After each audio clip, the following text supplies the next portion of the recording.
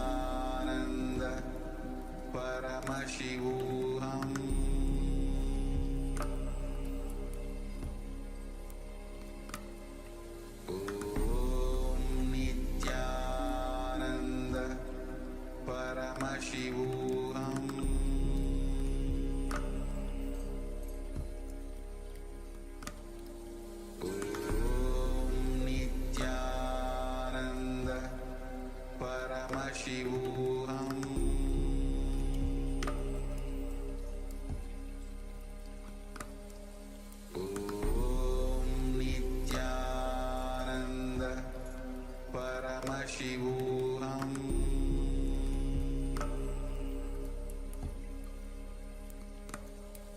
Om Nityananda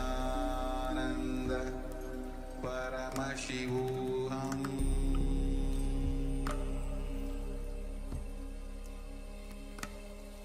Om Nityananda Paramashivoham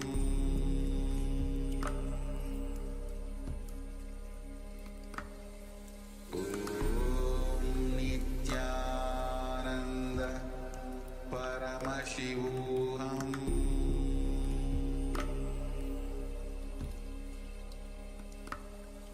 Om Nityananda Paramashivoham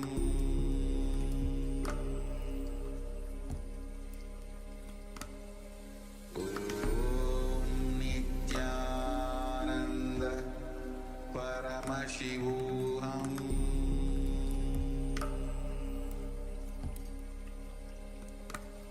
Om Nityananda Paramashivoham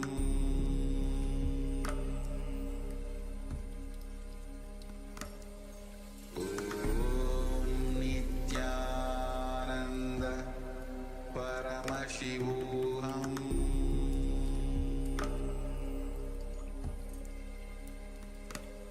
Om Nityananda Paramashivoham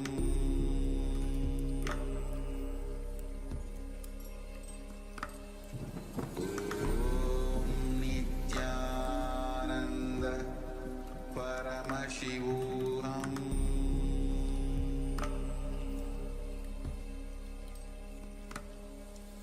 Om Nityananda Paramashivoham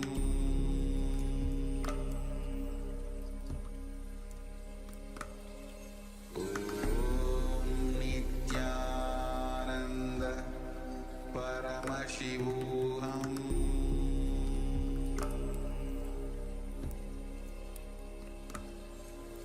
Om Nityananda Paramashivoham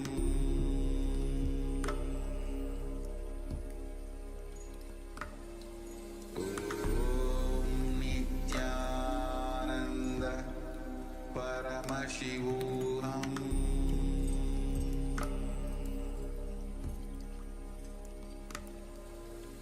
Om Nityananda Paramashivoham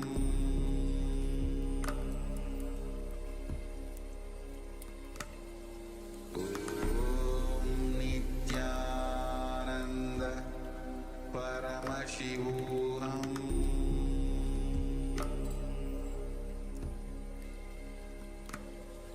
Om Nityananda Paramashivoham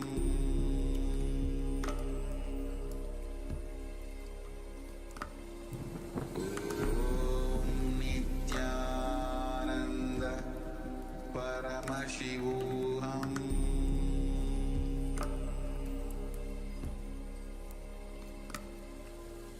Om Nityananda Paramashivoham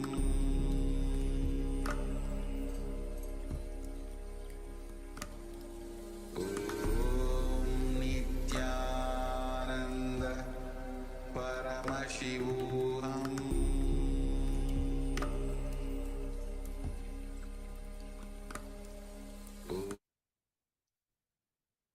Yes. Now, slowly open your eyes.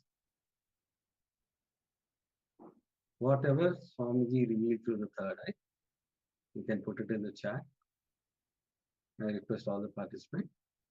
Whatever Swamiji revealed through the third eye, you can put it in the chat.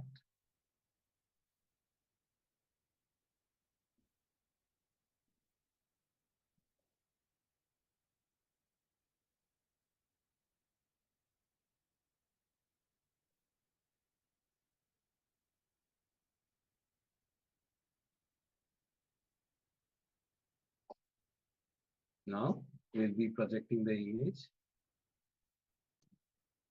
Yes, you can see a cow grazing on the field.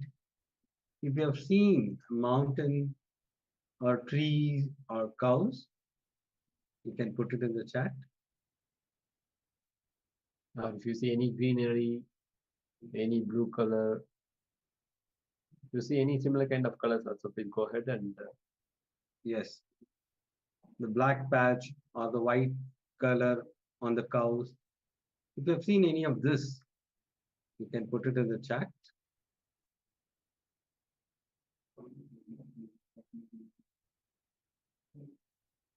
again we request all the participants, Ma, Nada Yogini Ma, and Quick Zin Weng. Ma, can you please switch on your camera?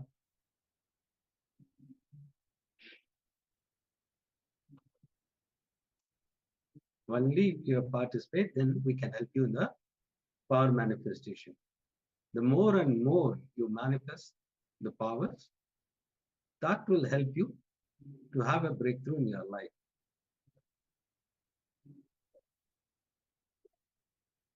Don't think it's just you're manifesting the powers.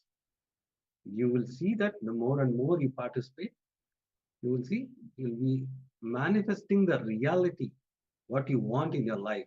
All this gets manifested. It is not just power manifestation. That will help you in your life every day, in your life, with your relationship, with your work, whatever it may be. All this will going to help you. Sincerely participate in the power manifestation. You will see that you will be manifesting the reality you want in your life. The whole science is designed in such a way that you'll be able to manifest the reality you want in your life. The whole Paramashivoham program is designed to manifest your reality.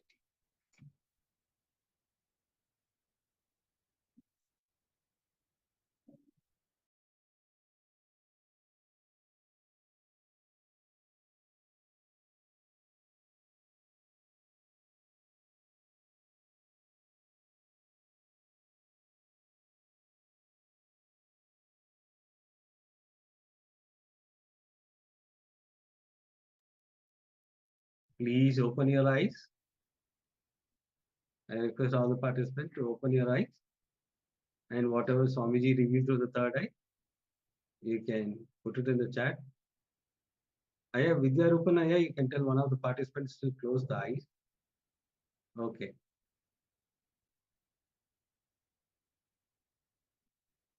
Yes, whatever Swamiji revealed through the third eye, please put it in the chat. Drop all your self-doubt, whatever. It might be a powerful cognition, it might be a word, it might be some letter, whatever it may be, you can put it in the chat.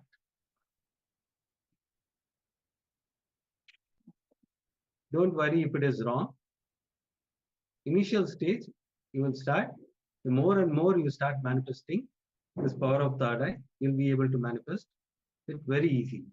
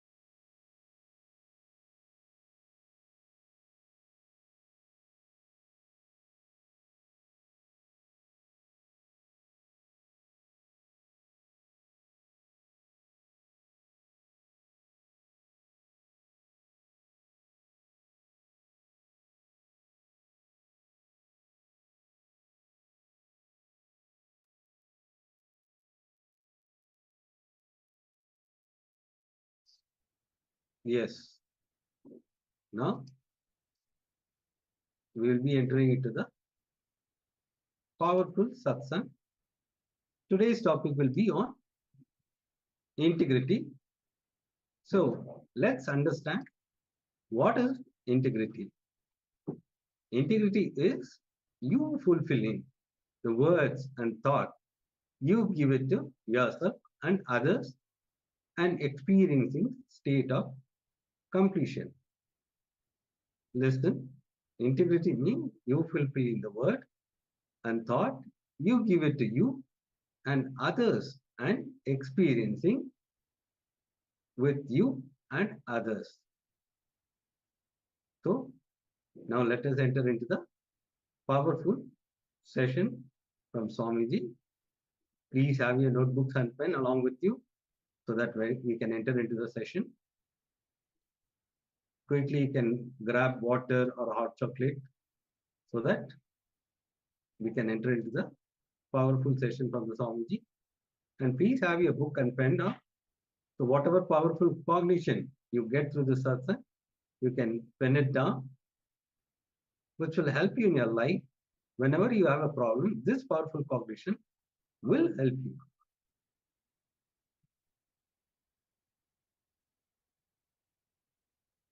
To get ready so that we can start the session. And as today's segment is going to be the 4 fundamental principles like integrity, authenticity, responsibility, and enriching. In this, the first principle is integrity. That is, we are going to look at it now. Let us sit straight and to welcome Swamiji. We are going to hear directly from Supreme Point of Hinduism with more and more deeper truths about integrity.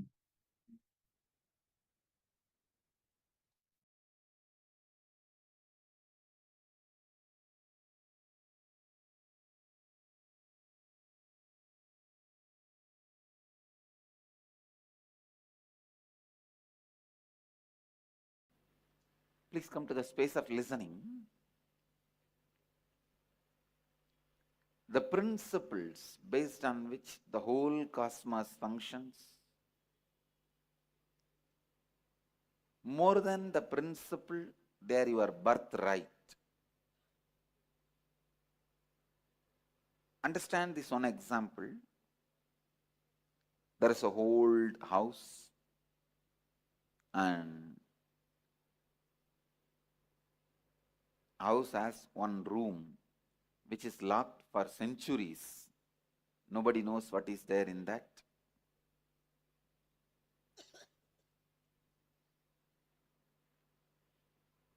The Rajaguru of that family calls you and gives you the key and says, go and open that key, and whatever is inside, enjoy it, it is yours. Naturally, you say, no, I have a lot of work. Why one more work? I am not interested. Who will go into the house? And Paramashivoham Om Nityananda Paramashivoham Om Nityananda Paramashivoham Om Nityananda Paramashivoham Om Nityananda Paramashivoham Om Nityananda Paramashivoham Om Nityananda Paramashivoham Om Nityananda Paramashivoham Om Nityananda Paramashivoham Om Nityananda Paramashivoham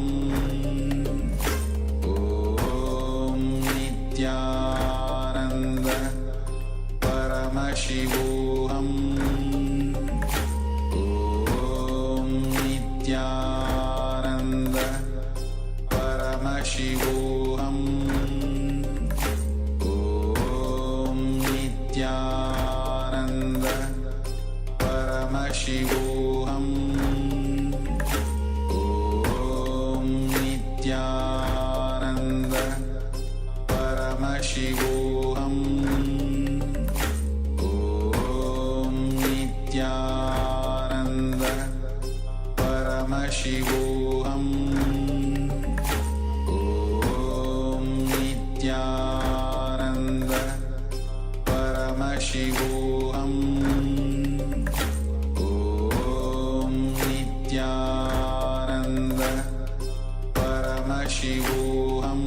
Om Nityananda Paramashivoham. Om Nityananda Paramashivoham. Om Nityananda Paramashivoham. Om Nityananda Paramashivoham. Om Nityananda Paramashivoham. Om Nityananda Paramashivoham. Om Nityananda Paramashivoham. Om Nityananda Paramashivoham. Om Nityananda Paramashivoham. Om Nityananda Paramashivoham. Om Nityananda Paramashivoham. Om Nityananda Paramashivoham. Om Nityananda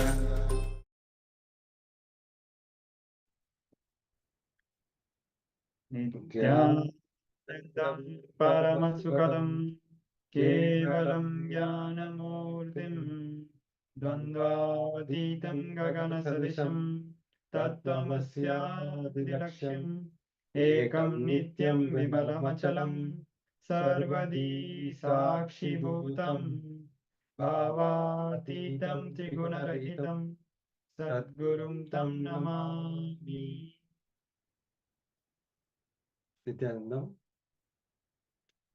Nityanandam, we welcome all our participants for another day of Paramashivoham.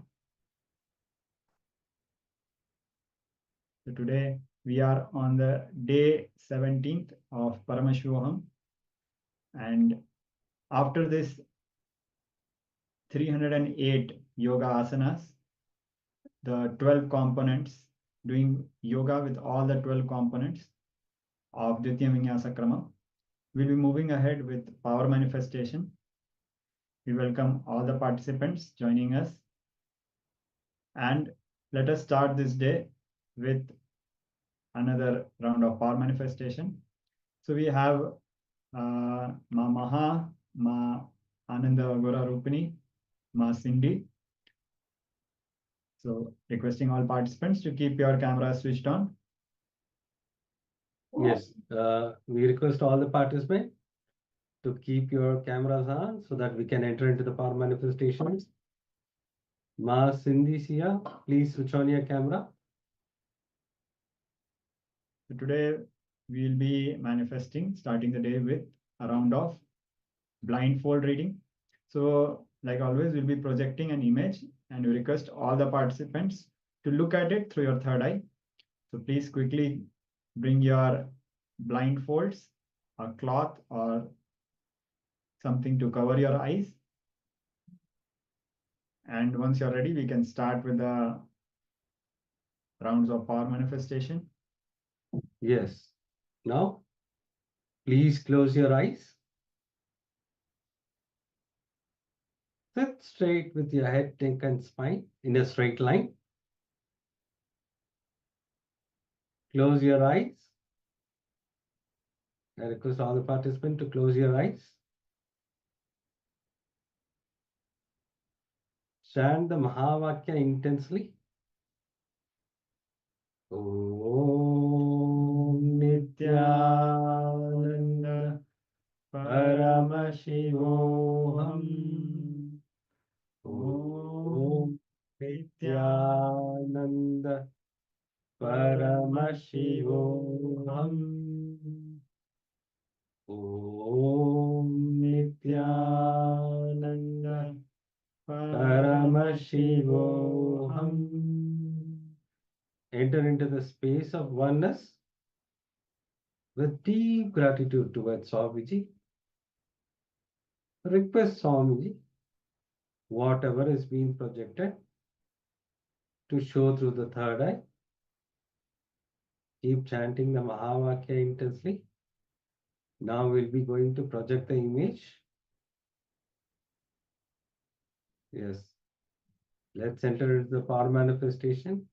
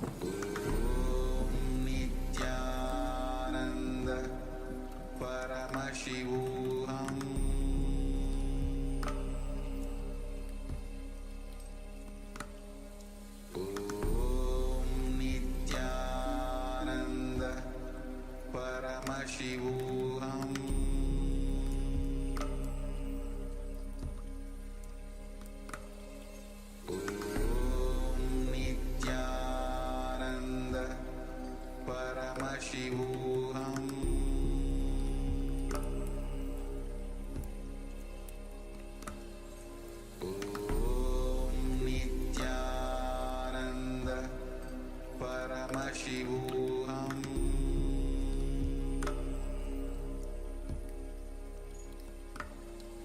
Om Nityananda Paramashivoham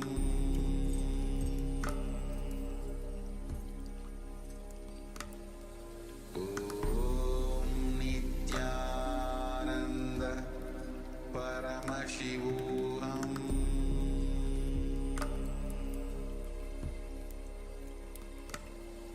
Om Nityananda Paramashivoham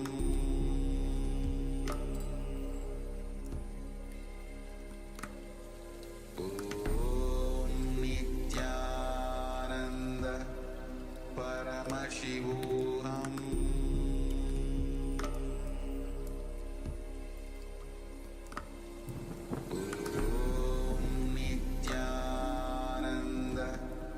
Paramashivoham Om Nityananda Paramashivoham Om Nityananda Paramashivoham Om Nityananda Paramashivoham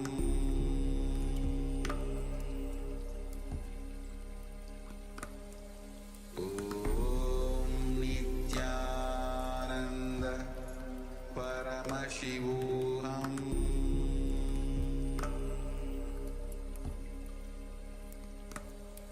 Om Nityananda Paramashivoham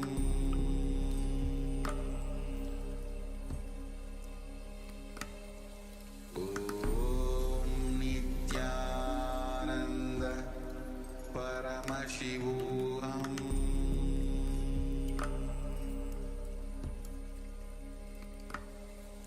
Om Nityananda Paramashivoham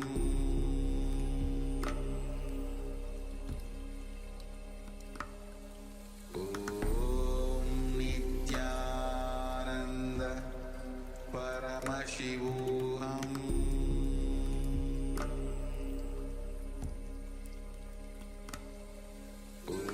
Om Nityananda Paramashivoham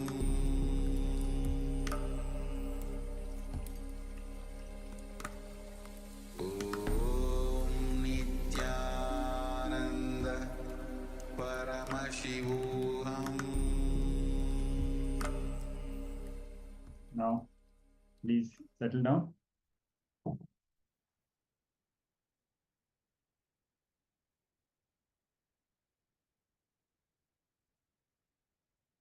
We'll now be moving to the verification of this round of power manifestation.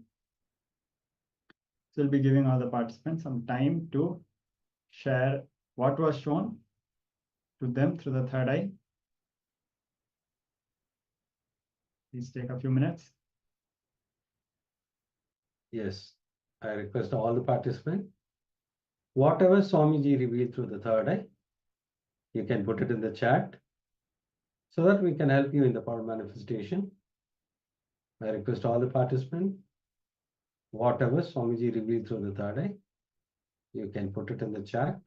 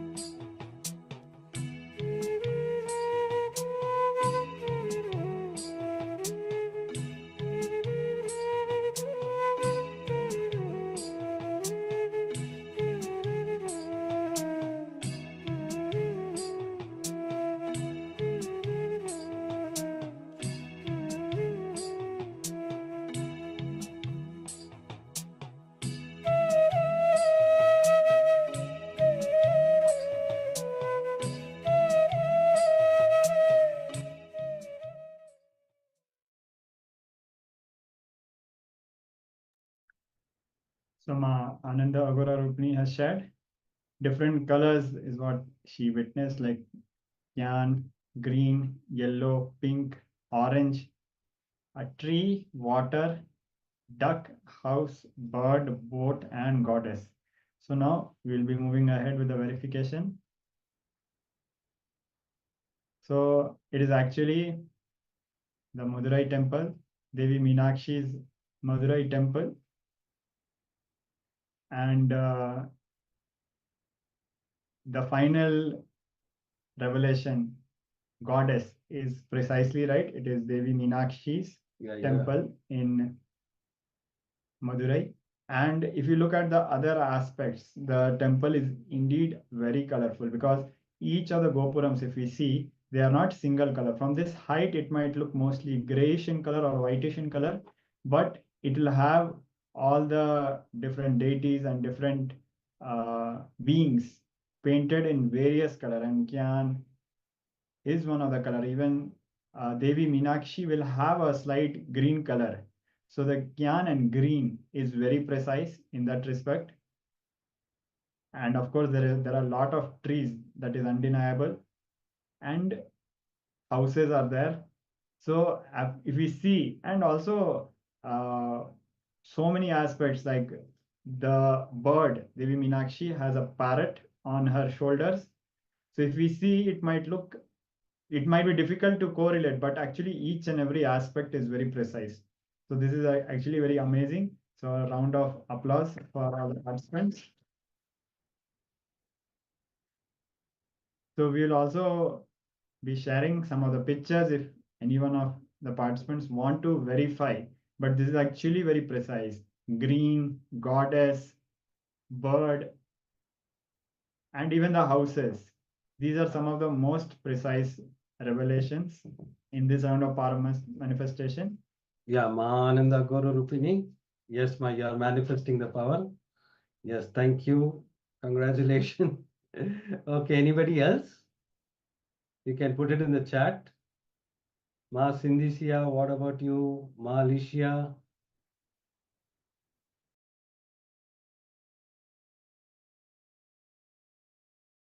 Ma Likika, how about you? Ma Sindhisia, you can share your power manifestation.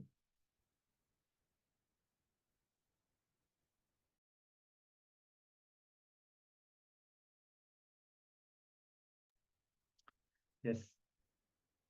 So now, yes.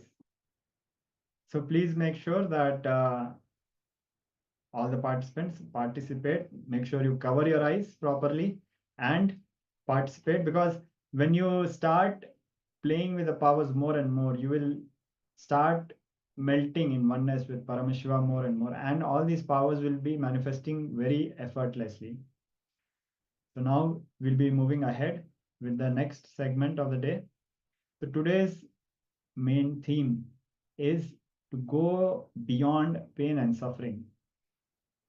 And we'll be going through different initiation into the most fundamental form of responsibility, taking responsibility for your own state of consciousness and the state in which you are living.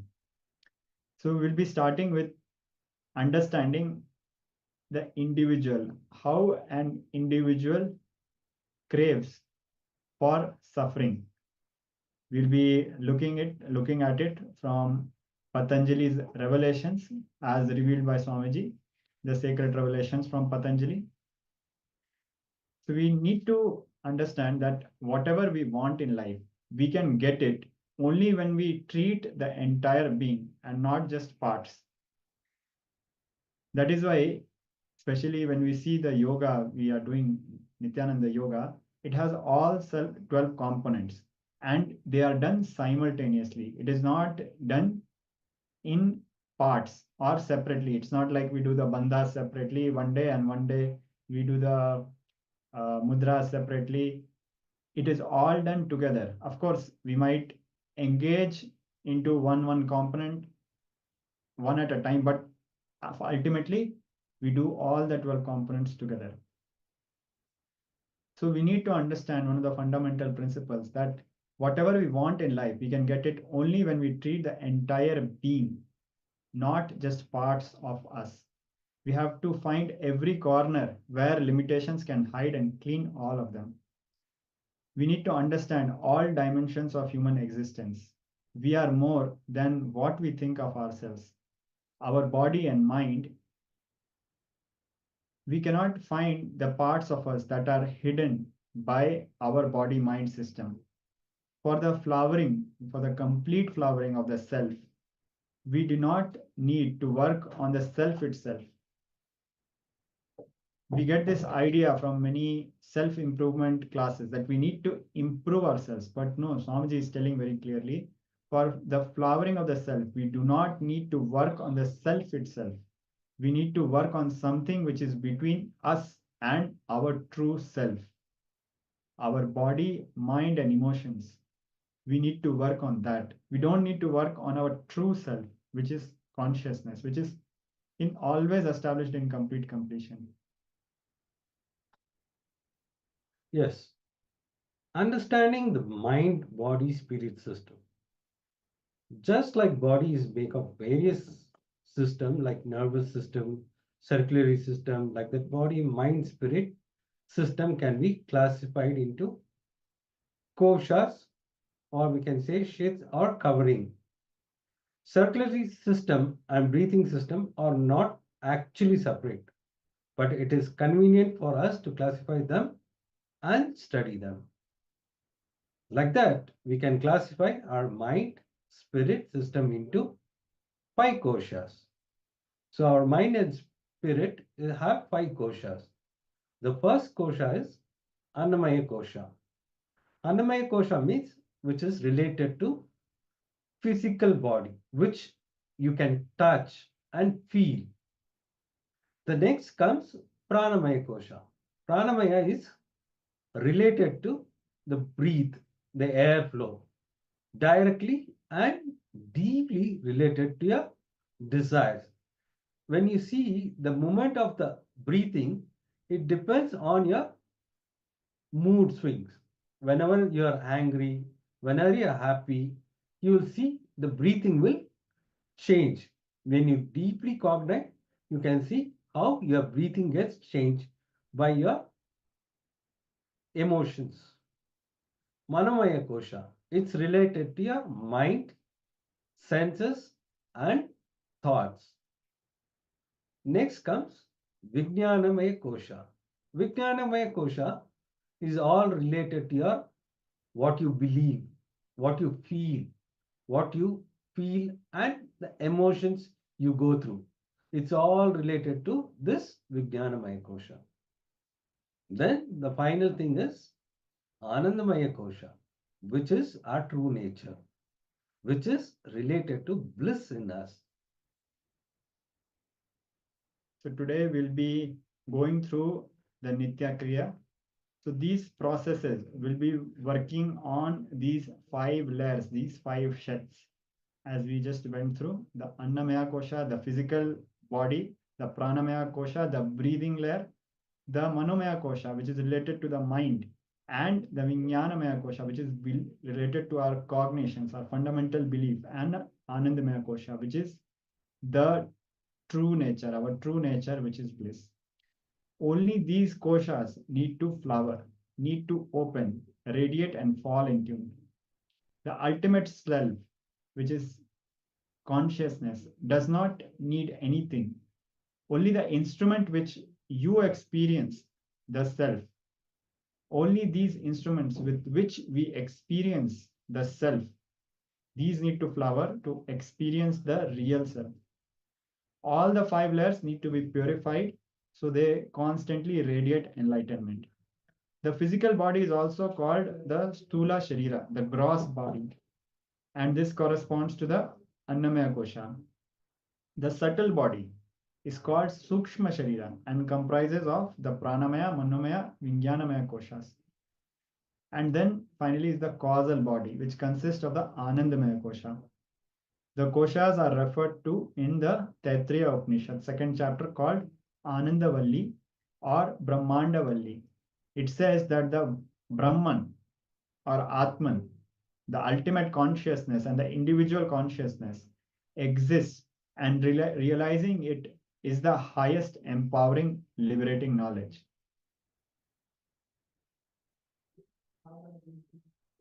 So we'll be going through today's program, today's Paramashivoham Level 2, and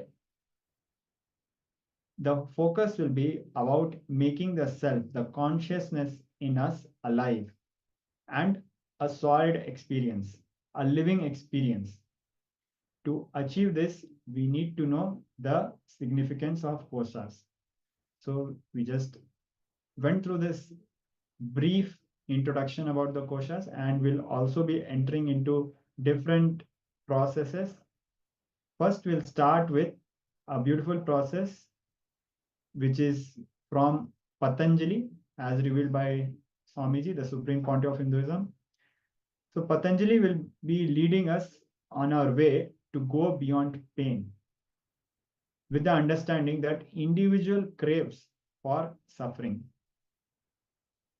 So now let us prepare ourselves to receive Swamiji, as he'll be revealing this sacred truth directly from Patanjali Yoga Sutras.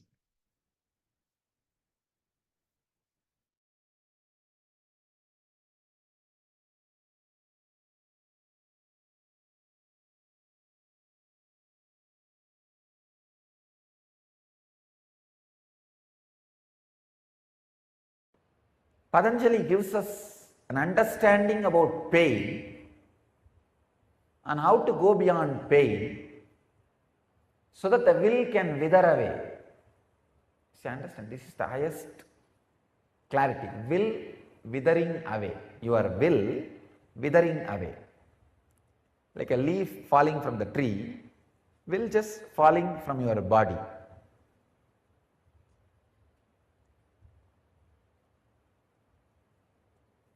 Let's enter into the sutra. Dukkhanusayi dveshaha.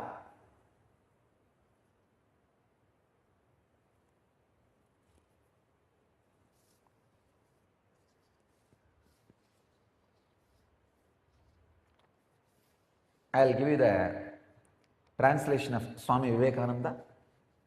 Aversion is that which dwells on pain.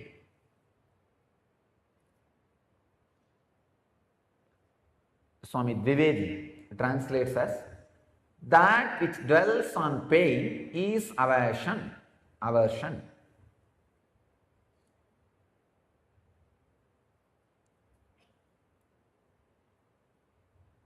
Purohit translates as, aversion is recoiling from pain. Sachidananda translates as, aversion is that which follows identification with painful experiences.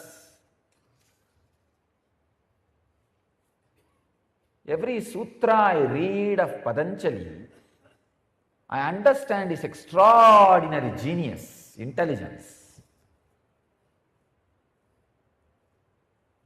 As I said, each sutra is one skyscraper of Indian internal infrastructure.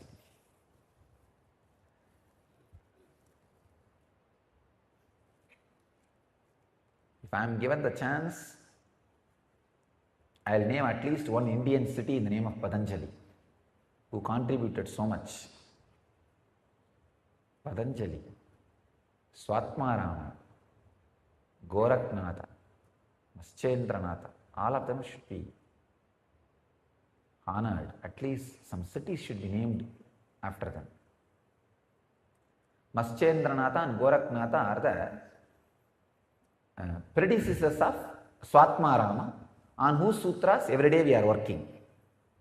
Patanjali, the Hatha Yoga Sutras.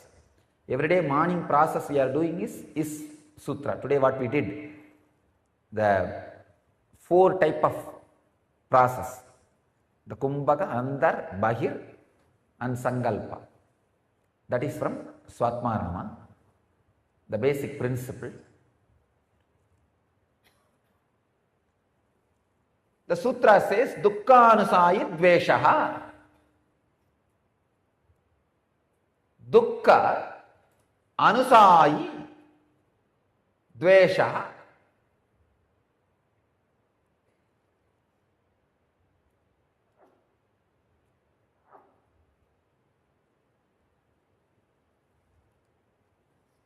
the word anusayi is translated by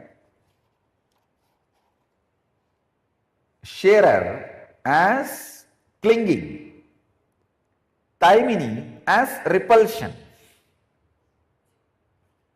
That is the power of that word. Understand, anusayi is translated by one translator clinging, the other translator as recoiling. But both makes meaning. That's the fun of, that's the beauty of Sanskrit.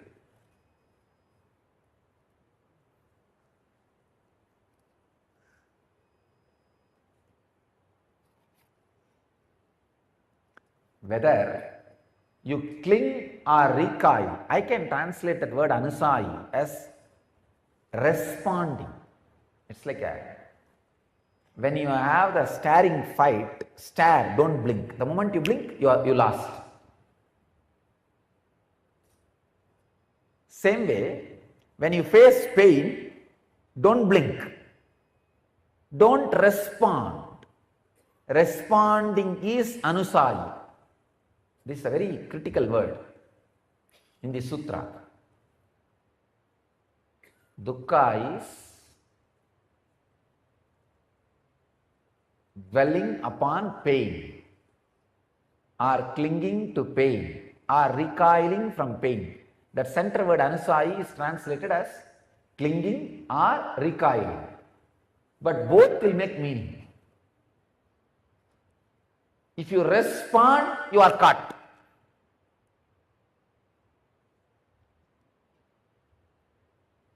When it comes to the question of pain, don't respond. Whenever people bring their problems to me, if it is out of pain, I just postpone. Nothing else is needed. Just postpone. It will become all right. But the ego is such, it will say no. Even if you postpone, it is not going to go now. Then I tell them suffer. What to do? Do not try to find solution when suffering is there. Don't blink. Don't respond.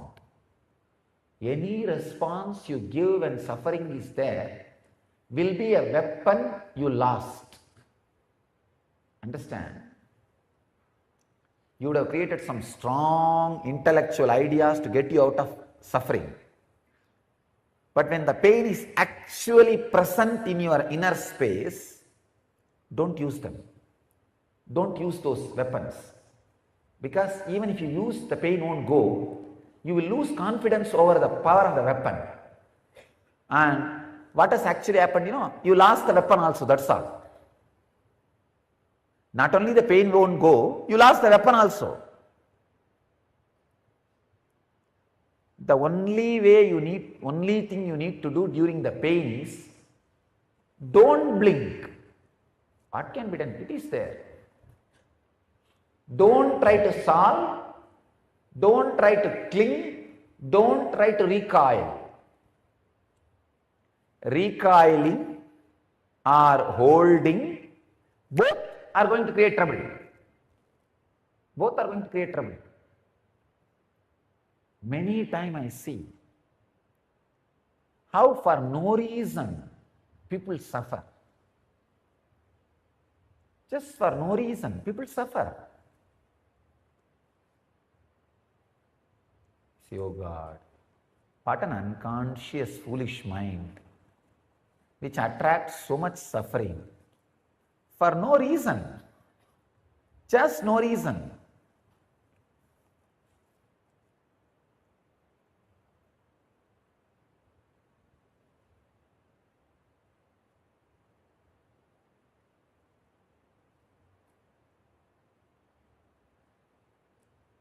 Very funny mental setup. Another one worst thing is, all your effort to recoil will hold. Holding will create more.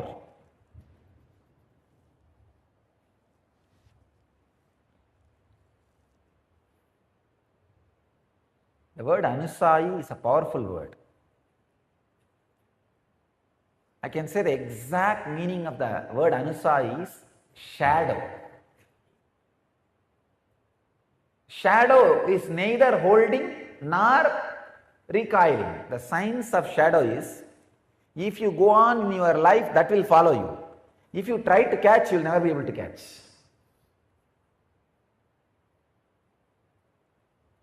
If you carry with your life, pain will be your slave. If you try to hold or respond, correct, alter, try to bury your shadow, nothing can be done. Surya, sun god, has two wives.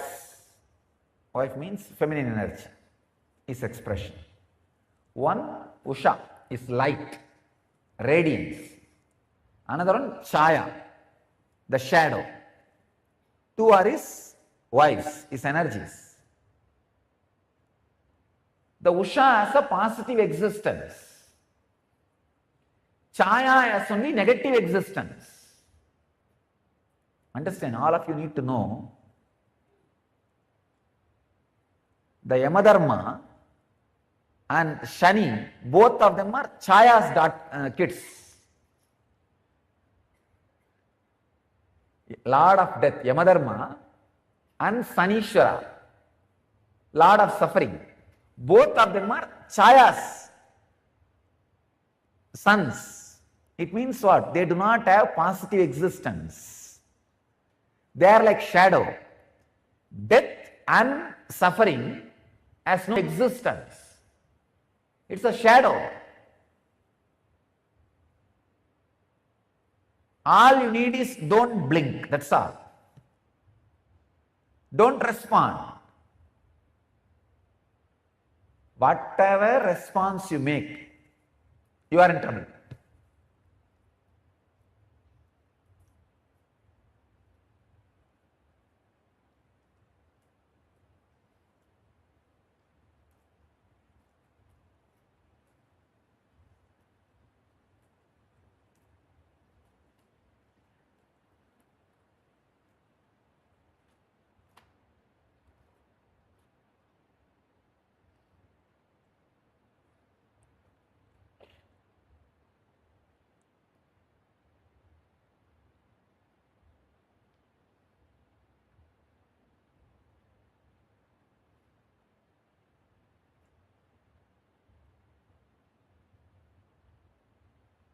Shani and Yama, both concepts.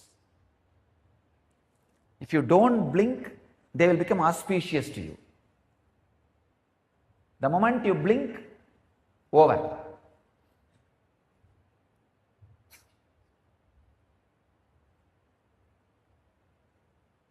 Anusai, response to your pain. Hatred or aversion is response to your pain. Any response it can be. The moment you respond, it is hatred. Whether you want it or don't want it. Any response you do for pain is going to be hatred. So if you want pain, then it is hatred, suffering. If you don't want, again it is hatred, suffering. So you are in a big soup. So not responding is the best way to handle pain, to handle suffering.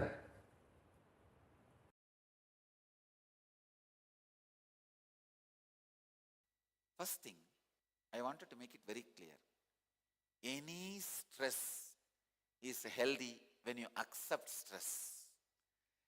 Please understand, stress is unhealthy only when you have the concept you may burst at some point. If you feel, if you believe, if I accumulate more and more stress, at some point I may bust. No. Stress is disease based on belief. If you are very clear,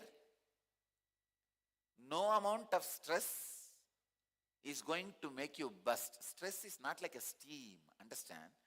See, you visualize stress is like a steam. More steam, more steam, more steam. One day the boiler will explode. No. Every night when you sleep, boiler is emptied again. Every sleep is a stress buster. So how much you can build within one day? Nothing. You are not that intelligent. Even your stress building level is only mediocre level. Understand? It is wrong. Ideas about stress needs to be bust first. Stress busting is nothing but busting the wrong ideas you carry about stress. I wanted to make it very clear. These are all called modern day scientific myths. Myths from the psychology. Superstitions from psychiatry. Superstitions promoted by Sigmund Freud and Jung. The theory of unconsciousness. Theory of accumulating the stress. I tell you, I am defining you the beauty. Beauty is the feeling you carry when somebody appreciates you. Please understand. I am defining in the mundane level, not in the spiritual level. I am defining in the mundane level. Beauty is the feeling you carry when somebody appreciates you. Means if somebody says, oh, you look great, then the feeling you carry is beauty for you. And same way, when you make somebody else to have that same feeling about them, in them, it is beauty for that person.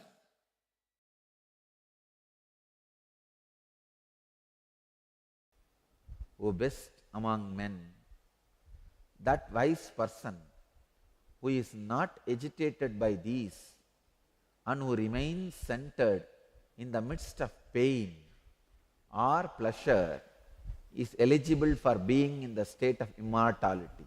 I tell you, he is asking you to decode the experience of pleasure and pain in you.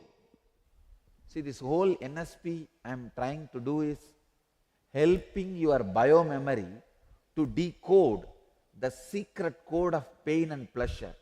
For each one of you, the pain and pleasure is a different programming, different software.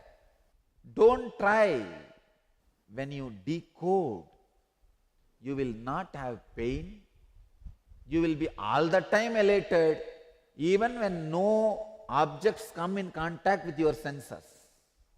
I am not saying you will have only bliss. Even the joy will be there constantly, even when the sense objects are not coming in contact with your senses.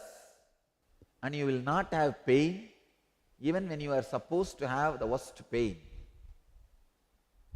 When you decode the signs of pleasure and pain, you don't know the joy of living in a body which does not have a pain. I am telling this out of joy. When you decode, I tell you, it is such a big utility for you. It is not moral science. It is not even spirituality. If I tell you, run straight in the bus stand, there is one lottery ticket, and buy this number, lottery ticket, you will get 10 crore. You think that I am teaching you morality? Or I am teaching you some great spiritual science? No. I am just teaching you something which is going to be direct utility for your life. Exactly same way I am telling. Close your eyes and see when the pain and the pleasure happens and decode it. It has a tremendous utility. Even 10 crore cannot give you something that will be given to you when you decode your pleasure and pain inside you. And you will not even carry that as understanding by word. You will not even know if you are asked to tell what really happened in you. That's a big problem. Decoding your pain and pleasure as highest utility in your life. Every time when you are levitating, understand I am helping you to decode your deeper and deeper levels of being. Not only your pleasure and pain, heat and cold related to this body engrams, the heat and cold related to the past engrams also are getting decoded. An incarnation lands on the planet Earth only to teach the science of decoding heat and cold, pleasure and pain related to all spectrums for human beings. If this one science is taught, all violence on the planet Earth will disappear. All pain in the planet Earth will disappear. Only when you have pain, you feel like giving pain to others. When you are lazy, you want the whole world to be lazy. When you are alive and active, you want the whole world to be alive and active. Whatever you are, with whatever you associate yourself, you are bound to reproduce that on the whole world. Krishna is hitting the right point. He is not giving moral lessons, blabbering. He is throwing spiritual atom bombs to destroy your engrams. When you remove a tree, the root and the mud in which the root was there, whole thing should be removed. Otherwise there can be bits of the roots in the mud, and that from there the tree can grow again. Same way, when an engram is removed, it should be removed from the root and the mud from where the root was there. The science of decoding will remove all your sufferings from the root and the source of the root. Mud from where the root is growing. See, when you are drunk, you blabber. When you are drunk with the ego of the intellect, also you blabber. When you are normally drinking and blabbering, people will realize. But when you are drunk with the ego, intellect and blabber, it's called discourses. In the sutra, Krishna is not telling how to live, he is telling how to be. In the meditation process, just sit and open yourself completely. If there is so much of corruption is going on in the accounts, what naturally a CEO will do? He will stop all the transactions, get everything, open, tear them to pieces and evolve the system, process. Same way, stop all the transaction for 2-3 days. Stop all the process inside you and relax and look in. Something seriously wrong. Where am I heading? How am I going to survive? Do not tolerate even 1 inch suffering, I tell you. So don't make any frame, rule, the moment you hear Krishna's words. No. Sit and see what is the root mental pattern for all my actions. Touch that root mental pattern. You may be having the mental pattern whenever certain pleasure arises, that is going to be eternal, or whenever certain pain arises, suffering comes, depression comes, you feel it is going to be there forever. That is what is the wrong cognizance. Take Krishna's words as a writ petition. Analyze, take the right cognizance, then start living. Krishna's words are not law. If you take them as a law, you will have an intrinsic hatred towards it. Krishna is not giving any commandment. First of all, he is not a commander, he is a charioteer. Don't you see the position in which he is sitting and talking? He is actually in the lower platform. Arjuna is sitting in the higher platform. And the ropes controlling the horses are in his hand. And the stick which he is using to control the horses are in his hand. And he is stretching his neck, turning and talking. He is not a commander. He is actually in a position of being commanded. That is why I say this is not a commandment. It is a humble but straight truth. Simple, straight truth. See, when the senses come in contact with the objects, the heat and cold is experienced in a subtle way in the senses, which in turn gives rise to the pleasure and pain. These have a beginning and an end. So today try to experiment. Completely become aware of your tongue. Take a piece of chocolate or candy, some sweet. Take a green chili.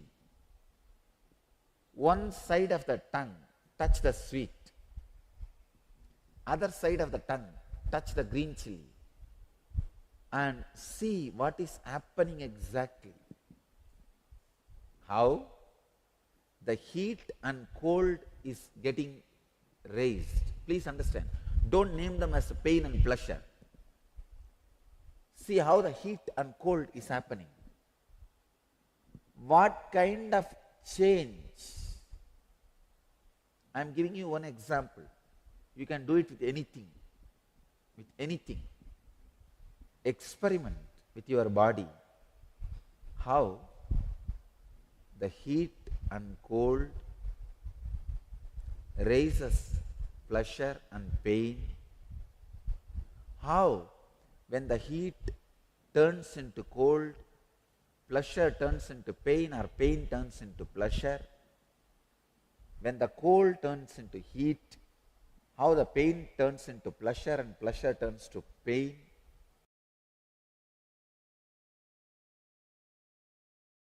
The sacred secret. First thing, your death is not end of your life. Second, you take another one body. Third, in that body also, you don't lose anything you accumulated in the inner world or the outer world. Just as the embodied one goes through tenderness of boyhood, bloom of youthfulness, and infirmity of old age, in this body, in the same manner, it takes on another body.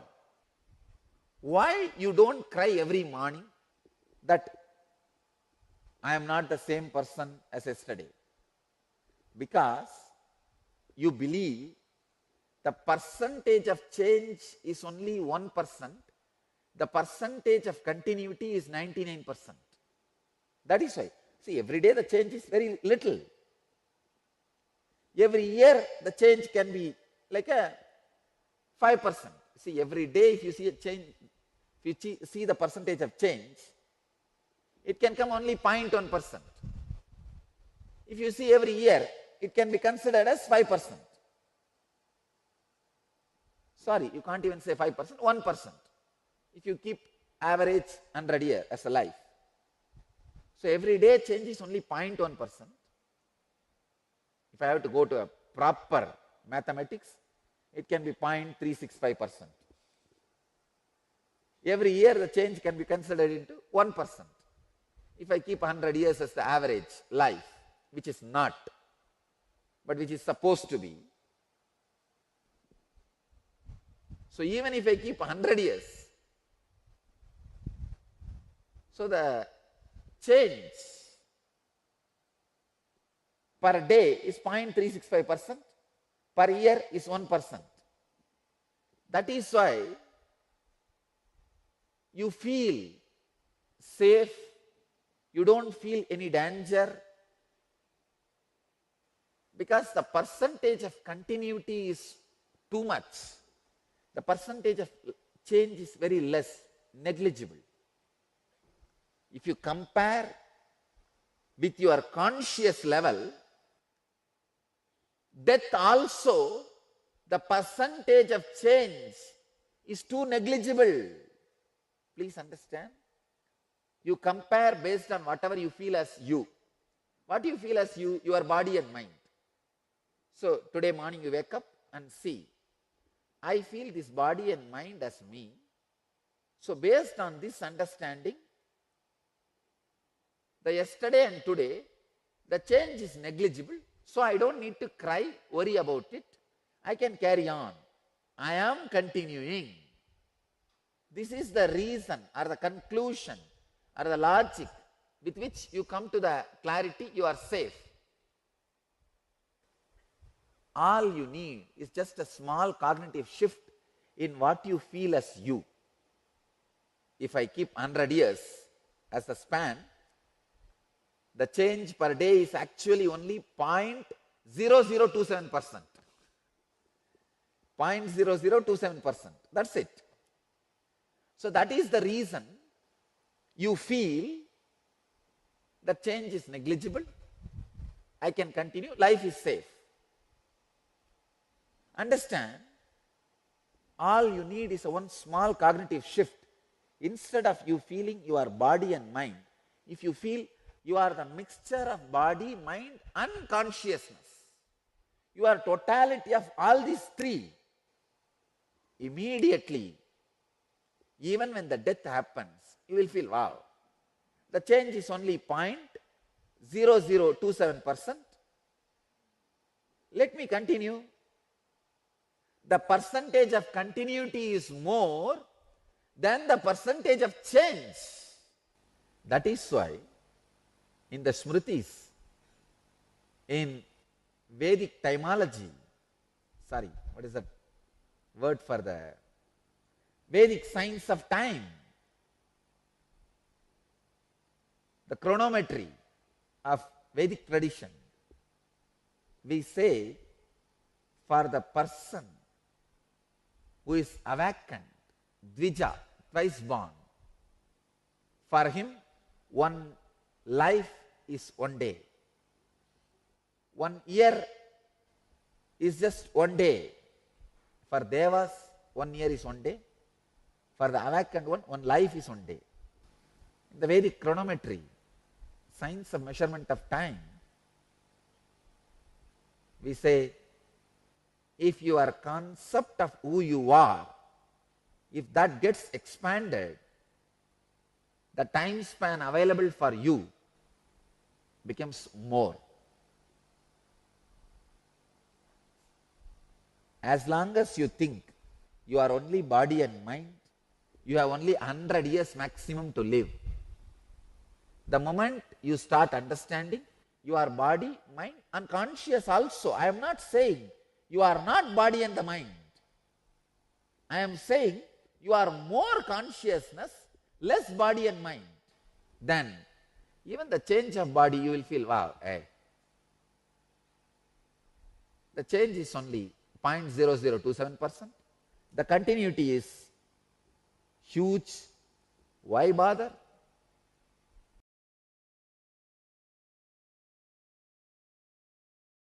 Please understand, I am defining insanity. For any action which you have done, any thought you have had, any space you have cherished and entertained, if you are not able to handle the side effect and after effect of that, you are insane. Please listen. I am defining insanity. Any action you have done, thought you have cherished, space you have entertained, if you are not able to handle the side effects and after effects of it, you are insane. Look into the life. Look into the life. It is really, really, really unfortunate that every day you prove yourself to be insane. Please understand. One of the difficult thing is, after you prove yourself to be insane for 10 times, 11th time you give up on yourself and you think this is normal. And you use others' insanity to justify your insanity. I tell you, comparison is such a great healer for you. That is why you entertain comparison. When it hurts, you try to get rid of it. But it's a great healer and tranquilizer you are using. Comparison is one of the greatest tranquilizers human beings are using. It's one of the great tranquilizer. That's the right word I use. To keep you remain unconscious, to keep you in the same space of unconscious, to keep you aware in the space of unconsciousness. Comparison helps. Oh, all human beings are like this only. All are like this only. No. All are not like that. All are not like that. It's very unfortunate. It's really, really, really unfortunate. Understand that we justify others' insanity for us to remain insane. Just because others are unconscious, we come to the conclusion we can also be unconscious. No. No. Move your life from the pattern of unconscious and struggling. See, any guru, any master, any incarnation can give the signs. They can make you even realize, but you have to realize. Understand? You have to realize. Finally, the living has to be done by you, not by anyone else. No one else can realize it for you.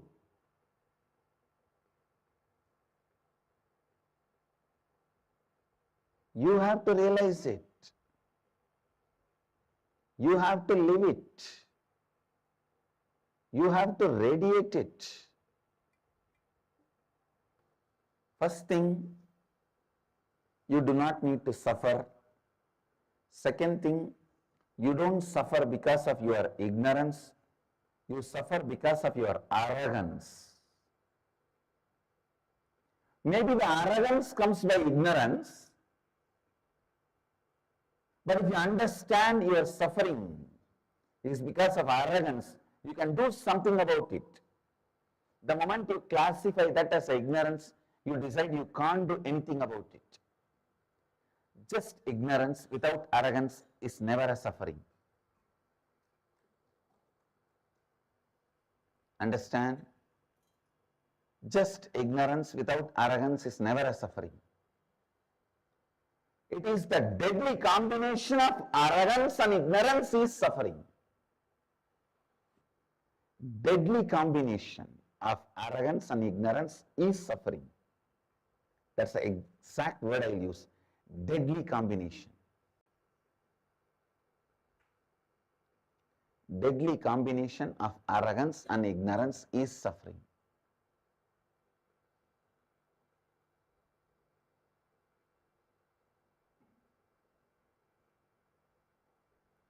If you just give up arrogance,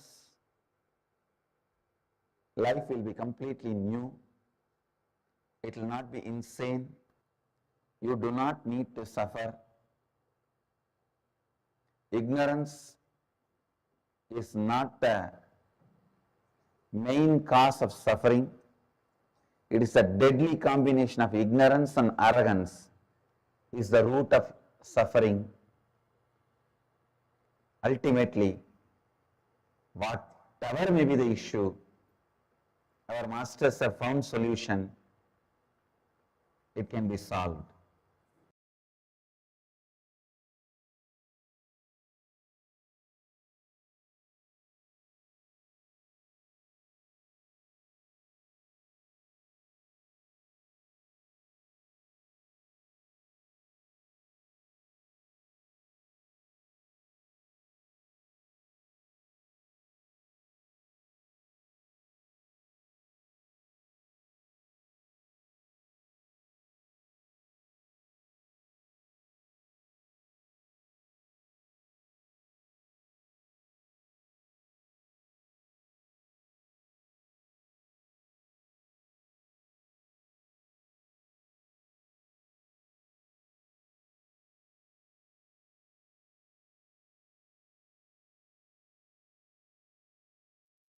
Yes, Nityananda, to all the participants, and welcome.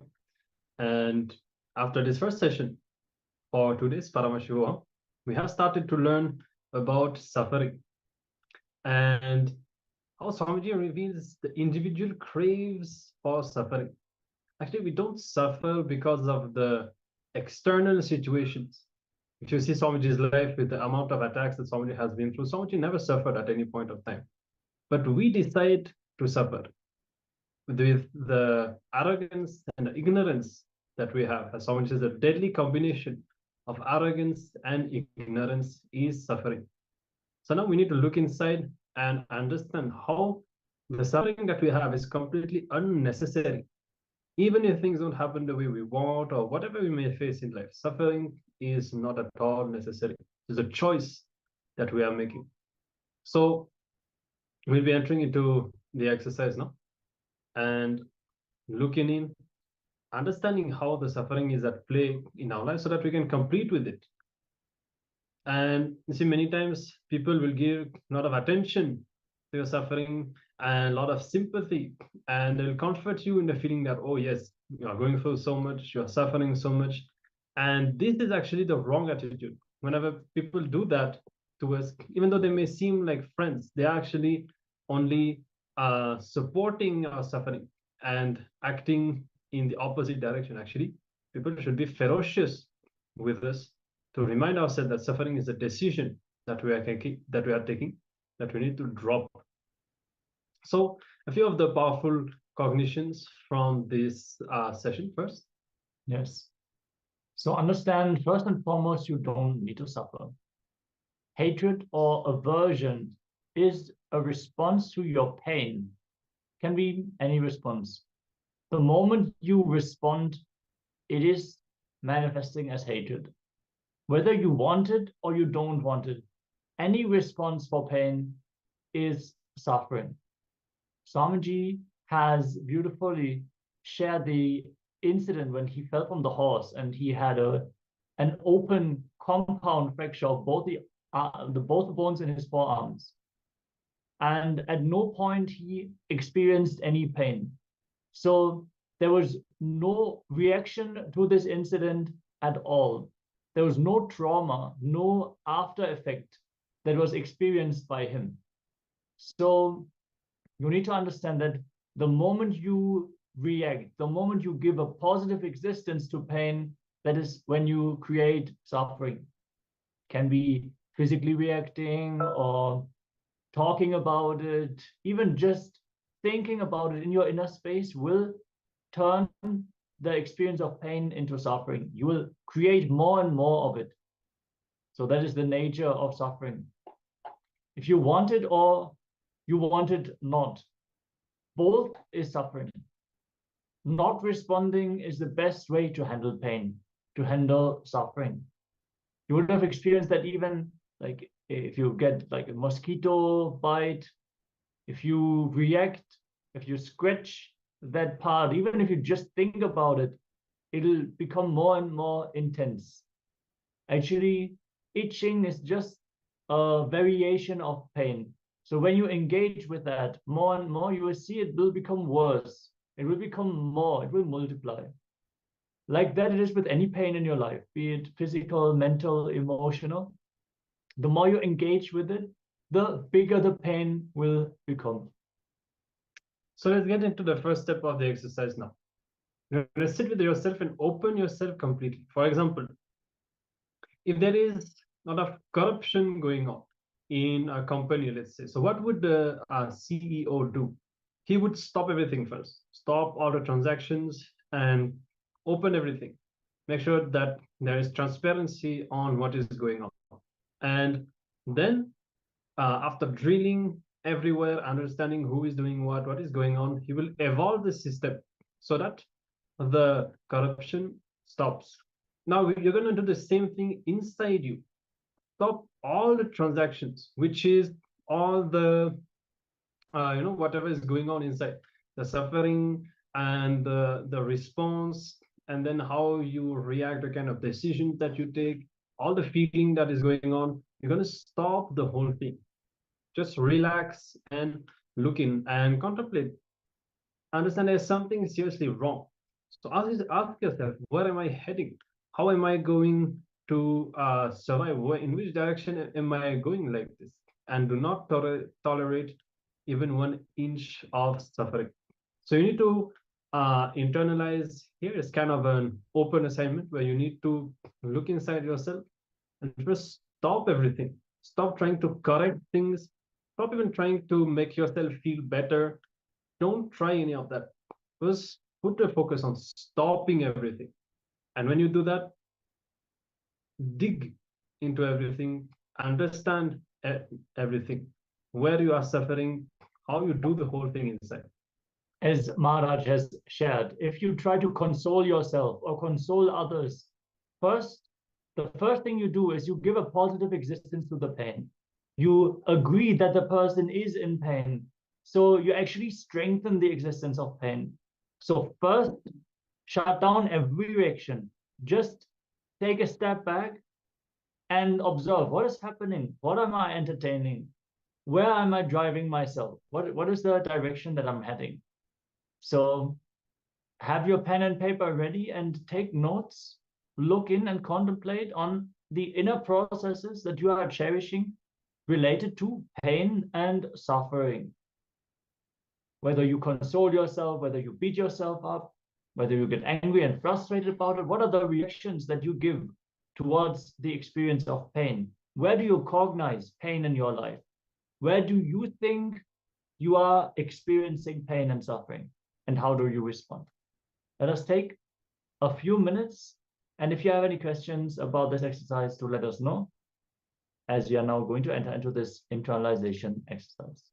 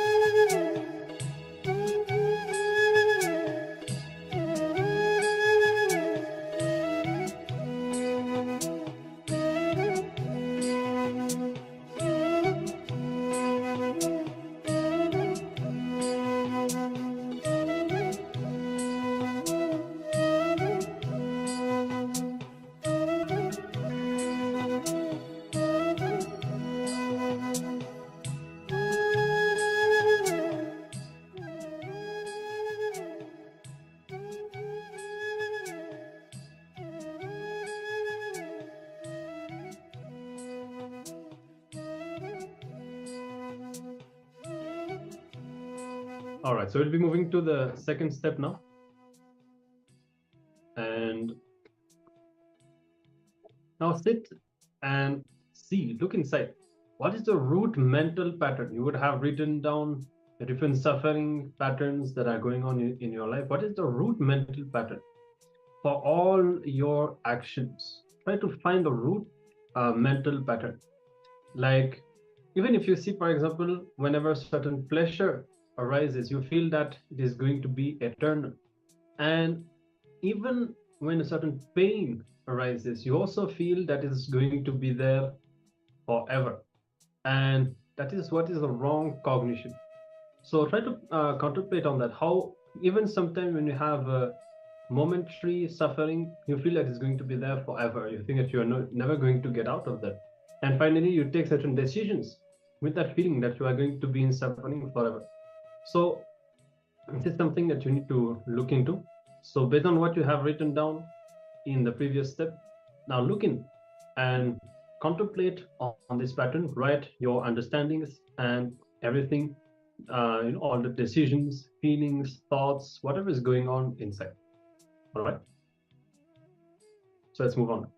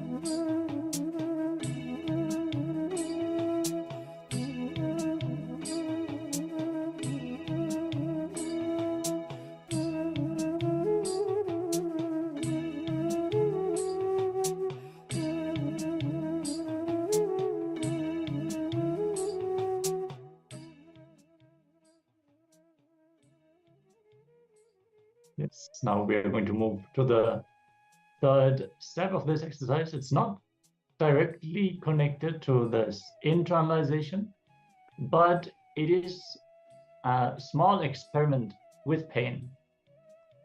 So for this experiment, you're going to have to become completely aware of your tongue.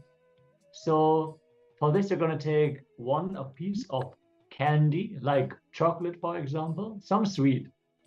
And on the other hand, take a piece of green chili, so the raw chili, something really spicy. So you take the sweet and touch it to the side of the tongue, and take the spicy part, whatever it is that you have, and touch it to the other side of the tongue. So see what is happening exactly, how the heat and cold is getting raised.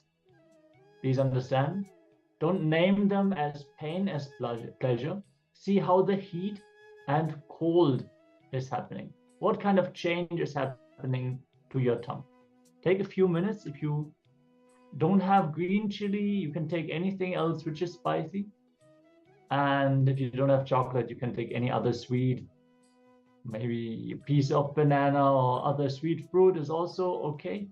Just do this experiment where you trigger the tongue with the hot and the cold, with the heat and the cold. We're going to project this on screen and give you a few minutes for this exercise, this experiment, to let us know what was your experience as you have performed this experiment. Let's begin.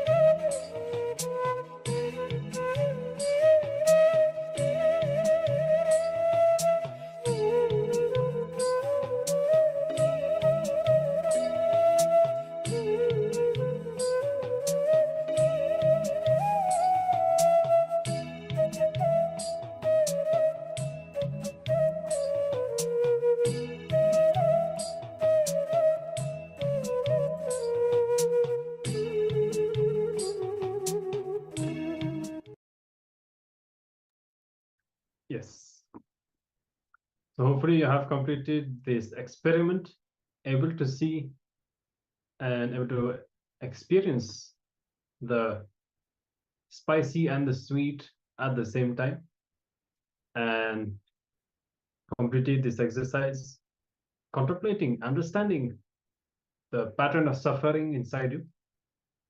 And if you feel like sharing any understandings that you have gained from this exercise, feel free to do so.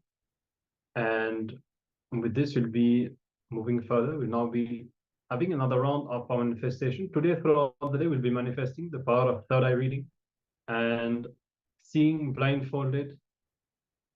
So you can get ready to enter to power manifestation. You can grab your blindfold and cover your eyes.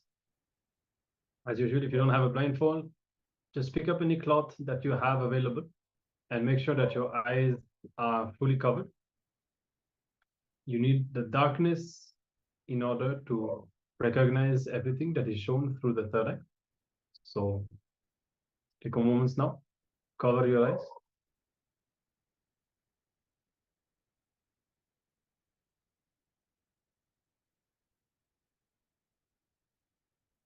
When you are ready, you can sit with your head, neck, and spine in a straight line. And start chanting the Mahavakya intensely. Connect with Swamiji in your inner space.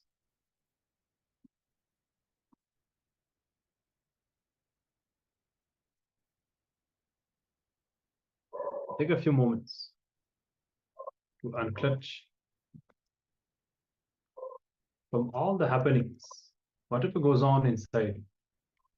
Now, as you have started to open up all the memories and patterns of suffering inside, now that it is all awakened inside, it is the perfect moment to decide to drop all of it, to unclutch from all of it. Suffering is just a decision that we take. So now, take the decision to drop all of it and to be in a higher space, in a higher state of consciousness, and manifest the powers of Paramashiva. So we'll be beginning the power manifestation now. Make sure you tie your blindfolds and have no light fall into your eyes. You can tie the blindfold and get ready for the power manifestation. And continue to vibrate with the Mahavakya.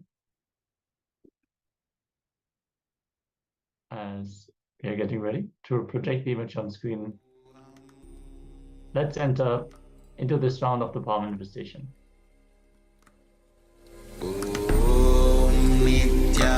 Nityananda Paramashivoham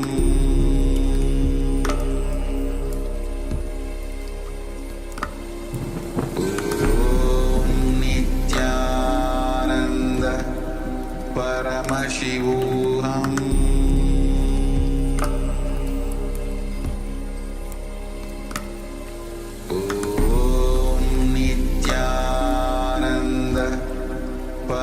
Paramashivoham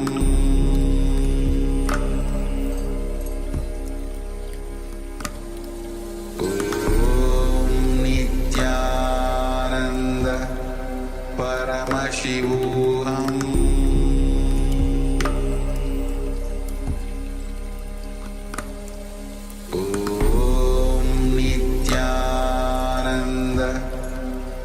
Paramashivoham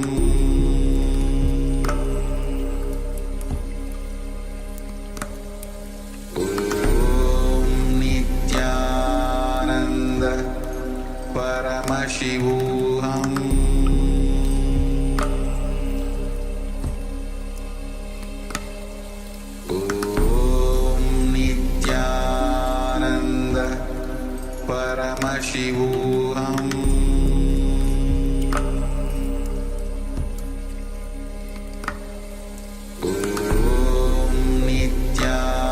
Nityananda Paramashivoham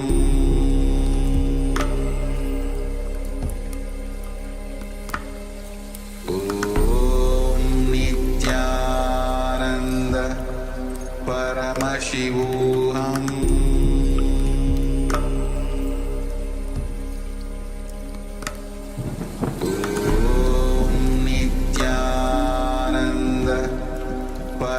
Paramashivoham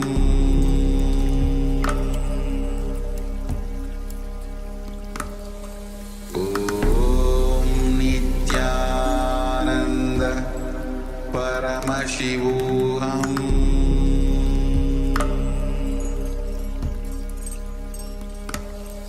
Om Nityananda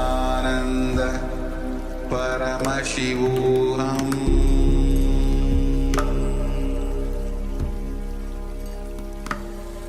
Om Nityananda Paramashivoham.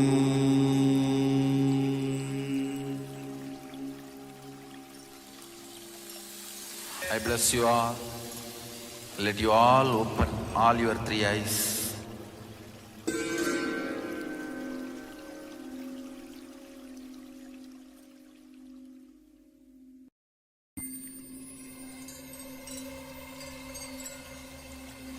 I welcome you all with my love and respect. Let you all open all your three eyes. Om Nityananda Paramashivoham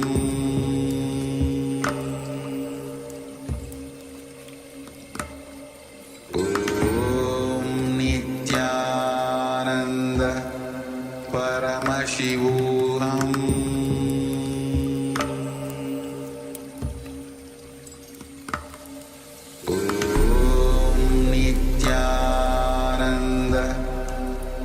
Paramashivoham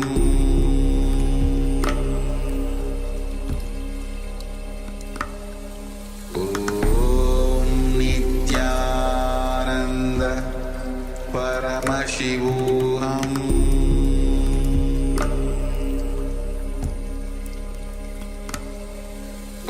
Om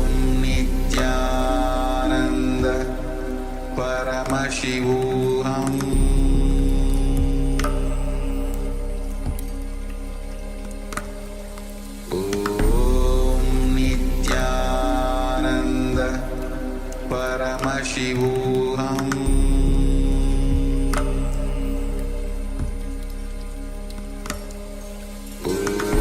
Om Nityananda Paramashivoham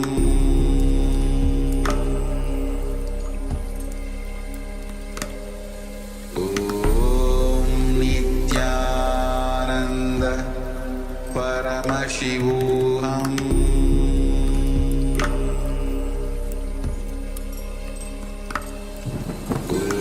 Om Nityananda Paramashivoham Om Nityananda Paramashivoham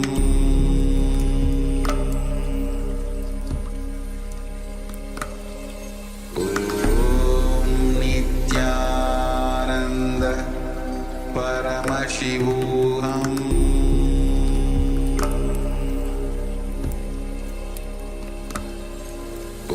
Om Nityananda Paramashivoham Om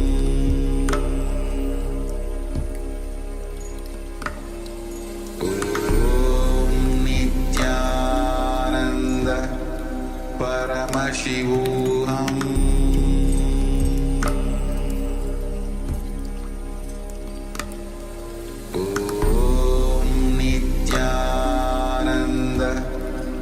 Paramashivoham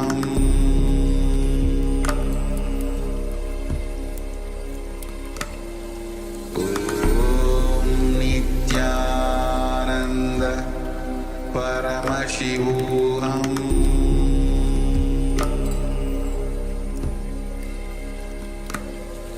Om Nityananda Paramashivoham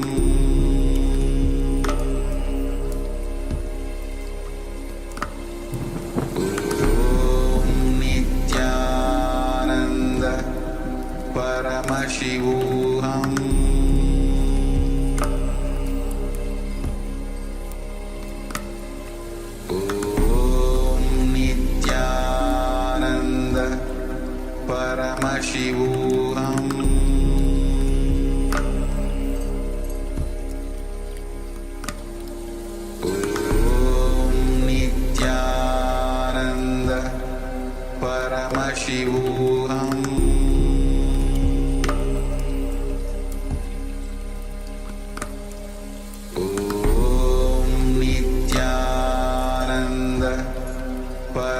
Paramashivoham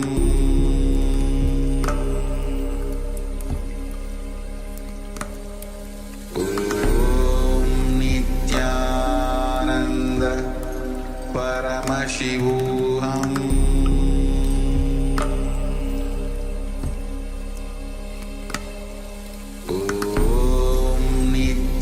Nityananda Paramashivoham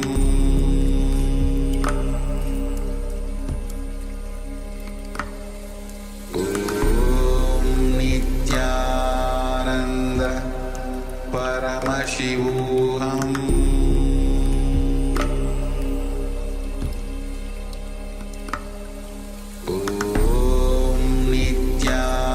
Nityananda Paramashivoham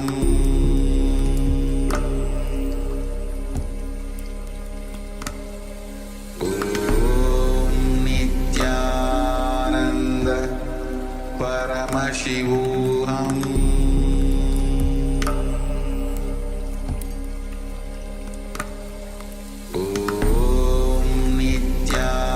Nityananda Paramashivoham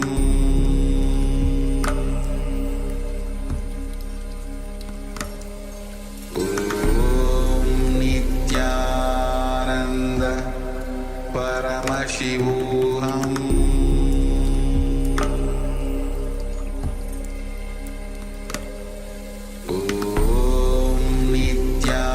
Nityananda Paramashivoham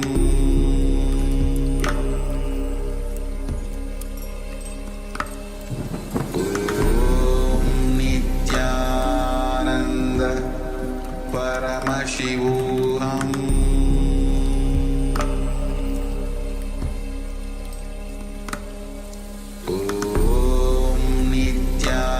Nityananda Paramashivoham.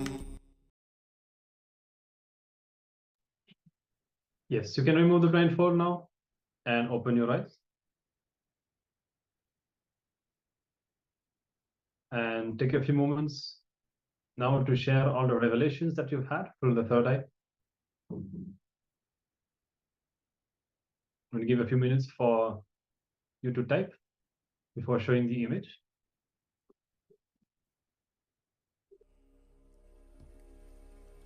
So you can go ahead and type everything that the third eye has shown. Nityananda Paramashivoham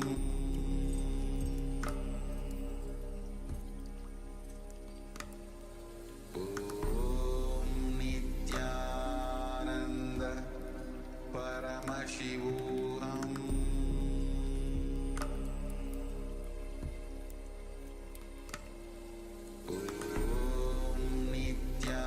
Nityananda Paramashivoham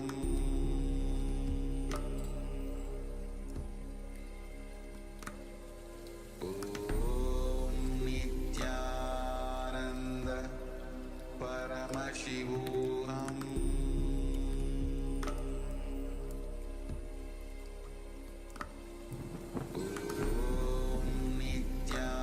Nityananda Paramashivoham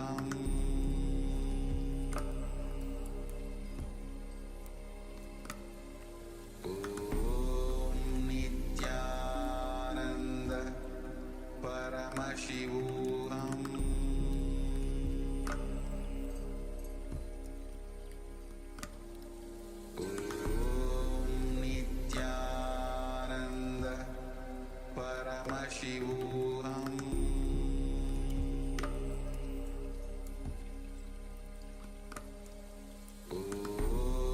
Nityananda Paramashivoham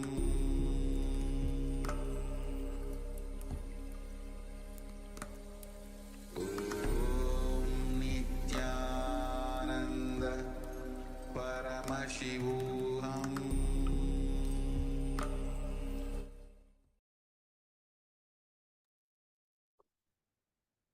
All right, so yellow leaves and trees, rattan green leaves, drooping plants, yellow flowers. Okay, nice. So let's have a look at the image now. So you can see we had a castle, mostly in the European region, and it's surrounded by everything that you have described, the colors, the leaves, the trees, everything is there. So that's very good. You have seen some of the details of the image. And also see, sometimes when we show the image, suddenly you remember something else that you've seen. We've seen many times participants after seeing the image, then they suddenly remember, oh, I had seen this also actually. So if there's something like that which you suddenly remember, you can again share that with us in the Zoom as well. And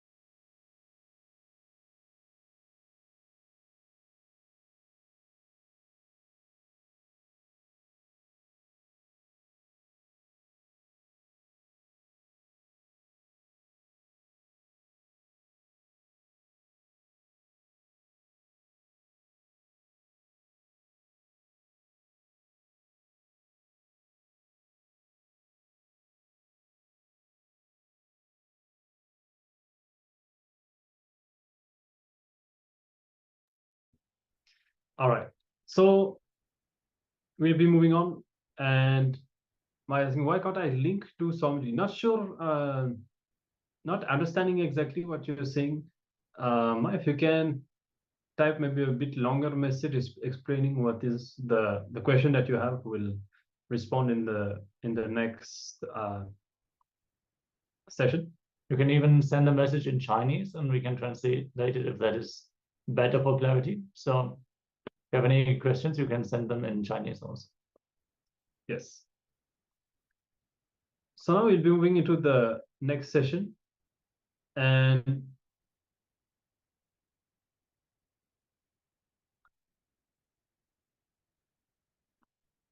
okay, still it is not very clear for us, ma'am. Maybe just take a bit of time to put a longer message that we can we'll be able to catch the question that you have. You can take a bit of time. We'll be moving into the next session. You can share the full message and the full question that you have. So now we'll be moving into another session where Swamiji will reveal how we are beyond suffering. Actually, Swamiji explained that there is no solution for suffering. You will not find something that you can do that will just solve this suffering. You need to remember that you are beyond suffering, and that any suffering that you have is something that you yourself cherish. Finally, decide to drop the suffering, let go of it. So we'll be entering into the next session now. Be in a space of listening. Let us understand how we are beyond suffering.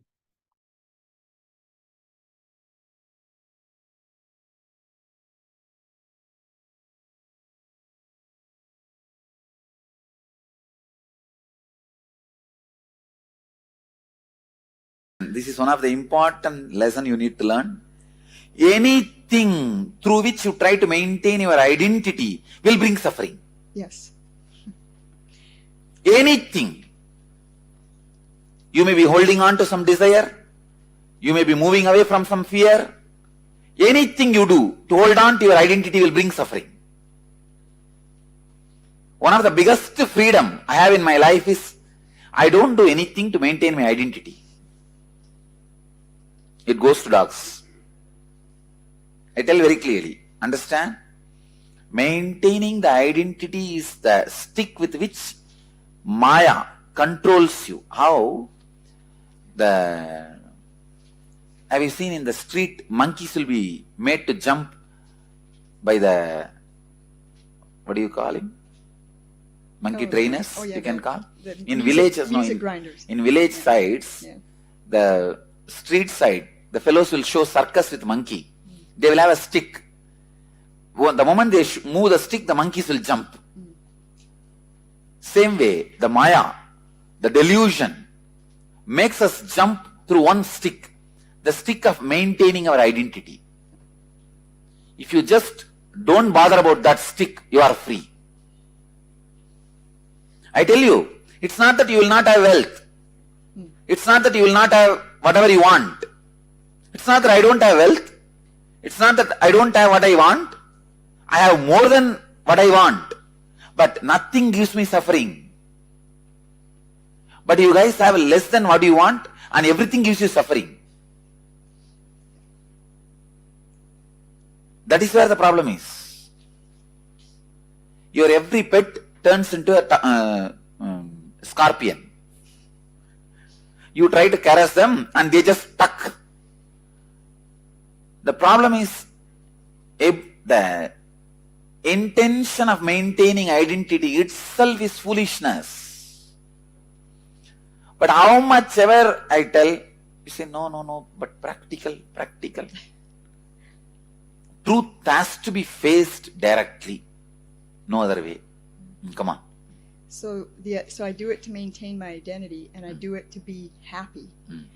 But the problem with the happy part, not that there's a problem with happiness, it's that I look external for the definition of happiness.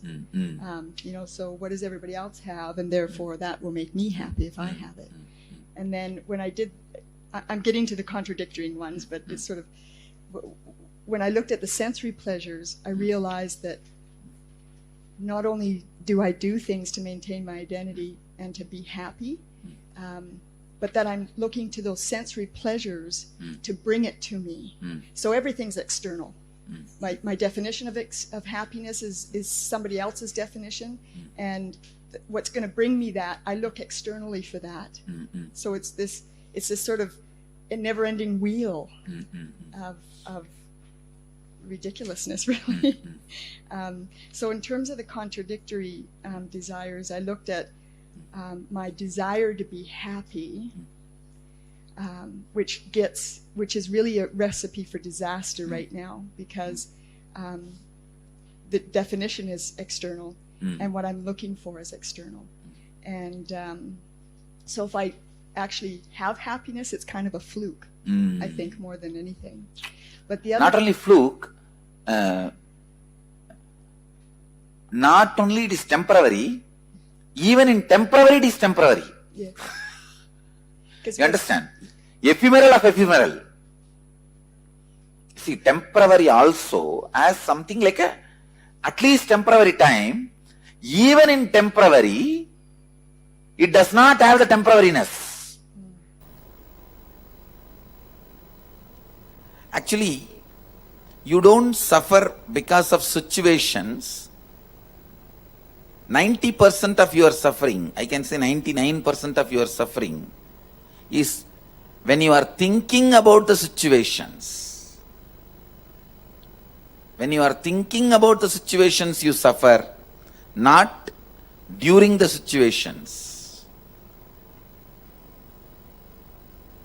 The emotional and mental level pain is the result of the constant judgment growing inside you.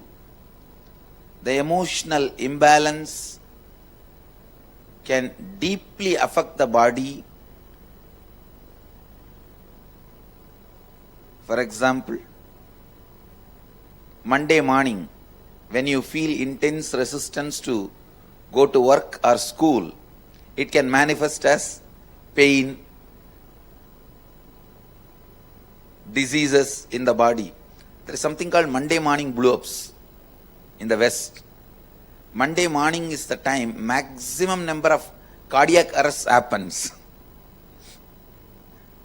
People die just because of their resistance to school and work. Can you imagine?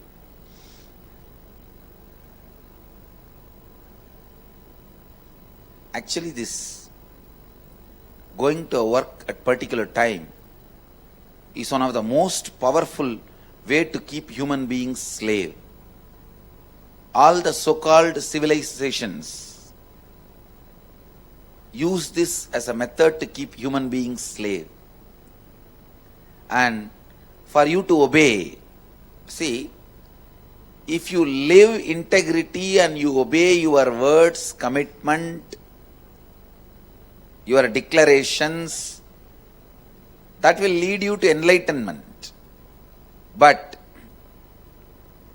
if you know it is forced on you and the timing has to be followed, otherwise you can't survive, and you don't feel connected to the goal for which you are made to work.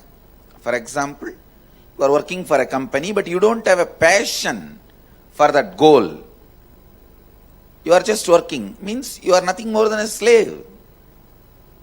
Fluoride is required to make you dull and make you slave. That is why use fluoride in their water. Please understand, fluoride and the time forced work, both are connected to keep human beings as slave.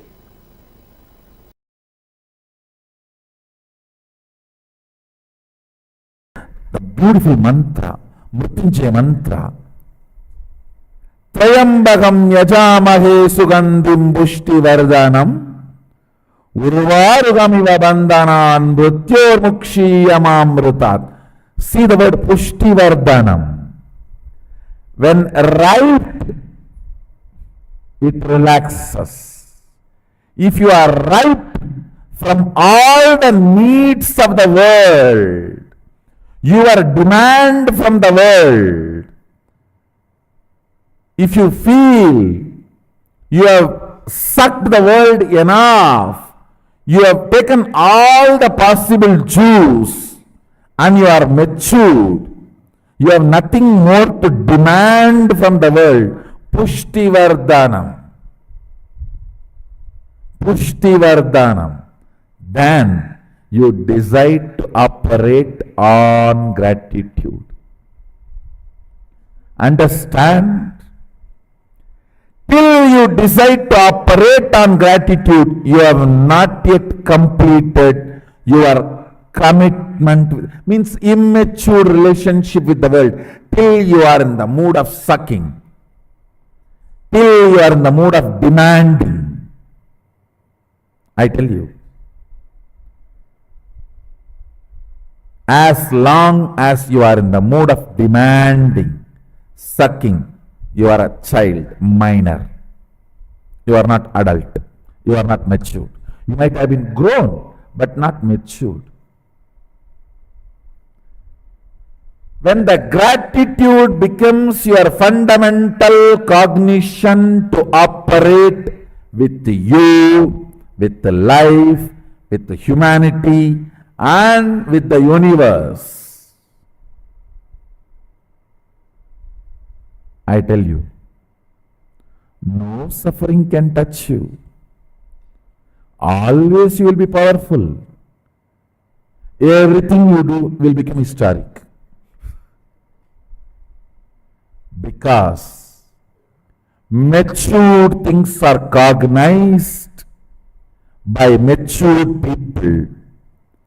Fundamental quality of maturity is your cognition for operating will be gratitude. Gratitude will be your cognition of operation. I tell you, my masters invoked that in me.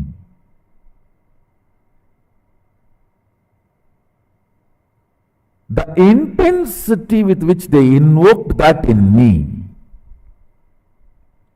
brought such tremendous maturity. Listen, matter, the external matter, because it is already dead, it functions only based on certain law of life. It does not have flow of life. Listen.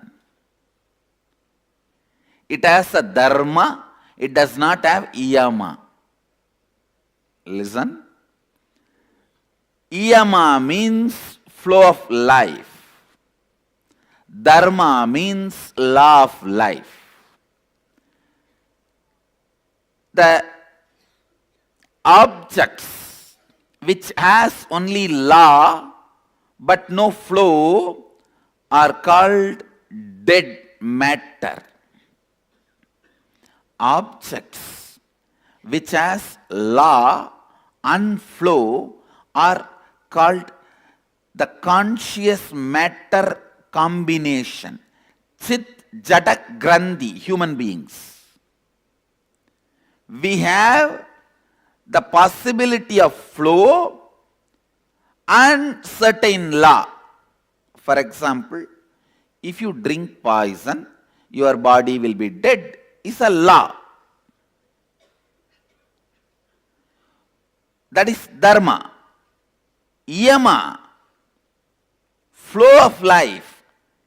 If you want, any time you can excite yourself, enthuse yourself, make yourself happy, is the flow of life. Understand? Flow of life is free, joyful, exciting, enthusiastic expression of you. Yama. Flow of life is your freedom. Yama. Law of life is simple, straightforward rules. Dharma. If something functions only based on law of life, it is dead matter. If something can play between both law of life and flow of life, functions as straight dead matter. Flow of life as a possibility of excitement, enthusiasm, non-materialistic, expansive cognitions. Listen. Non-materialistic, expansive cognitions are possible with flow of life. Yama. Yama, dharma. Please understand this word. The flow of life belongs to consciousness. Law of life belongs to matter. Human being is a possibility. He functions with the flow of life and law of life both. But unfortunately, he overlaps the law of life and forgets, misses the flow of life. All your pain, all your suffering, all your pain, all your suffering is because you think flow of life has to be framed into law of life, and you always feel law of life is boring. Law of life is made for matter. In you, there is a part which is matter. Deal matter with law of life, not consciousness. Consciousness need to be cognized constantly with flow of life. I'll give you more examples. Listen. For example, everyday satsang. If you deal it as a law of life, it is boring. Oh God, every day I have to come and sit. Today I have a great attendance in satsang.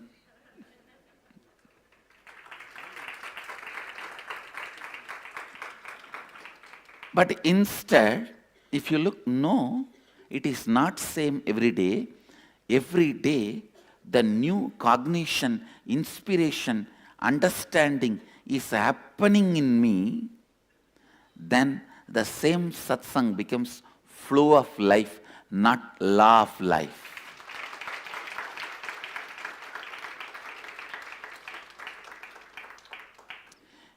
Even food can become boring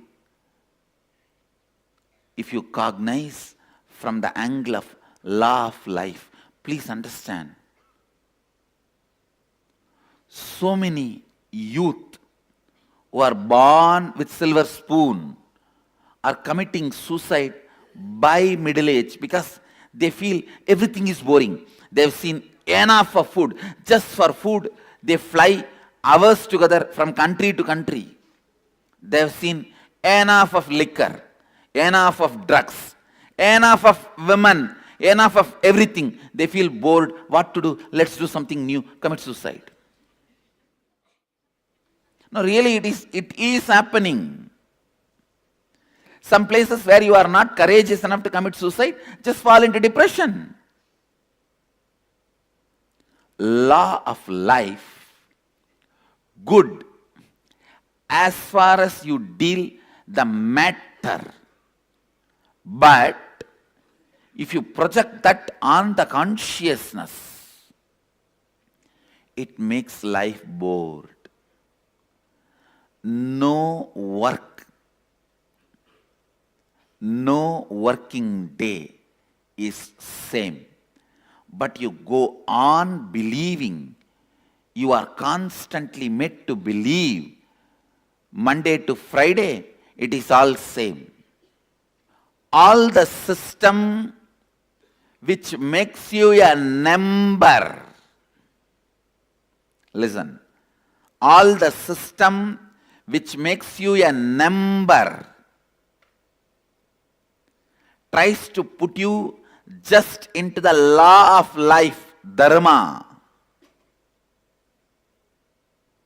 is making you forget the flow of life, yama. At least 200 techniques Sadashiva is giving for completion, for various incompletions and various methods, process, procedures, systems, technique, for various background people and various genders and for variety of people. But let me put it on record. The most powerful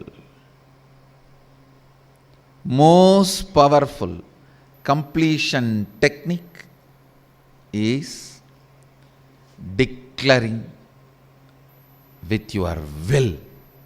I tell you, if you learn that through your willful declaration, bringing completion, you have mastered the science of completion. And no suffering can come to you anymore in the life. You have reached a space where all sufferings are redundant and irrelevant to your life. And it is not difficult. That's the good news I have for you guys. It's not difficult.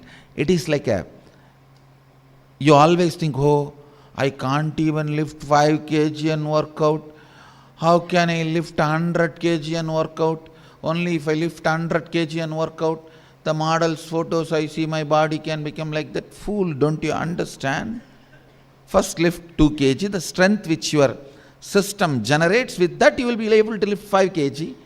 The strength which your system generates, with that you can go to 10. It is not supposed to be compared with where you are now and where you are supposed to be. No. That is the bad way of thinking. Toxic thinking, toxic thought current. No. Declare now with all your will. One victory will add more willpower in you, strength in you, then that will take you to the next level of willful declaration, powerful declaration. That will lead you to the next level. I've always seen people taking a very convenient but cunning route. Oh, we can never reach where you are. Where is you? Where am I? This is the most cunning pattern you can develop. And never allow me to influence your life. I have seen people do that. How can we compare ourselves with you? Listen. Listen. The other day, somebody was asking me a question about this will. One of my team members asked, how can I get out of some patterns when I know it as a pattern? Understand. Be grown up. Be matured adult. When you know it as a pattern, just break it. Decide to drop it. I tell you,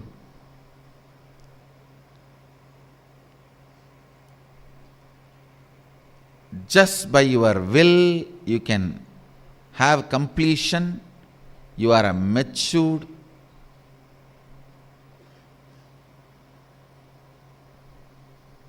grown-up adult. Just by your will, if you can put your love or withdraw your love from some time, space, action, person, that is the ultimate maturity of emotion. By your will, able to complete some hatred, by your will, able to manifest love, by your will, able to withdraw yourself, by your will, able to throw yourself completely into it. Listen. All techniques are nothing but trying to make your will catch this truth. Trying to make your will catch this truth. Your will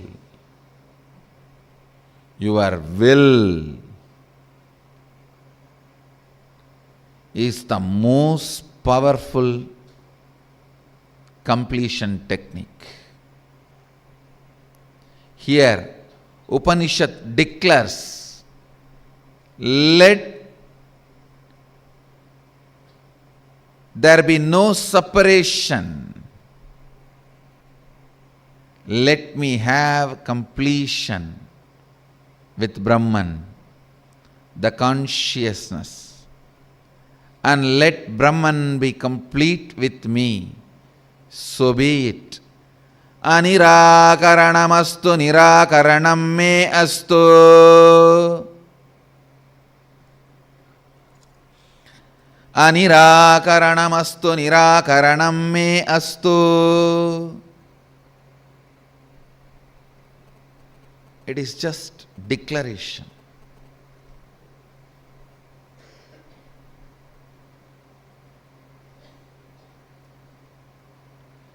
Prayer is the method of mentally retarded people connecting with God. Declaration is the method of matured beings connecting with God.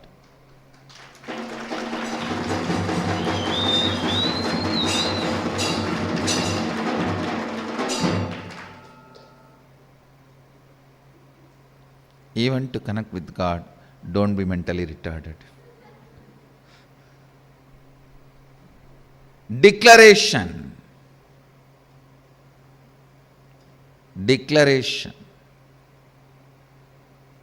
is the matured way of connecting with God.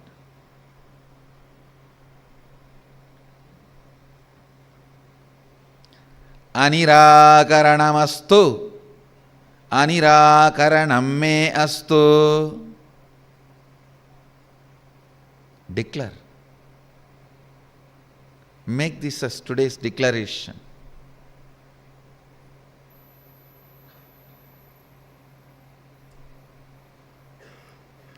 Tatatmani nirateya upanishatsu dharmaste. Tatatmani nirateya upanishatsu dharmaste mayi santu. Te mayi santu.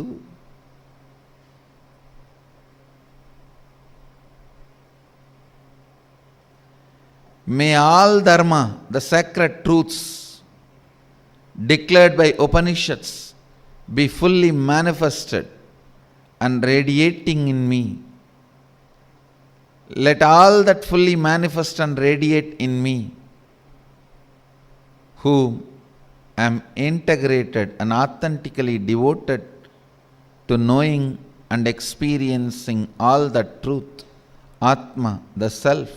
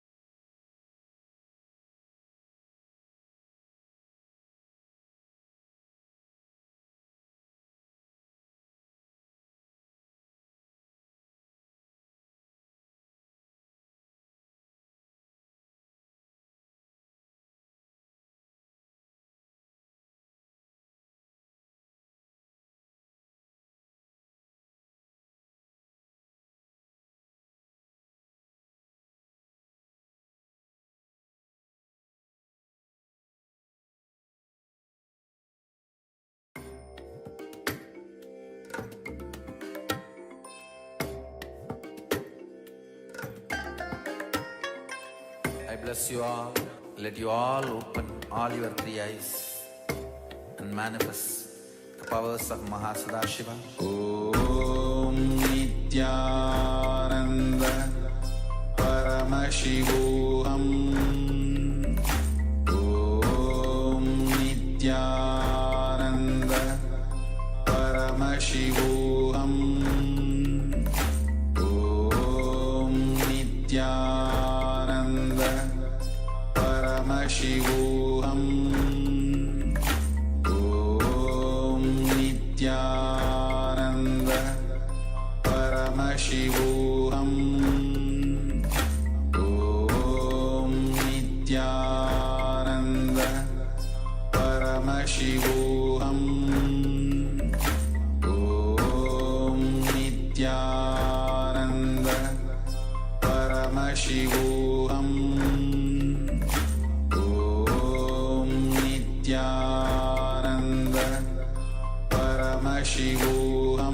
Paramashivoham.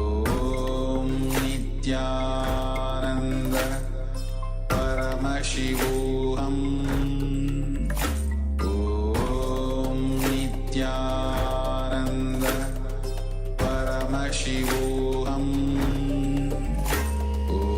Om Nityananda Paramashivoham. Om Nityananda Paramashivoham. Om Nityananda Paramashivoham. Om Nityananda Paramashivoham. Om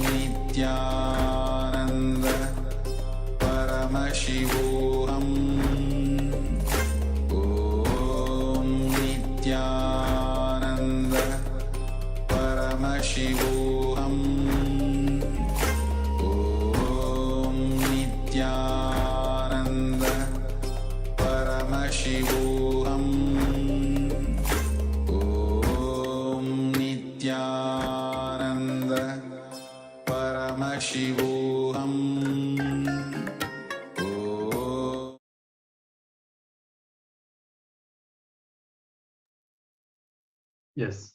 So Swamiji says 99% of our suffering is not even because of the situations, but because we think about the situations.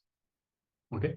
So a few more of the understandings that Swamiji has revealed in this session. All your pain, suffering is because you think the flow of life has a flaw, and you always feel that the law of life is boring.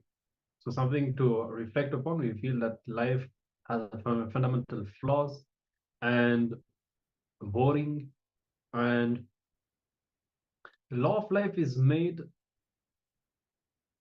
for the matter. There's a part which is matter, and deal matter with the law of life, not consciousness. Consciousness needs to be recognized constantly with the flow of life.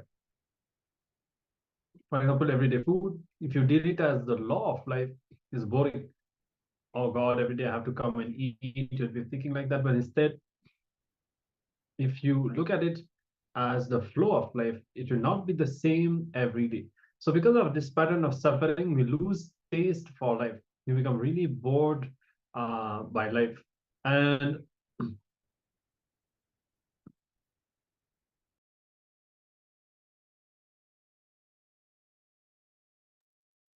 Swamiji says the most powerful completion technique is very simple, declaring with your will.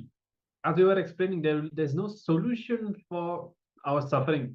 Your life situations themselves may have solutions, but the suffering itself does not have a solution.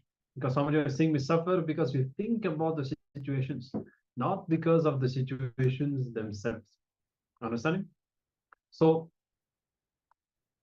when you know that you have a pattern, you should just break it, just decide to drop it.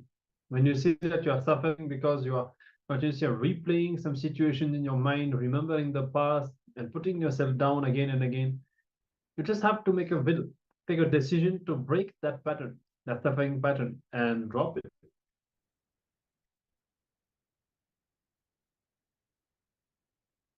So you should bring awareness. And if you notice that you always reach for your phone, for example, when you are bored, just stop. Or you find that you always snack mindlessly in your kitchen, just stop. So here, yeah, when we feel bored about life, as we were explaining before, all the kind of patterns that we get into just because we have that suffering feeling inside, and instead of going towards completion, we indulge into all of these things. And if you have a pattern of procrastination, for example, on work, tasks, do not change your approach to productivity, looking and question what incompletion is driving you to postpone. So another powerful uh, understanding here, many times we change the strategy instead of bringing the completion. Swamiji says, whenever you are out of integrity, whenever you are not performing, the solution does not come from getting more organized, but getting more ferocious. If you're already performing, you can get more organized, better, to function better. But if things are not happening, you need ferociousness, not organization. But many times in our lives, we do that. We start making strategies. We have not made a will. We did not take a decision to make things happen, to align things. But we start pretending that we are going to change the situation so that finally we will do it. But we know it's not going to work. So here there are really different lines of understandings that are all connected. How due to the suffering patterns, we start feeling that life is boring, that life has a flaw, and then indulge into all of these patterns and escape from making a simple will to drop the suffering and come back to a space of life positivity. So once again, we invite all of you now to reflect on all these understandings from this session and try to describe these patterns that and the way they are happening in your life. The suffering pattern, how you cherish it, what kind of actions you do, how you cheat yourself, not wanting to drop it. Okay. So try to describe in precise detail. Be as precise as you can. Finally, once you have understood, conclude this exercise by deciding, taking conscious decision to drop the pattern. All right. So we can start the exercise now.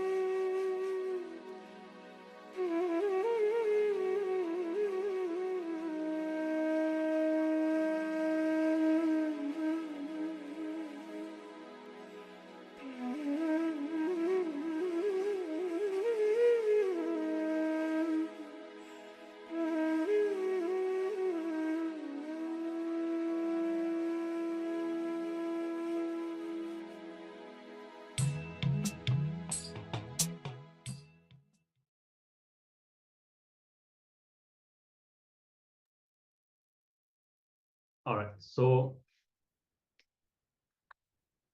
I hope that you have completed the exercise and reflected on all of these understandings. If there is anything that you feel like sharing, feel free to do so.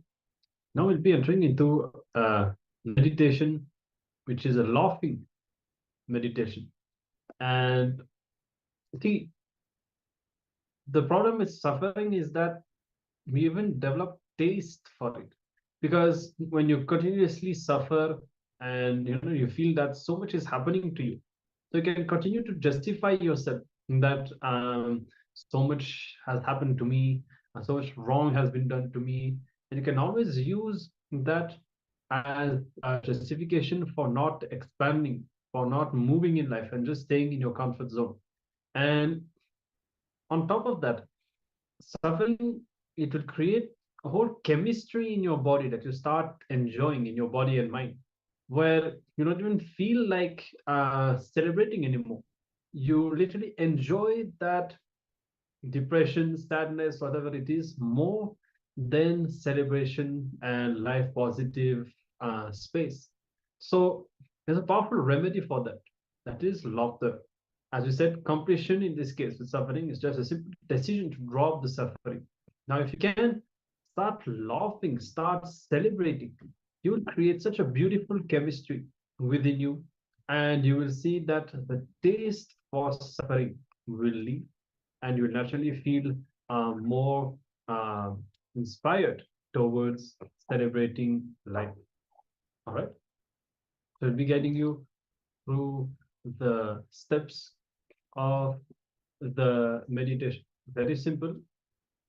And you see, Swamiji says laughing is directly from consciousness, not like the social laughing that all of us have learned, just through the tips, just through the size of the mouth. But true laughing is directly from consciousness. So start now, just laugh without a reason. Well, if you have a reason, great. If you don't, just laugh without reason itself for a few minutes. Okay, we can all start this laughter meditation now.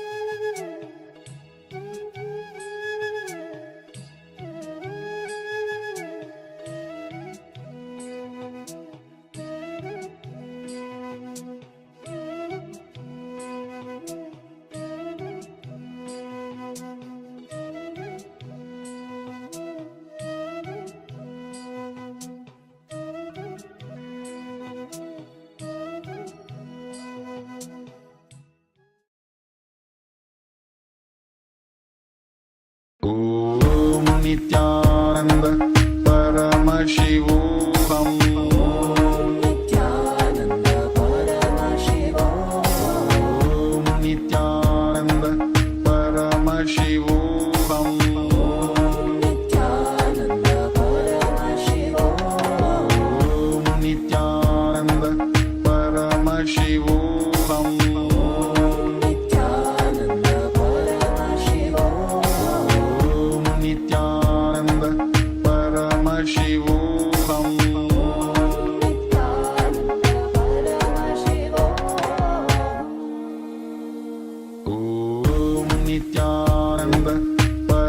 Paramashivoham.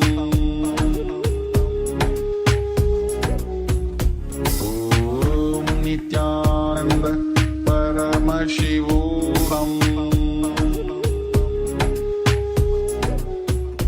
Om Nityananda Paramashivoham. Nityananda Paramashivoham. Nityananda Paramashivoham. Nityananda Paramashivoham. Nityananda Paramashivoham.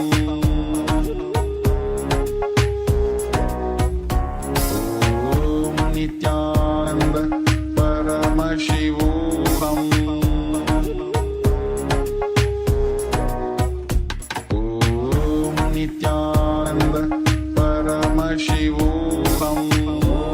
Nityananda Paramashivoham. Nityananda Paramashivoham. Nityananda Paramashivoham. Nityananda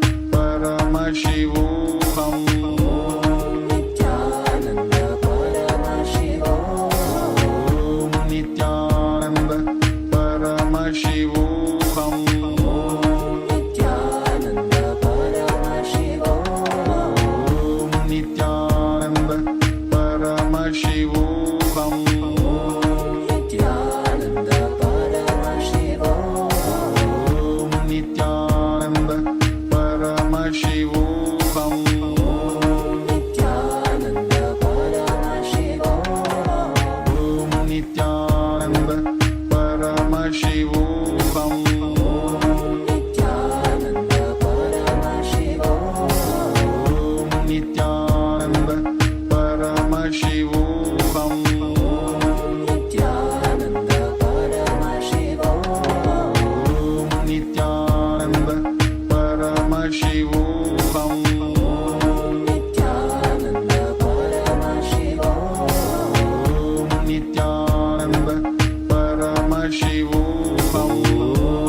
Nityananda Paramashivoham. Om Nityananda Paramashivoham. Nityananda Paramashivoham. Nityananda Paramashivoham. Nityananda Paramashivoham.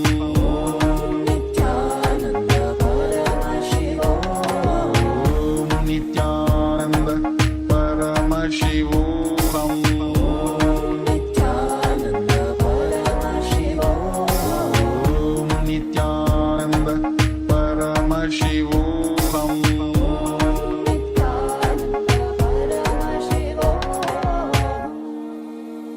Om Nityananda Paramashivoham.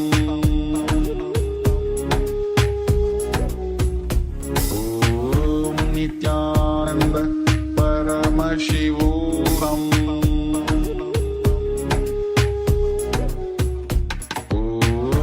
Nityananda Paramashivoham. Nityananda Paramashivoham. Nityananda Paramashivoham. Nityananda Paramashivoham.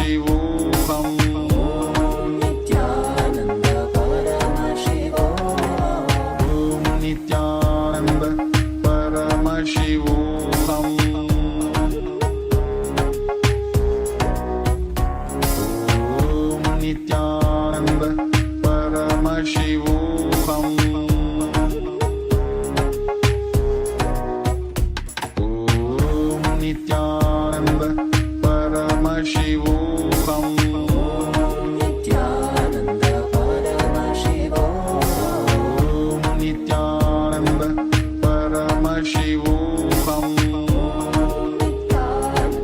Paramashivoham. Om Nityananda Paramashivoham. Nityananda Paramashivoham.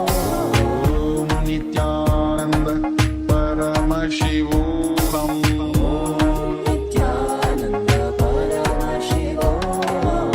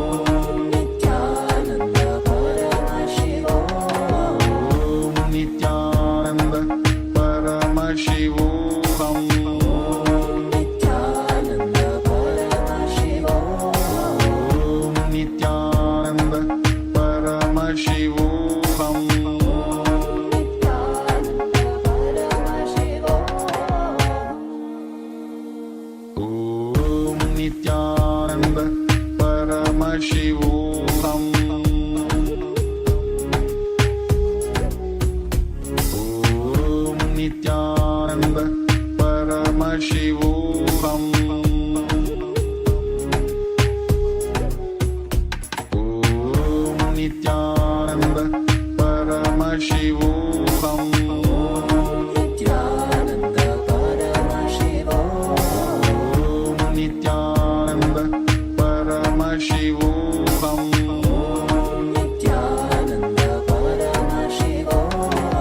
Om Nityananda Paramashivoham.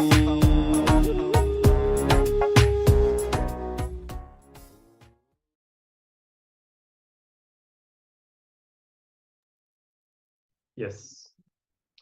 So with this beautiful space, energy will be now entering into the power manifestation.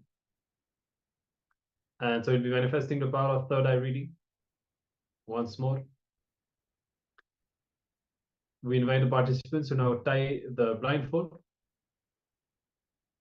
Cover your eyes, make sure that you are in complete darkness.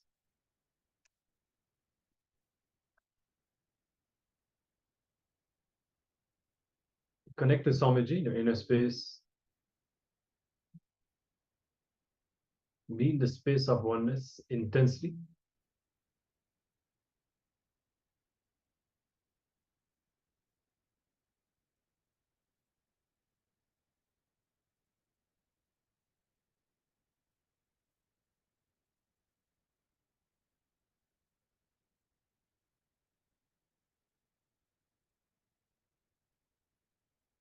Yes, requesting everyone to please be on camera and join us. Yes. We have good feedback of the music. Glad to know that you liked it. So now let's all tie our eye bands and get ready for the power manifestation. Sit with your head, neck, and spine in a straight line. Visualize Swamiji in your inner space. And from this blissful space, euphoric from the laughter meditation, let's hold on to this space, chant the Mahavakya, and enter into this round of the power manifestation. We are going to project another image on screen. So make sure your eyes are completely tied. Vibrate with the Mahavakya and let Swamiji flow through you as we enter into this round of the power manifestation.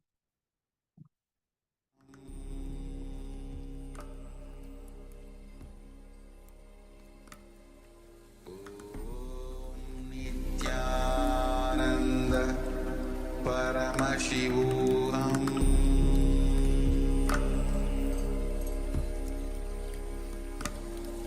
Om Nityananda Paramashivoham.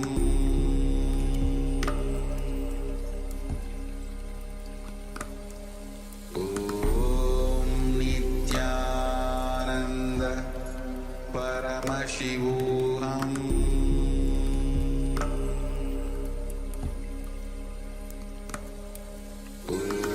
Om Nityananda Paramashivoham.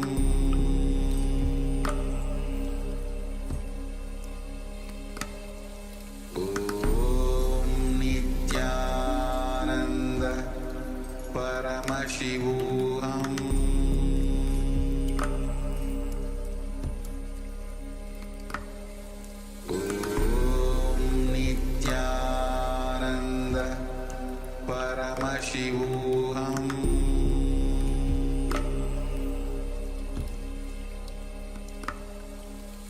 Om Nityananda Paramashivoham.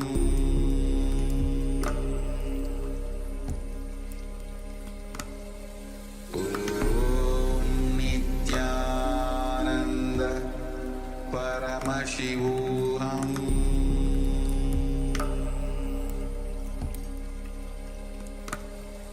Om Nityananda Paramashivoham.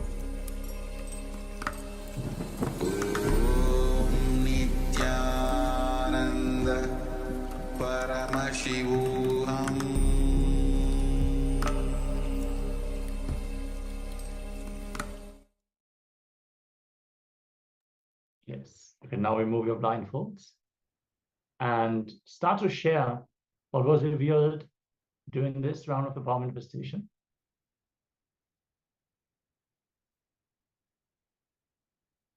Take a few moments and share whatever was revealed to you. Whatever you have seen, whatever Swamiji showed. As always, don't discard anything, don't judge.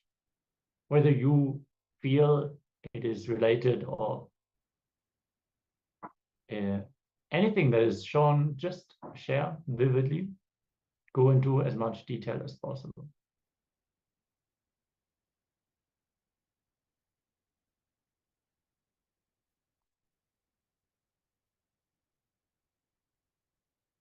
Inviting also all the YouTube viewers to share your revelations and to join us for the power manifestation. We're going to have a second round. So if you have not joined until now, get your blindfolds ready and settle down. We're just going to give a few more moments before we're going to verify the first image, and then we're going to move on to the second round.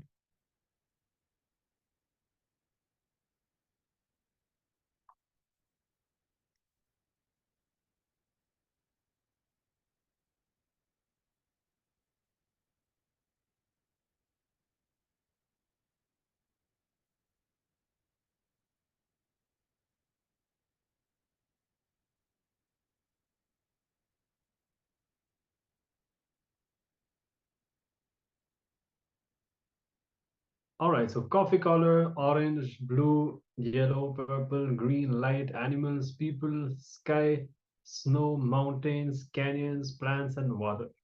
All right, nice. So let's see what the image was. So you can see a space craft and a planet at the background.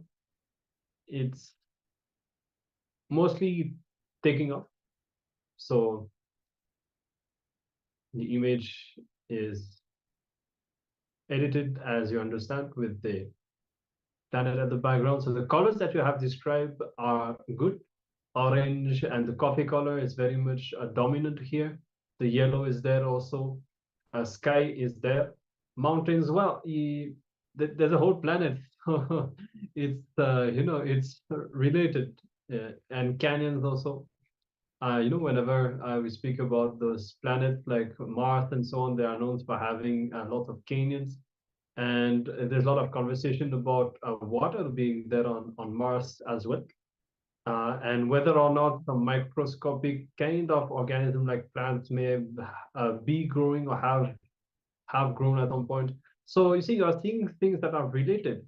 And not only that, see, you have described, for example, people, canyons, plants, and all of that.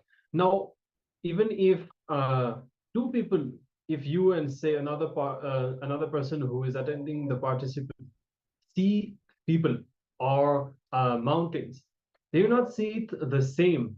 So now that you know the image, if you look back at what was shown, you will be able to see that there's really it is connected to the image more deeply. So you may see a mountain, but what kind of a mountain, in what kind of background or environment? If you see more deeply, you'll be able to see that surely it is connected to what was shown on the image. So thank you for sharing your results. It's very good. And we'll be having a second round now. So you can tie the blindfold again. And we invite all the other participants to tie the blindfold also and join in the power manifestation. Remember, this is the time you are directly channeling Swamiji. You are directly experiencing Swamiji and radiating Paramashiva. So don't miss, get involved, and let's give ourselves a breakthrough by manifesting the Shaktis of Paramashiva. The second image is ready, so tie the blindfold if you haven't done so already. Chant the Mahavakya intensely. Connect to Swamiji. Be in the space of oneness and see through the third eye. Okay, we'll be showing the image on the screen now. And let's begin the power manifestation.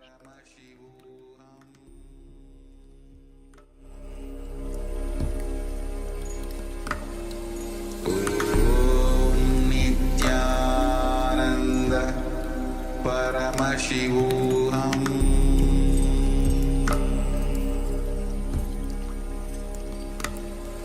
Om Nityananda Paramashivoham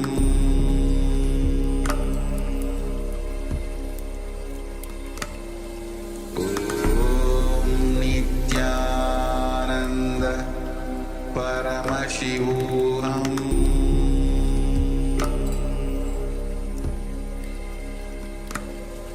Om Nityananda Paramashivoham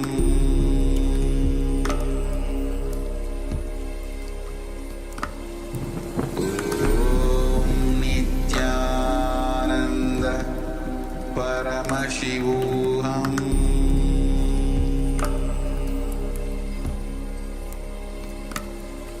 Om Nityananda Paramashivoham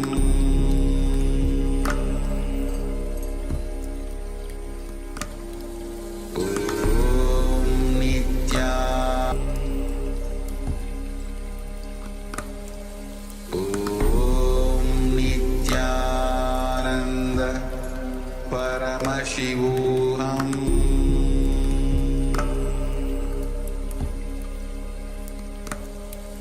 Om Nityananda Paramashivoham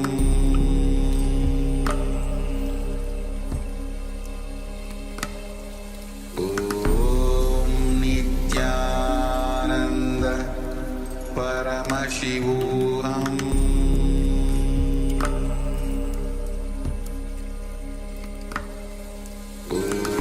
Om Nityananda Paramashivoham Om Nityananda Paramashivoham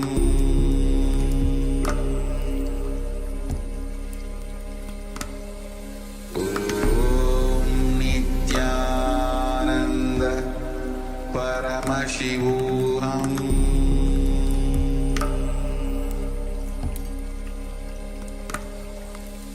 Om Nityananda Paramashivoham Om Nityananda Paramashivoham Om Nityananda Paramashivoham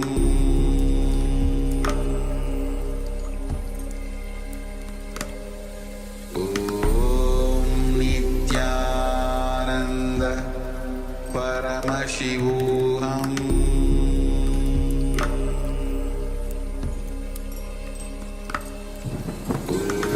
Om Nityananda Paramashivoham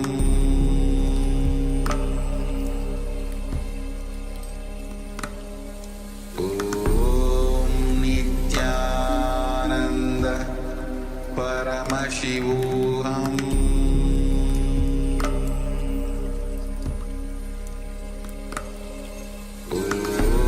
Om Nityananda Paramashivoham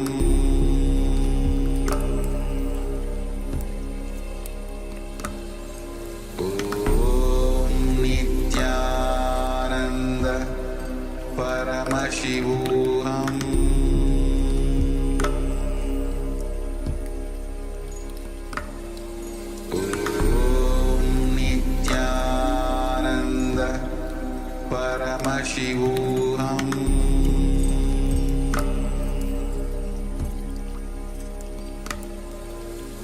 Om Nityananda Paramashivoham Om Nityananda Paramashivoham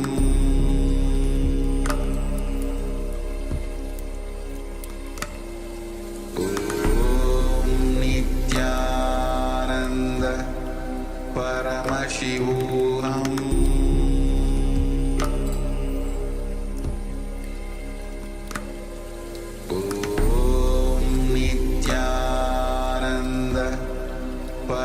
Paramashivoham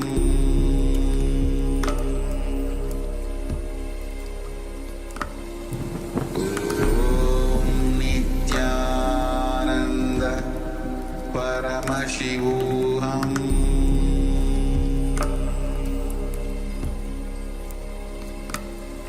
Om Nityananda Paramashivoham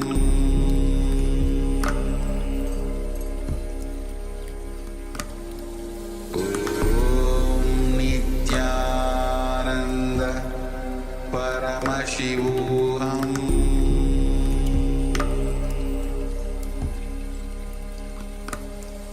Om Nityananda Paramashivoham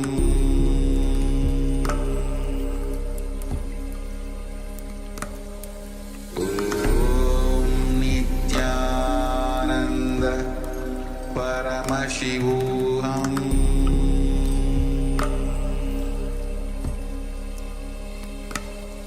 Om Nityananda Paramashivoham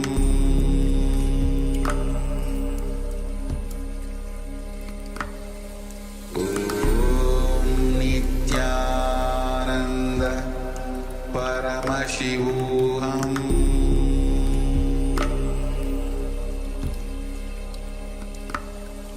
Om Nityananda Paramashivoham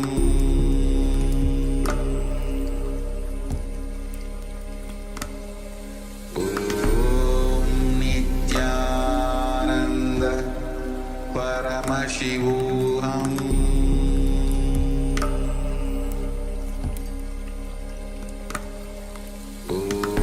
Om Nityananda Paramashivoham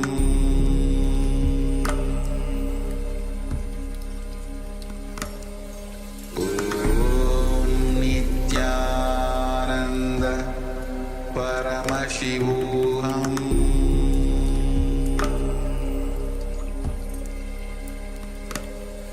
Om Nityananda Paramashivoham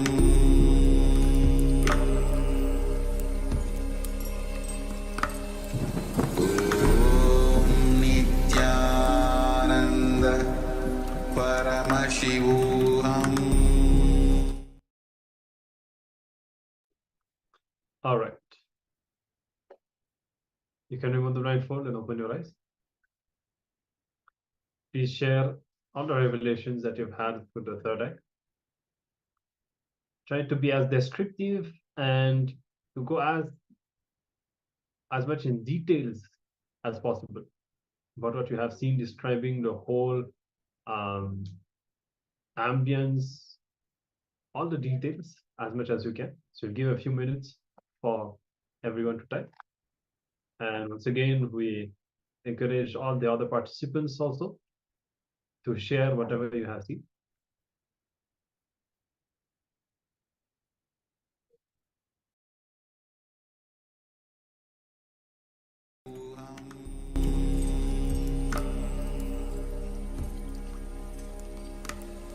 Om Nityananda Paramashivoham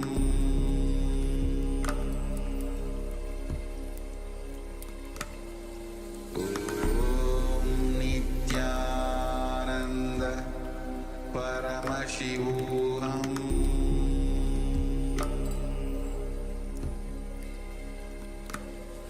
Om Nityananda Paramashivoham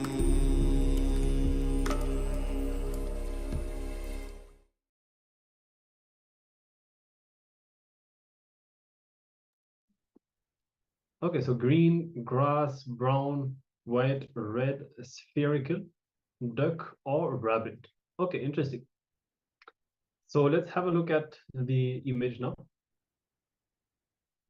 And you can see it was a fruit market And you can see definitely the spherical fruits are there, pineapple and some other kind of guava or something behind it, below it.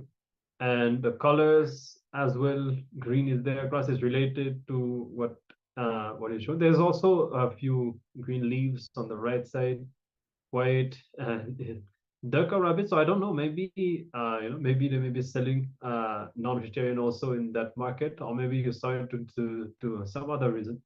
But whatever it is, it's very good. Again, successfully seeing the details of the image.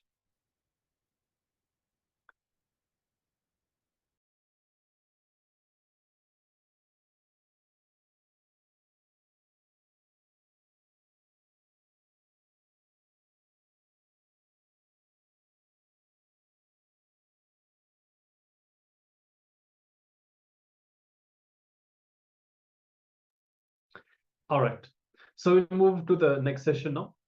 And so the whole theme now is going to be how we need to become ferocious with ourselves to live a life free from suffering. As we were saying before, there are many things in our life that don't need solution. There's no, it's not by more organization or by doing more things that we will come out of our problems. It is by a simple decision with ferociousness. And that needs to happen inside us. Only when we take a ferocious decision to be out of suffering, we will drop all the suffering patterns. So let's come to the space of listening. Let us understand more about how ferociousness is required to live a life free from suffering.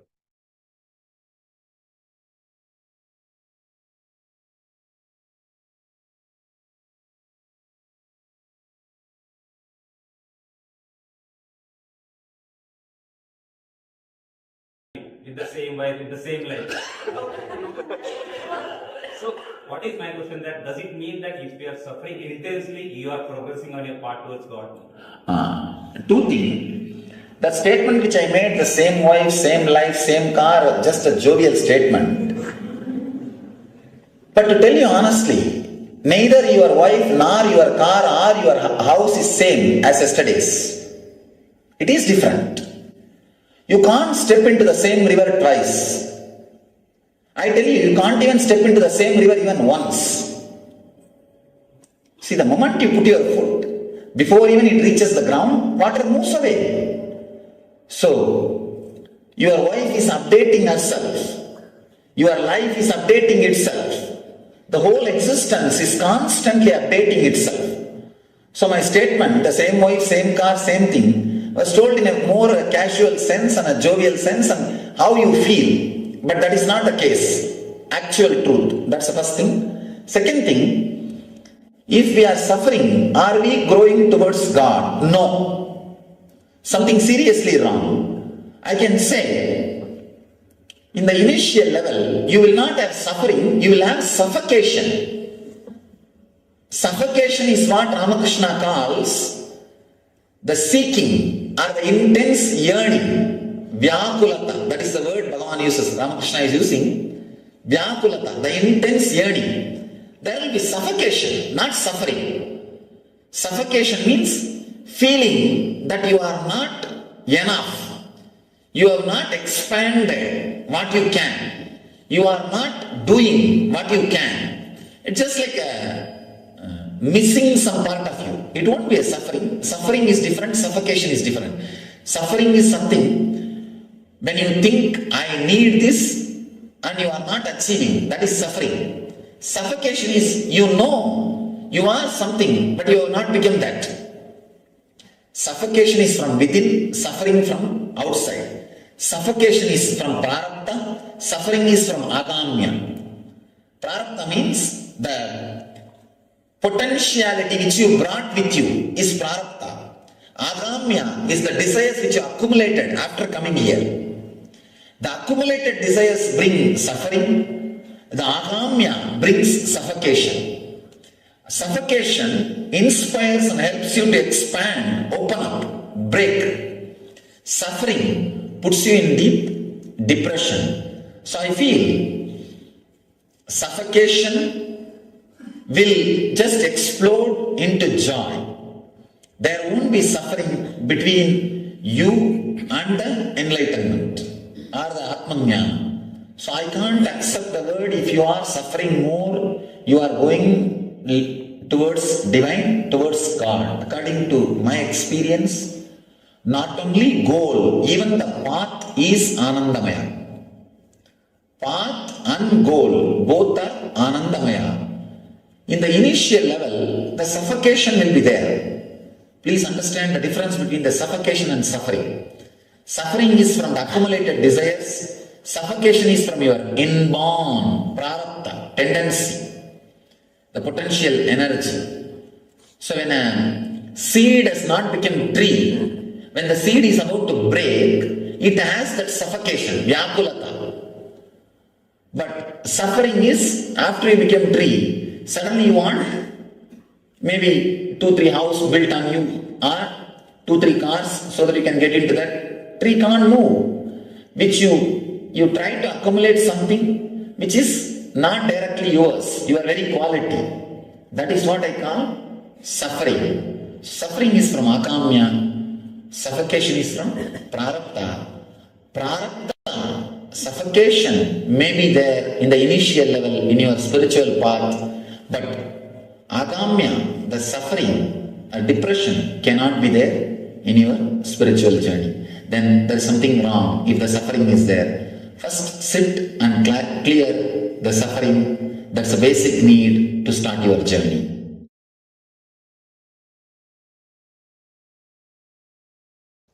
The first few important truths, the sacred secrets you need to know. Biggest human suffering is self-doubt, self-denial, self-hatred. If I have to organize it one by one, self-doubt, self-hatred, self-denial. First, it starts as self-doubt, flowers as self-hatred, becomes fruit in self-denial. That is the way step by step it moves. Please understand, the worst disease human beings suffer. I tell you, actually only after this self-doubt comes, God becomes human. I tell you, all your patterns, root patterns, the father of your root patterns, great-grandfather of your root patterns, great-grandmother of your root patterns, everything is your self-doubt, self-hatred and self-denial. The moment you want something, you declare to yourself, you will not get it. If you have to get it, you will have to struggle, literally give your whole life to it.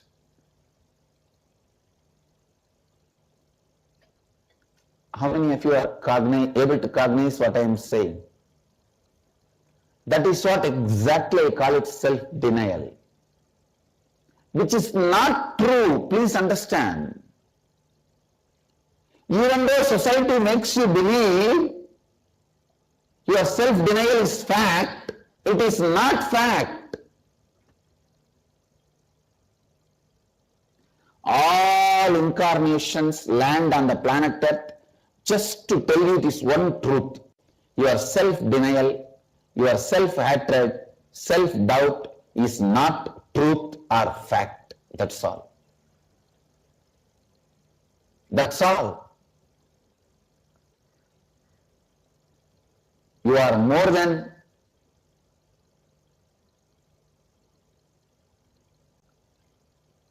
what you believe as you, because what you believe as you is framed by your self-denial, self-hatred and self-doubt. No one can give you suffering. No one can take away what you want from your life.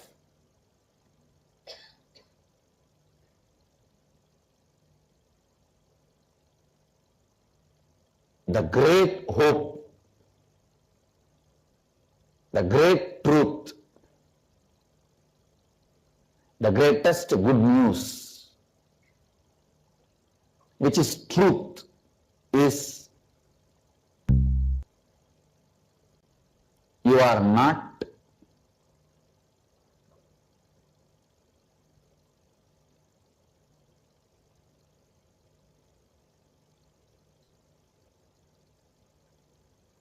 an ordinary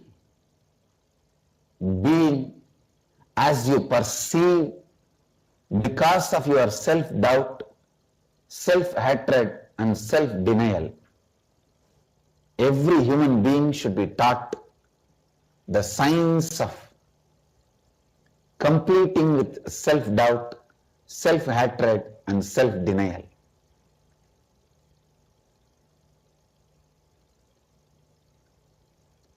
When you start working on this,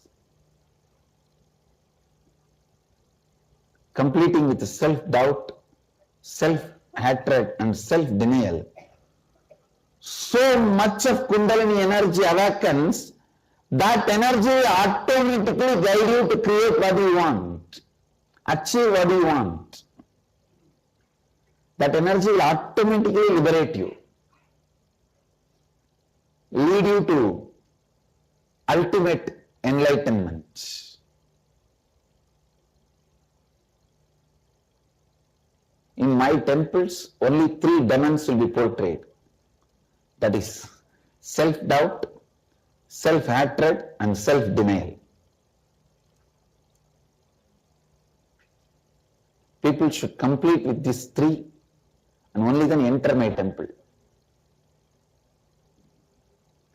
Only then you can enter into the space of divine.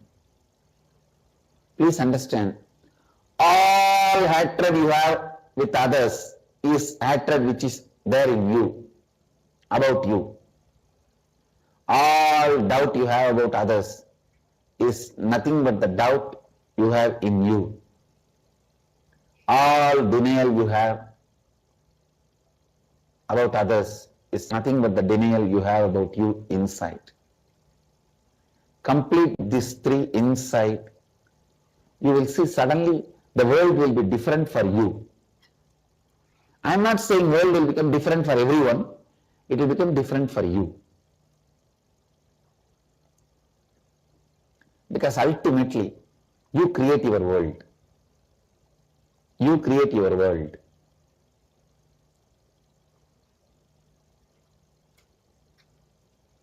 Self-hatred,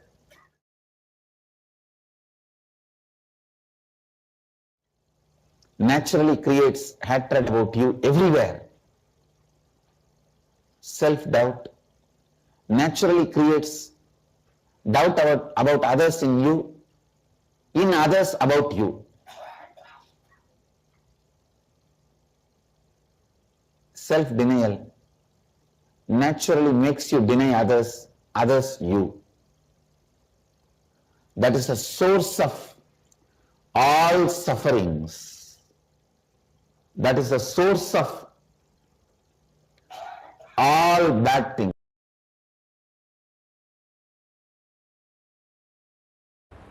Patanjali explains the great truth about our deep craving for suffering.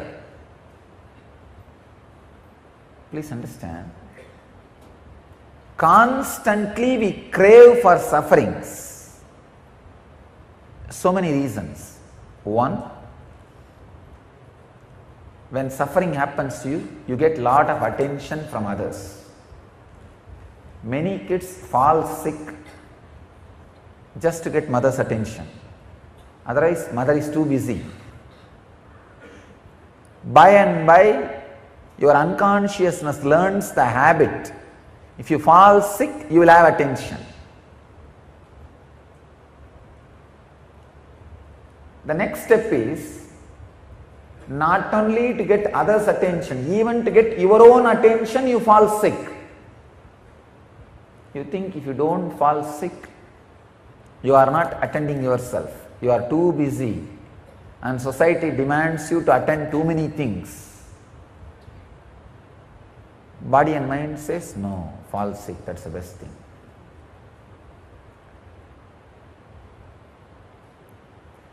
Falling sick is almost kind of a holding so that you will give attention to yourself. And unfortunately, by and by, mind learns this technique and permanently falls sick, makes yourself handicapped. That is what is some inferiority complex about your body structure, some inferiority complex about your mental structure, some inferiority about you, whether you are beautiful or not, some inferiority about which you don't have, can never have. This idea of some inferiority which you don't, can never have, becomes such a strong sickness. You go on giving attention to you just because of this one reason.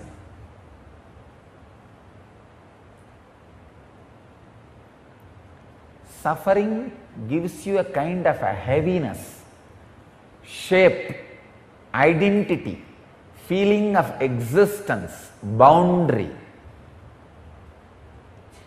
Joy always gives you the boundaryless feeling. You can see people who are levitating, the first thing I see in them is the joy in their face, extraordinary joy, and the laughter. Just yesterday, one devotee from Bangalore came and told me, Swamiji, I saw that 3-minute video and tried and broke my back. I said, don't try. She was trying to jump. It's not that she was heavy, she's medium weight only, but tried to jump, it seems, and nothing worked, and the more she tried, and she only fell and broke the back. Means joy permeates your backbone, permeates your biomemory. You became first psychologically light and physically light. As I was telling, this is the science. Under every hair pore, there is a air bag which can hold the subtlest form of prana, which is samana. When that air bags get filled like a balloon, body starts floating. The first thing will happen when the air bag gets filled is joy.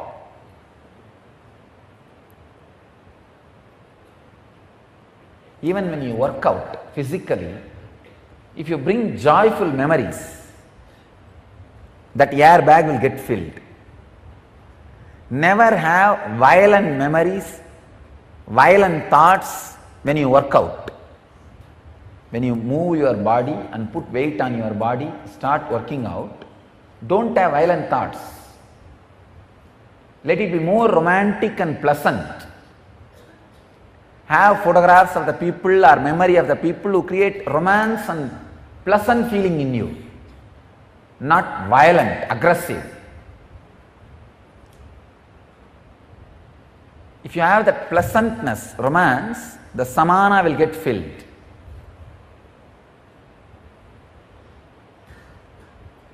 The unconscious hanging,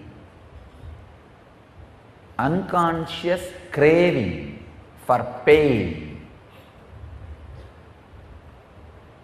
is one of the worst engram with which humanity is suffering.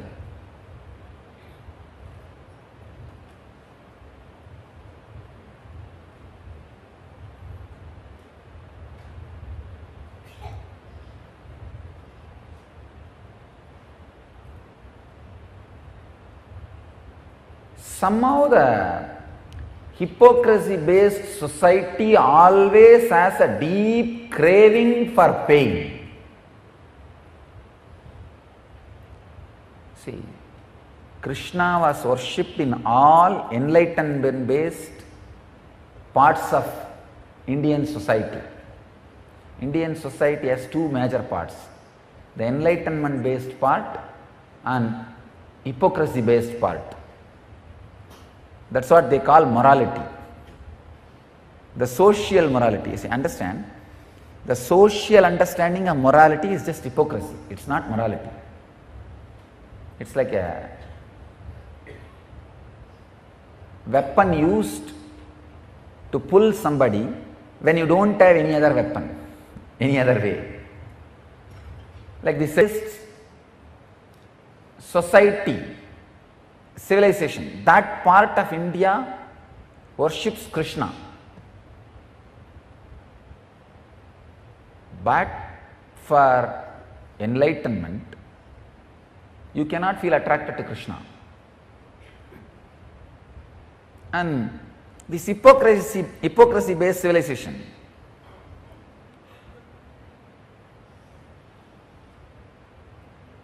they go on worshipping suffering.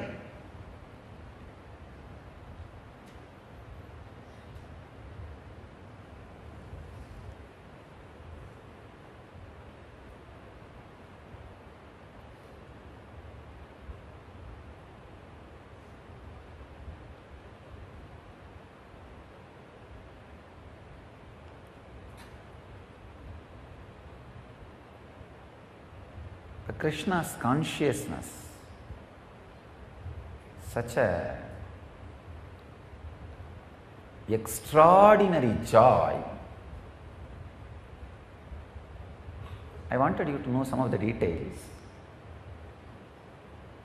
Krishna lived with Gopikas only till the age of 11 years only. Afterwards he was out. But always Krishna is portrayed with Gopikas, as if he spent his whole life with Gopikas. Because he is symbol of joy. Same way,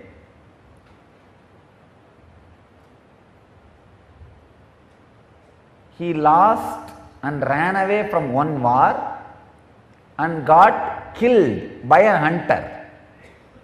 I think many of you may not even know this story. Krishna was murdered. He was killed by a hunter with poison arrow. You would have never even heard this story.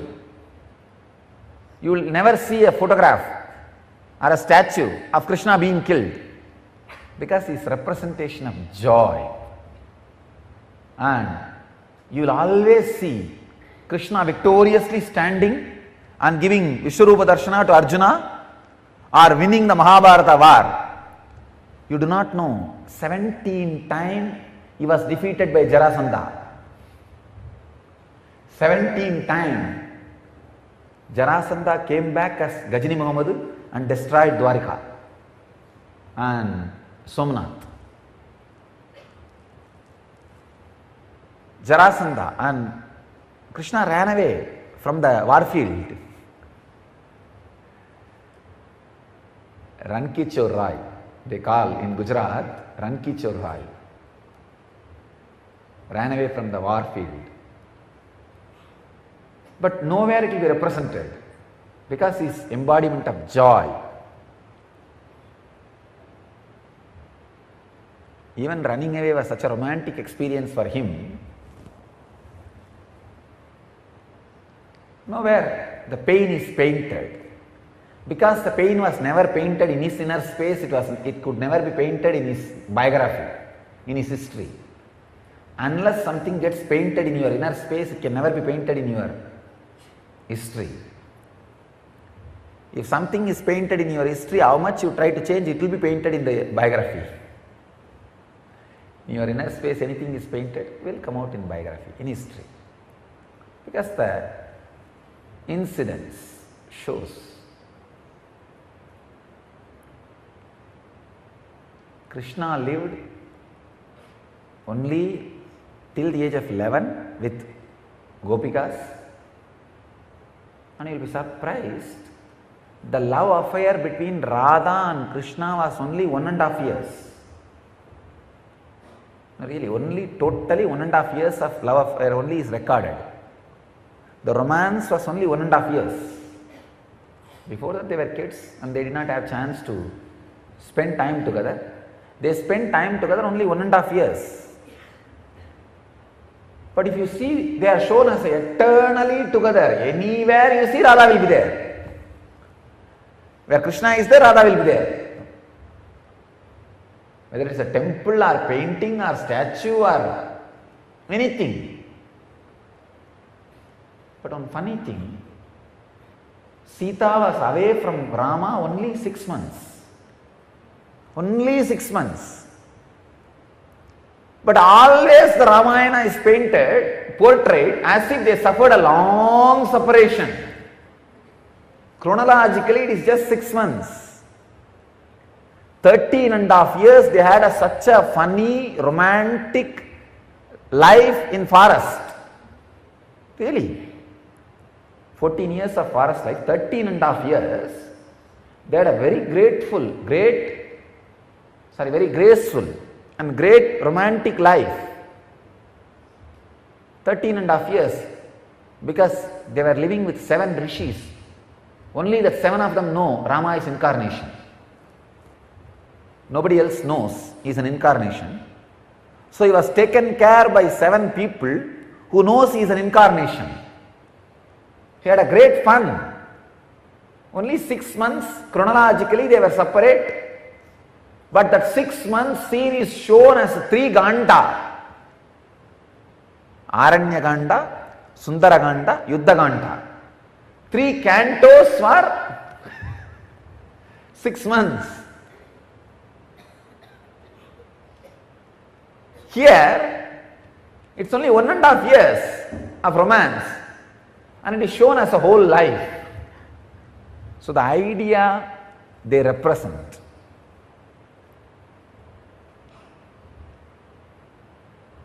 Krishna represents the joy and ability to shed all the sufferings. I tell you, joy is the only way to wither away your will.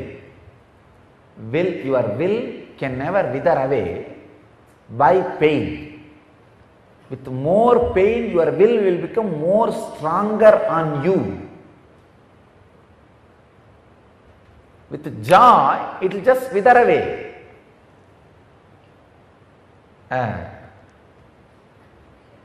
It will just be an ecstasy.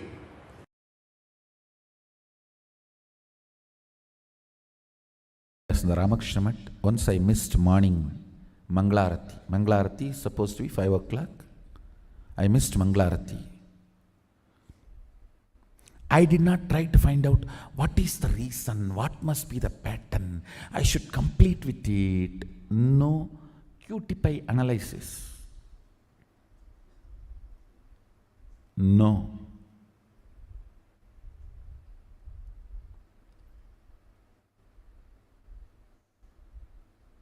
Simply I decided, no more question of sleeping, that's all. Tie the rope on the shika, tie it on the cart, over. Sit. Only if you sleep, you will miss morning Mangalarti. Stop sleeping, that's all.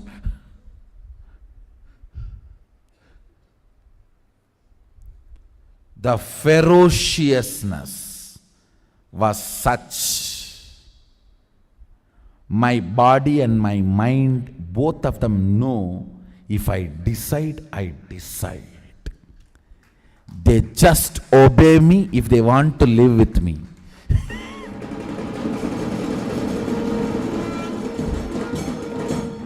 Understand, both of them know, they simply obey me if they want to live with me.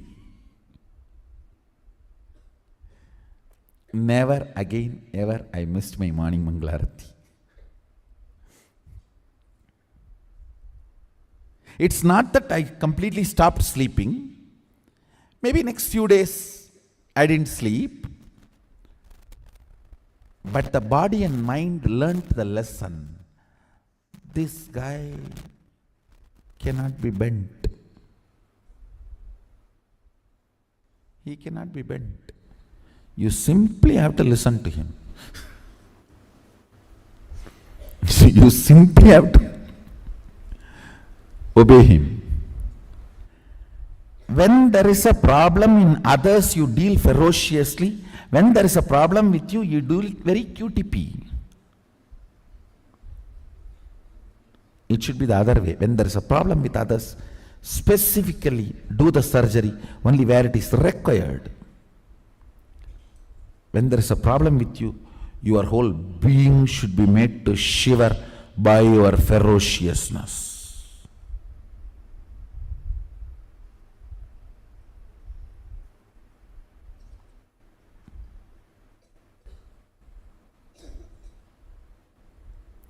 For others, if there is a tumor, do the chemotherapy precisely on the spot.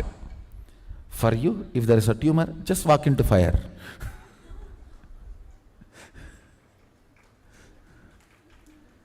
The ferociousness. I am not saying commit suicide. No. It's not that I stopped sleeping forever. No. But that ferociousness, never ever again I missed my life's rhythm due to slumber or sleep or anything. My life's rhythm could not be disturbed. Even now, this body does everything humanly impossible to cope up with me. Everything humanly impossible to cope up with me.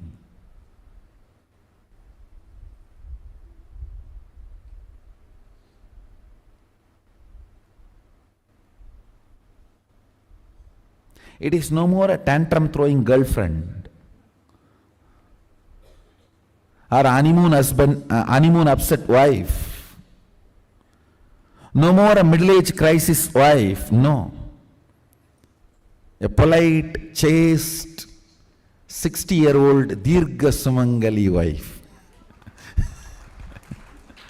Auspicious just by the scene. It is no more a tantrum throwing girlfriend, her honeymoon upset wife, or a middle-age crisis wife. No.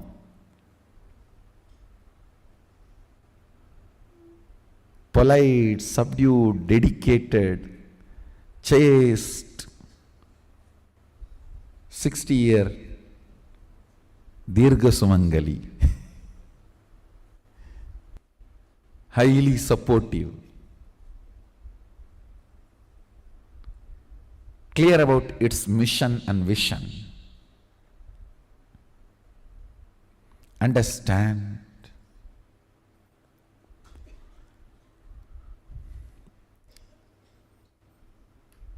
Anything stands as an imagination in the length level, visualization in the breadth level, declaration in the depth level. If you open your time with ferociousness, it just sinks into space level.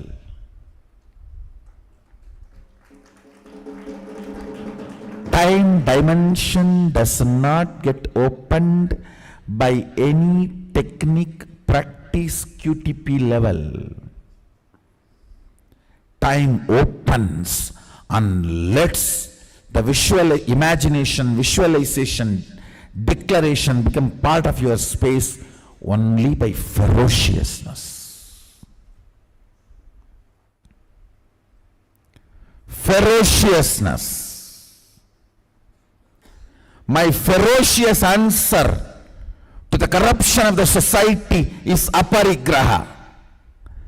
My ferocious answer to the polluted concepts of sexology of the society is by my brahmacharya. My ferocious response to this whole economy system is asteya. My ferocious response to this whole hypocrisy of the society is my satya.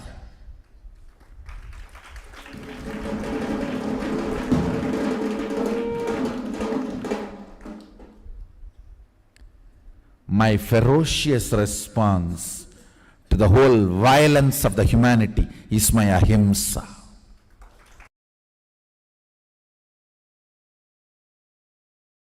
It is like you are suppressed inside you, and the suppressed you is trying its best to break free from that suppression and express itself to you. Suffering is not due to some reason.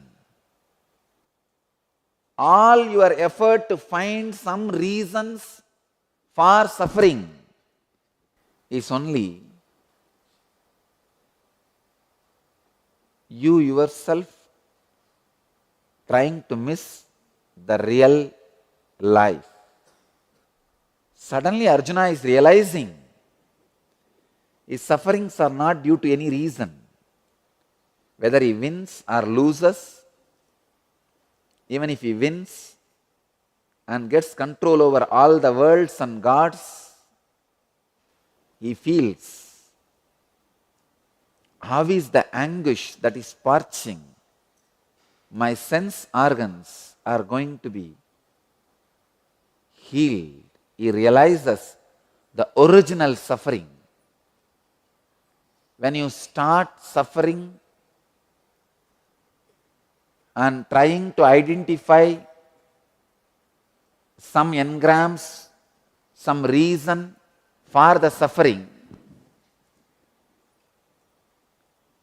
if you did not find the reason, you are blessed, then you will realize suffering has no reason. It has no reason.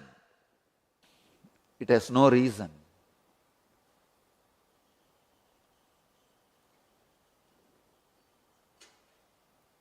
Your existence is suffering. The cosmic existence is suffering to express its existence through your existence. It's like a child trying to come out of mother's womb. The enlightenment is trying to come out of you. You find your boss as a reason for your suffering, again and again you will take birth to take revenge on him. If you find your relationships as a reason for your suffering, you will again and again take birth to take revenge on them. If you find human society as a reason for your suffering, you will again and again take birth and become a terrorist. Please understand, even blaming yourself is wrong cognizance. The whole Gita, Krishna does only one job, telling Arjuna not to take wrong cognizance and letting Arjuna's suffering remain as original suffering and evolve itself to its Anandagandha so that just action happens. It becomes reality without Arjuna taking wrong cognizance. When you stop taking cognizance of any particular reason for your suffering, the maturity of the soul starts. The dark night of the soul starts. The dark night of the soul should not be understood in a wrong way. Please understand, it's a tremendous depression filling your whole being, but should not be taken in the wrong sense. It is like a delivery pain. Delivery pain should not be taken as inauspicious. It's an auspicious experience to bring one more life to planet Earth.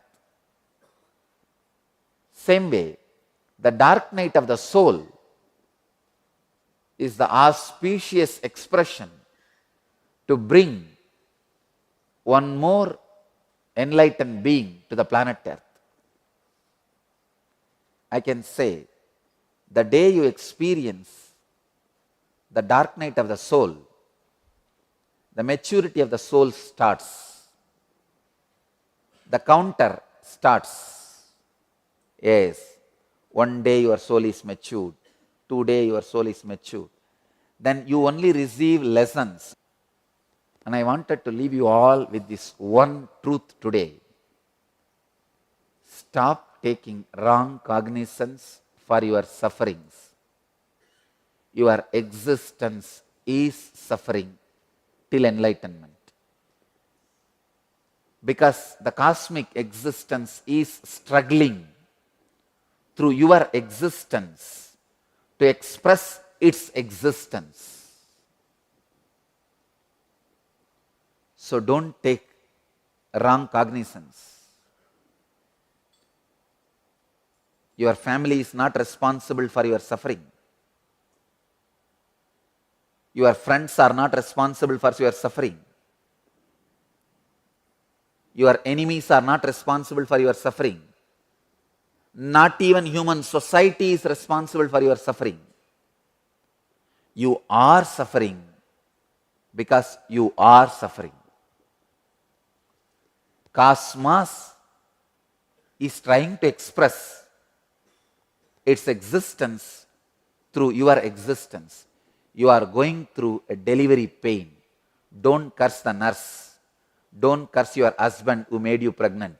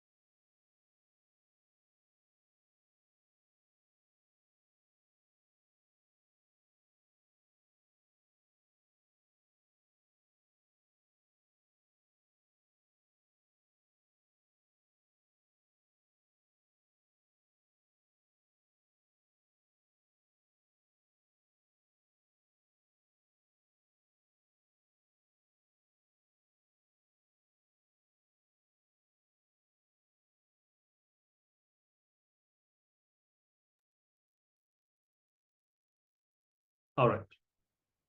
So always remember this.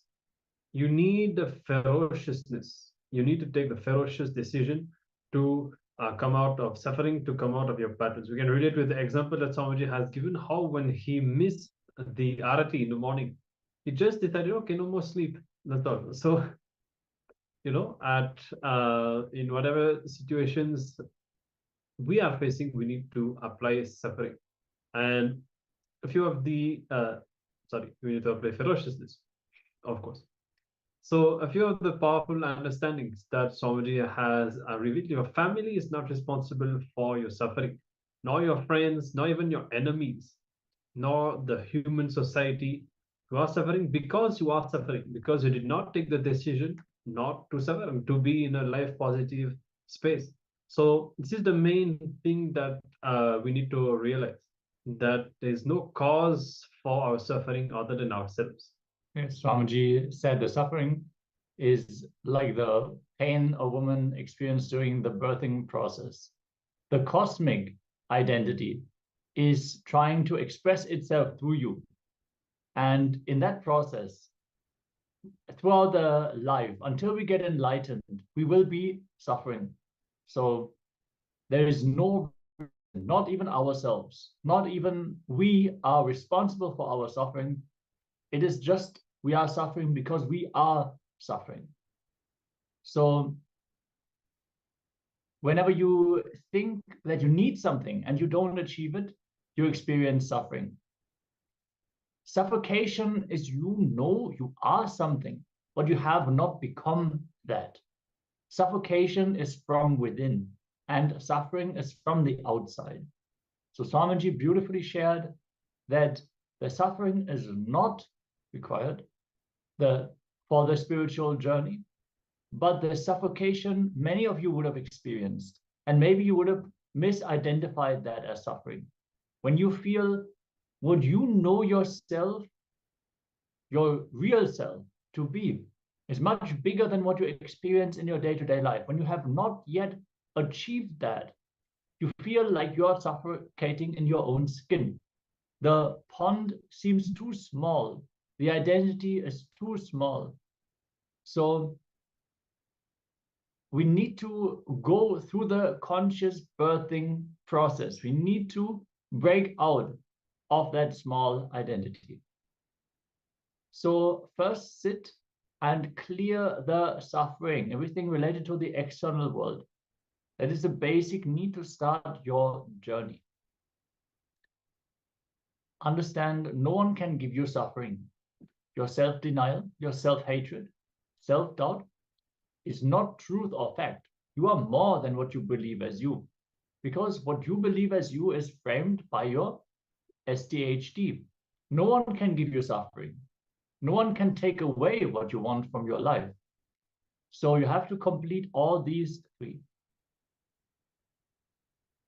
Understand, self-denial naturally makes you deny others and others you.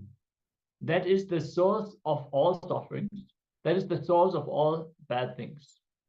When you believe something is not possible for you due to your self-doubt, due to your self-hatred, you deny yourself, then you will also start denying others.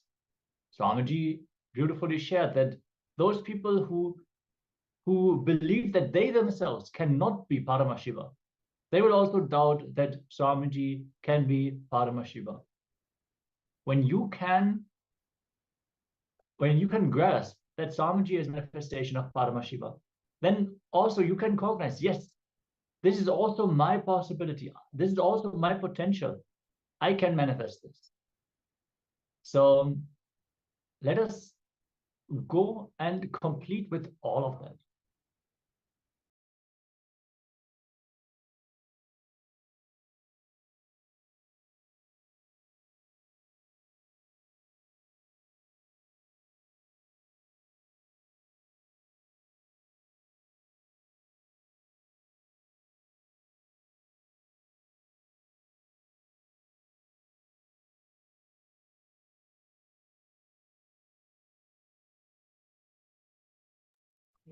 Okay, so now take a few minutes.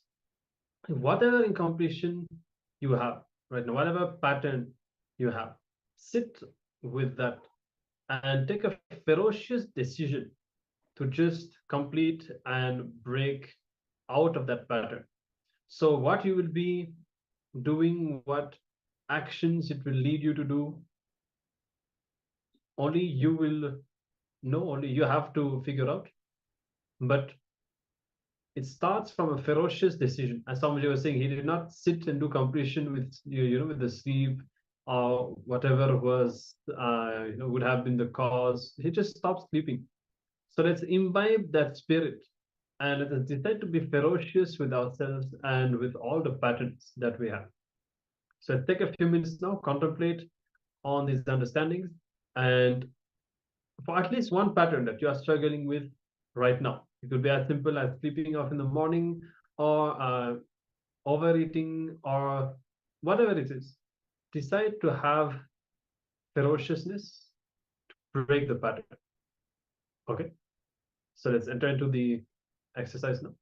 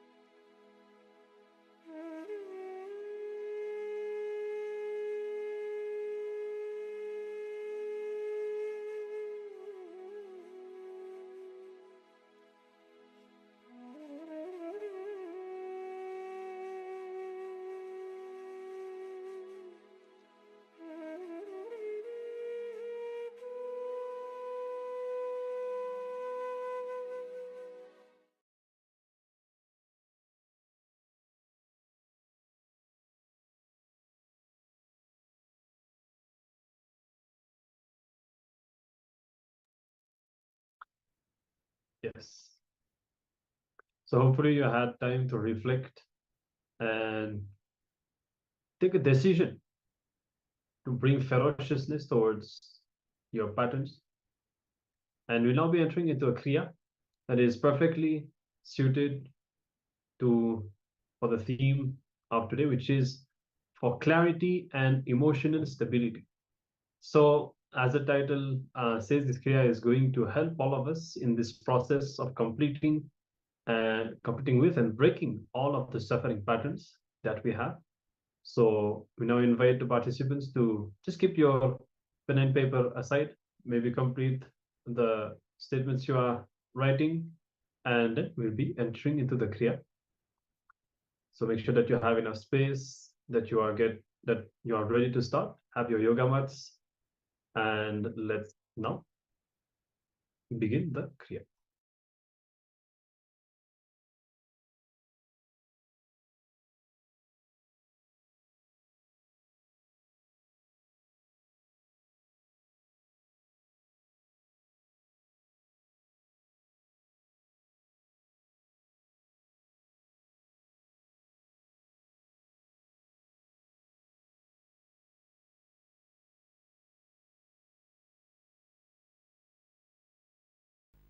It is time for Kriya.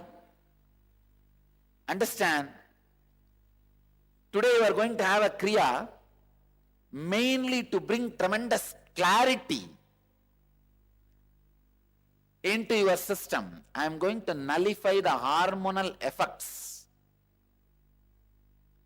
in your body, remove the confusion, and give clarity and emotional stability. Kriya to clear confusion, give clarity and emotional stability. Please spread all over the hall. Sit straight and sit either in Padmasana or in Vajrasana. Don't say I can't sit in Padmasana or Vajrasana, then you are not in New Gen. You are not young. Sit in Padmasana or Vajrasana. We'll start the Kriya. Kriya for clearing the confusion, clarity and emotional stability. Sit in Padmasana.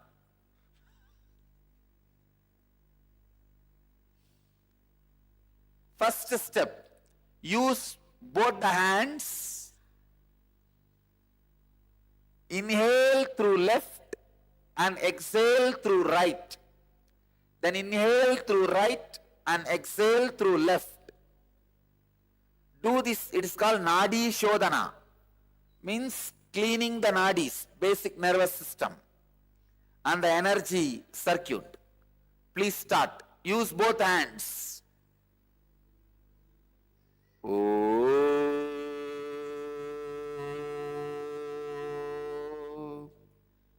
Inhale through left and exhale through right.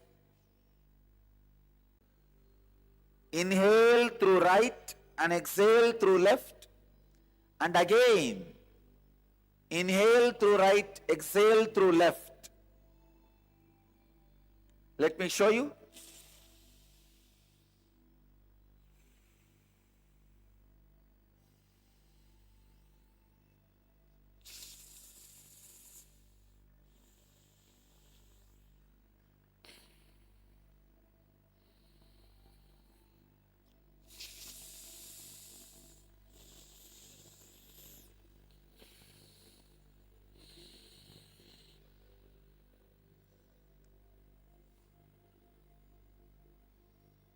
Do this 3 minutes.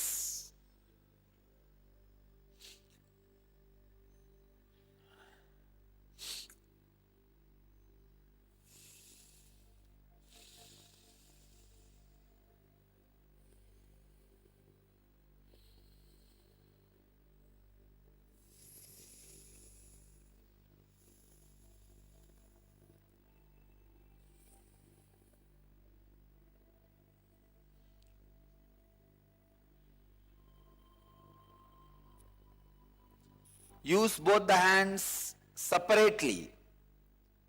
Don't lock the hands.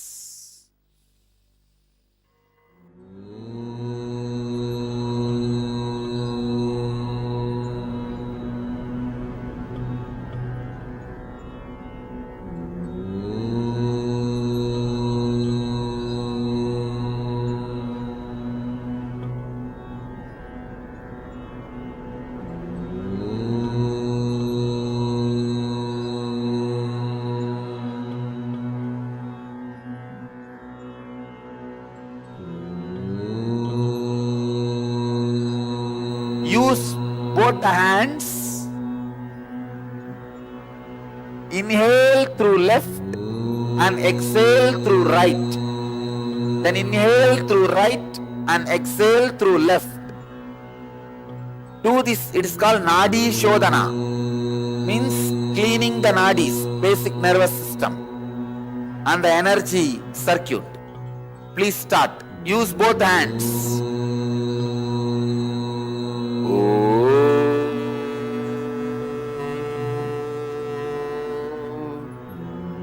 Inhale through left and exhale through right.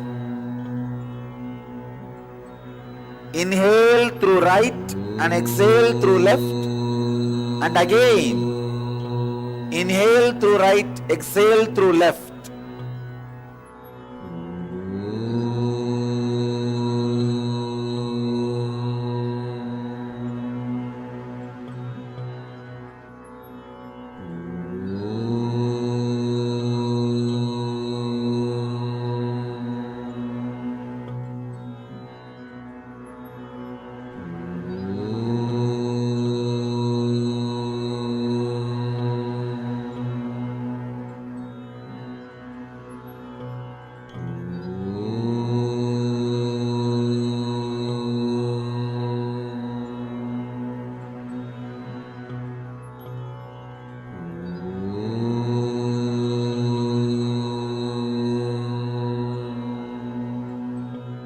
Use both the hands.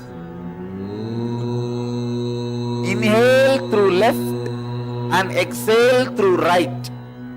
Then inhale through right and exhale through left. Do this, it is called Nadi Shodhana. Means cleaning the nadis, basic nervous system, and the energy circuit. Please start. Use both hands.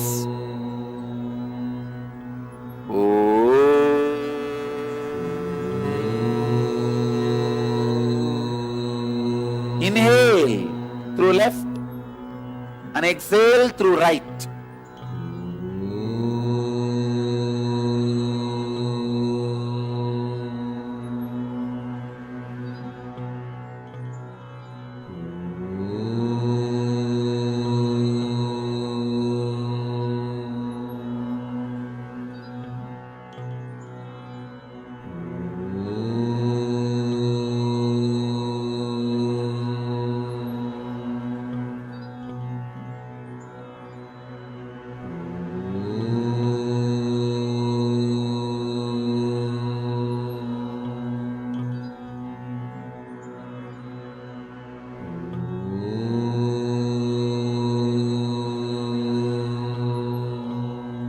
use both the hands. Inhale through left and exhale through right. Then inhale through right and exhale through left. Do this, it is called Nadi Shodhana. Means cleaning the nadis, basic nervous system, and the energy circuit. Please start. Use both hands.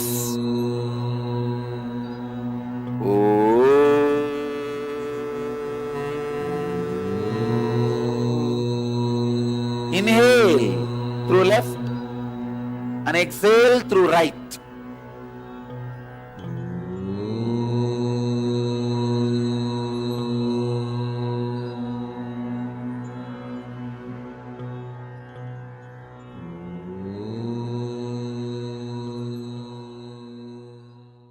Next step, please understand, next step is Trishula Kumbhaka. Trishula Kumbhaka means inhale through both the nostrils and the mouth simultaneously and hold as long as you can.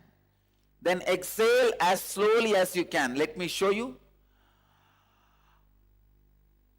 Inhale through both the nostrils and the mouth simultaneously and hold as long as you can. Then slowly exhale as slowly as you can.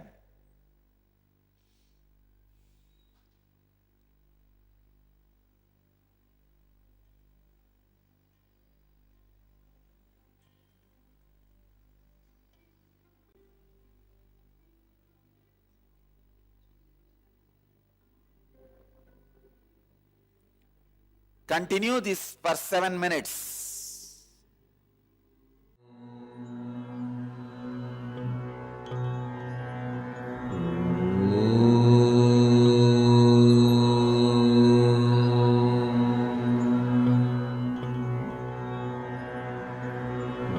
Inhale through both the nostrils and the mouth simultaneously and hold as long as you can.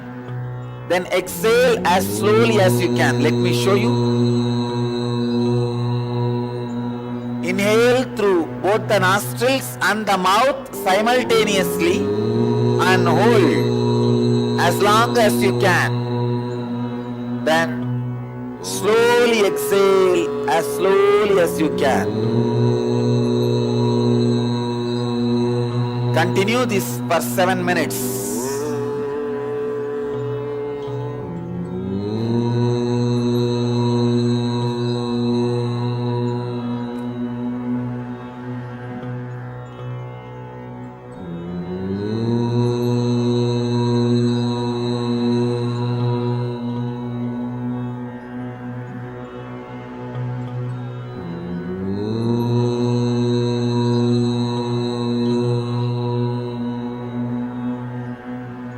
Continue this at least for 7 minutes.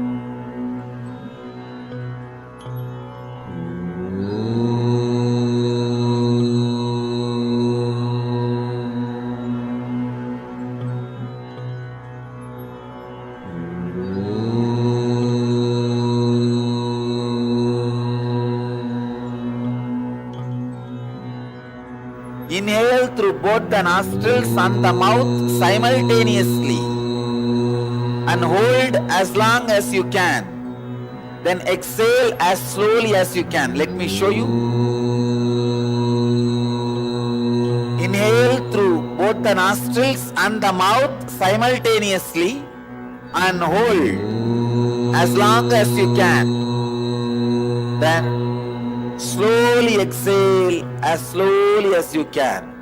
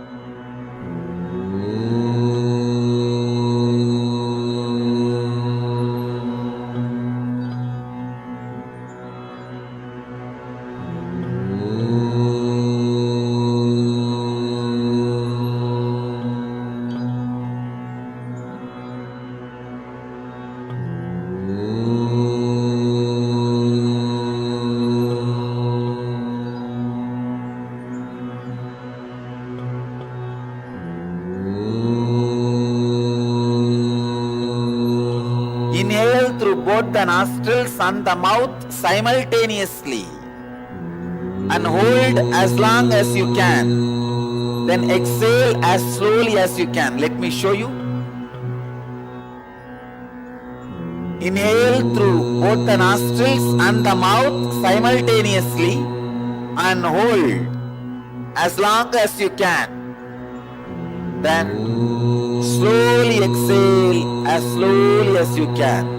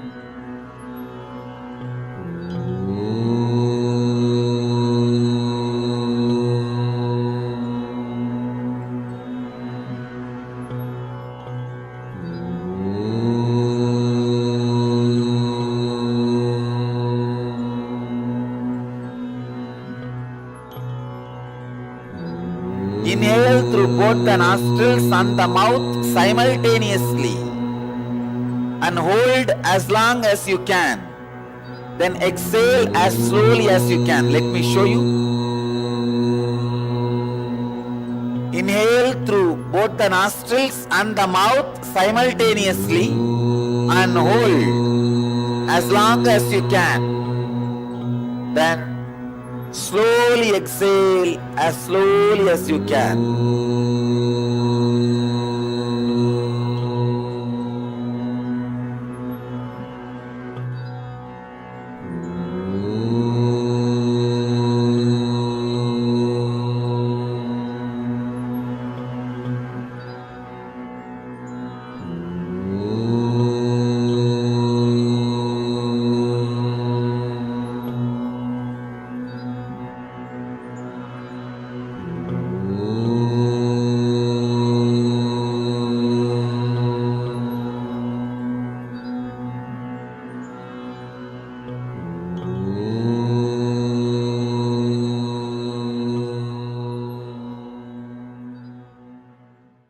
Now, the next step,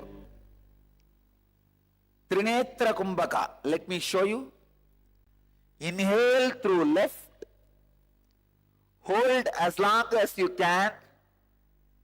Inhale through right, hold as long as you can. Inhale through both nostrils and hold as long as you can. Then slowly exhale through the left. 6 act. Inhaling through left, holding. Inhaling through right, holding. Inhaling through both and holding. After 6 act only you can exhale. Inhaling through right, 1. Holding, 2. Inhaling through left, 1. Holding, 2. Inhaling through both, 1 and holding 2. 6 acts. Only then exhaling through left. Please start. Start. Inhale through left.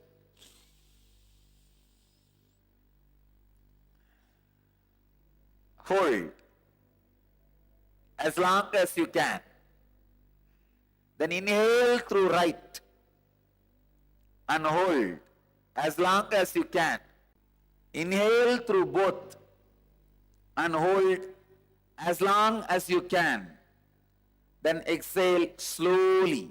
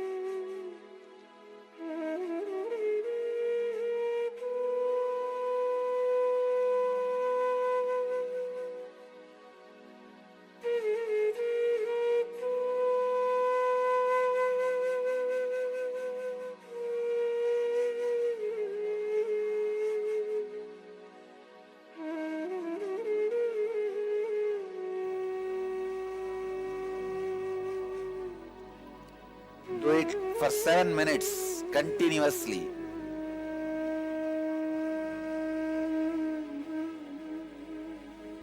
Inhale through left. Hold as long as you can. Inhale through right.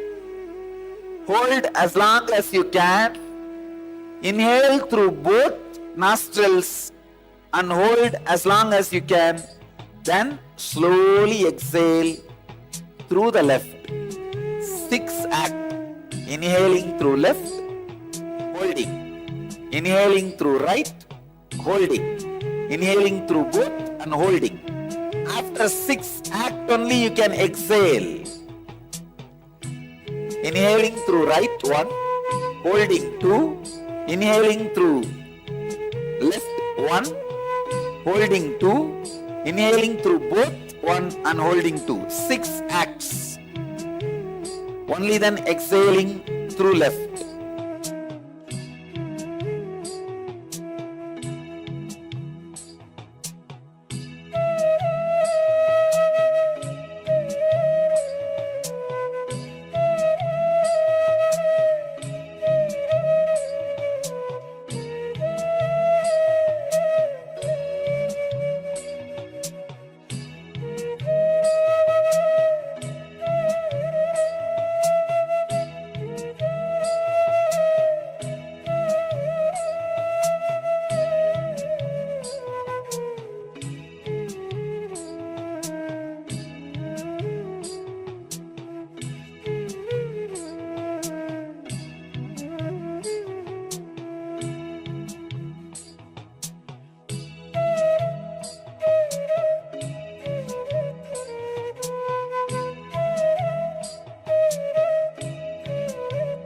Inhale through left. Hold as long as you can. Inhale through right. Hold as long as you can. Inhale through both nostrils and hold as long as you can. Then slowly exhale through the left. 6 act. Inhaling through left, holding. Inhaling through right, holding. Inhaling through both and holding. After 6 act only you can exhale. Inhaling through right, 1. Holding 2. Inhaling through left, 1. Holding 2. Inhaling through both, 1 and holding 2. 6 acts. Only then exhaling through left.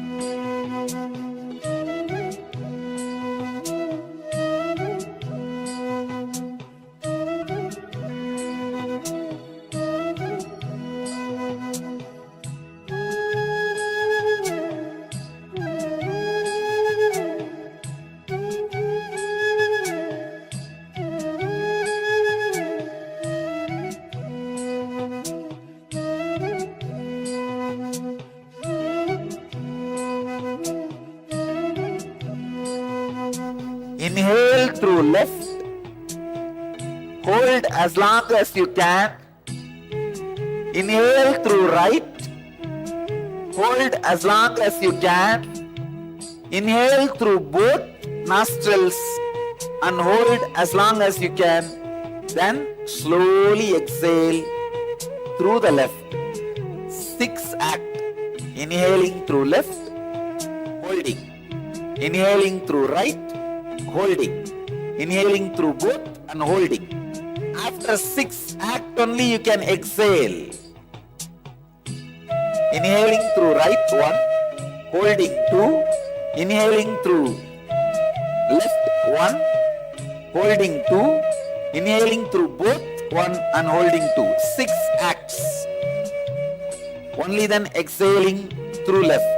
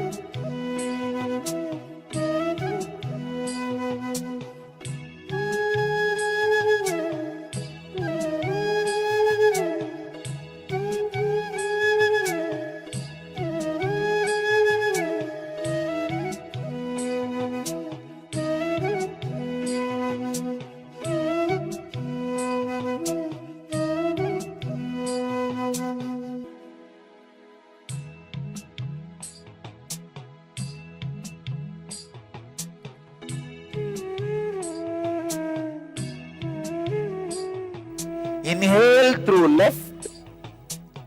Hold as long as you can. Inhale through right. Hold as long as you can. Inhale through both nostrils and hold as long as you can. Then slowly exhale through the left. 6 act.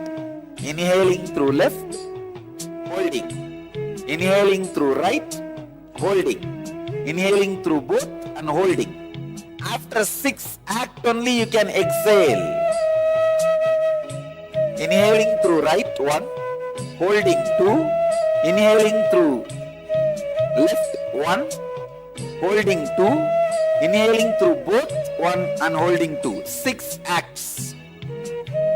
Only then exhaling through left.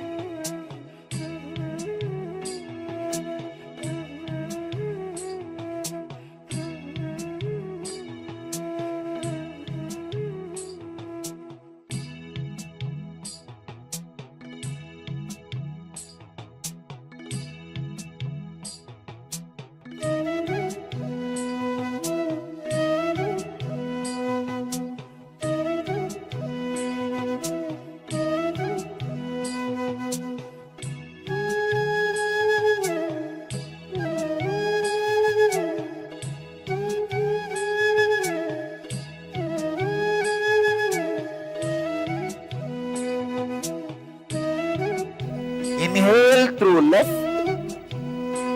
Hold as long as you can. Inhale through right. Hold as long as you can. Inhale through both nostrils and hold as long as you can. Then slowly exhale through the left. 6 act. Inhaling through left, holding. Inhaling through right, holding. Inhaling through both and holding. After 6 act only you can exhale. Inhaling through right 1, holding 2.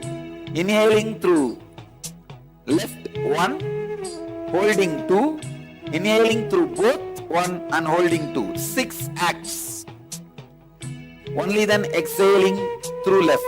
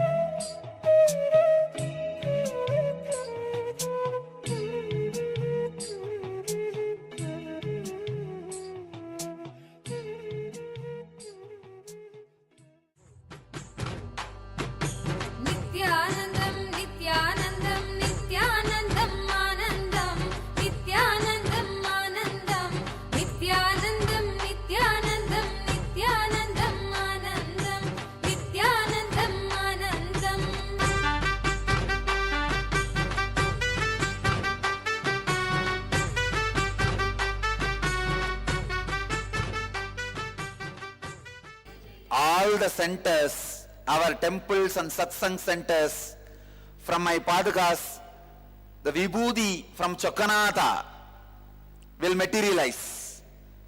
Vibhuti from the Sundareshwara, from Sundareshwara's prasadam, vibhuti will materialize. Let you all be initiated as agoris. The Bhasma Prasada, sacred ash from the Chokkanatha will materialize from my all padukas from all over the world in all our centers.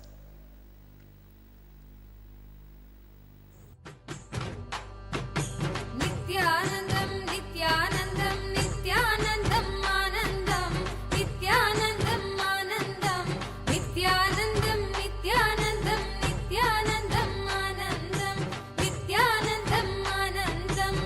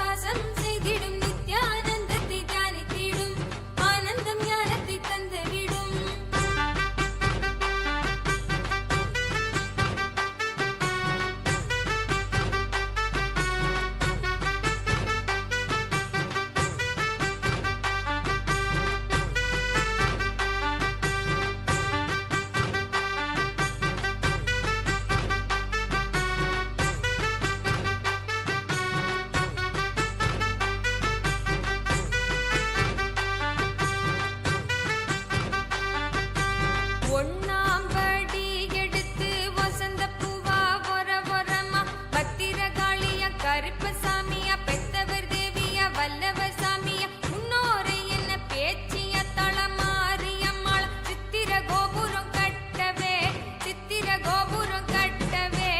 ஆலாம்பண்ணக்கி அழகு புத்து நித்யாவரள பூஞ்சோலக்கி ஆலாம்பண்ணக்கி அழகு புத்து நித்யாவரள பூஞ்சோலக்கி நித்யானந்தம் நித்யானந்தம் நித்யானந்தம் ஆனந்தம் நித்யானந்தம் ஆனந்தம் நித்யானந்தம் நித்யானந்தம் நித்யானந்தம் ஆனந்தம் நித்யானந்தம் ஆனந்தம்.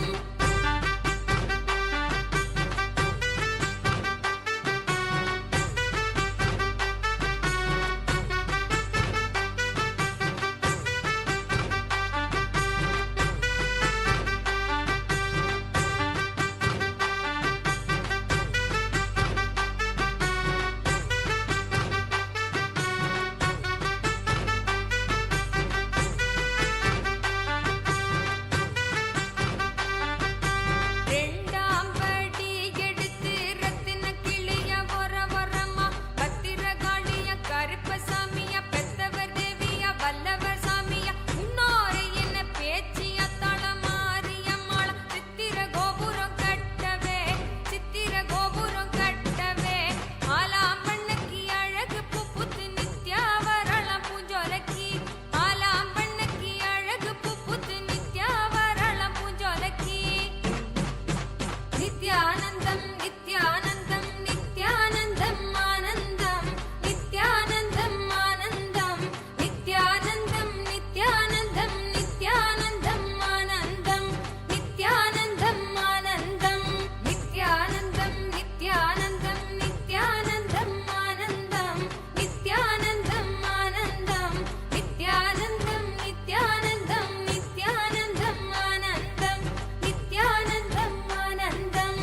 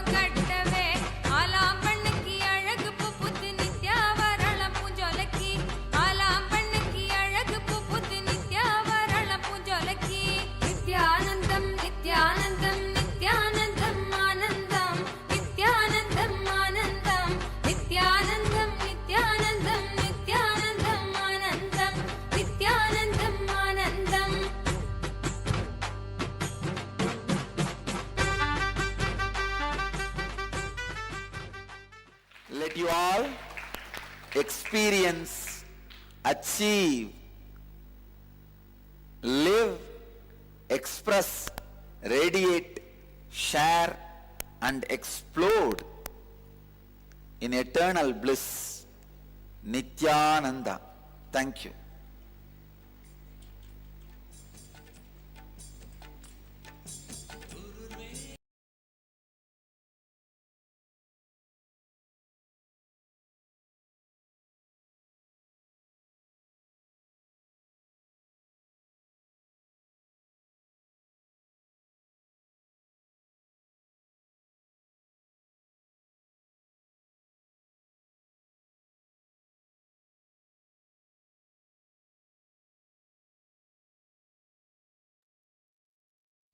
All right, so we hope that you are able to practice, follow along this clear sovereignty. And feel free to share your experience about it. And as usual, if you wish to do it once more, it's available in the YouTube live stream. You can watch it anytime and do it again if you feel that it has benefited you.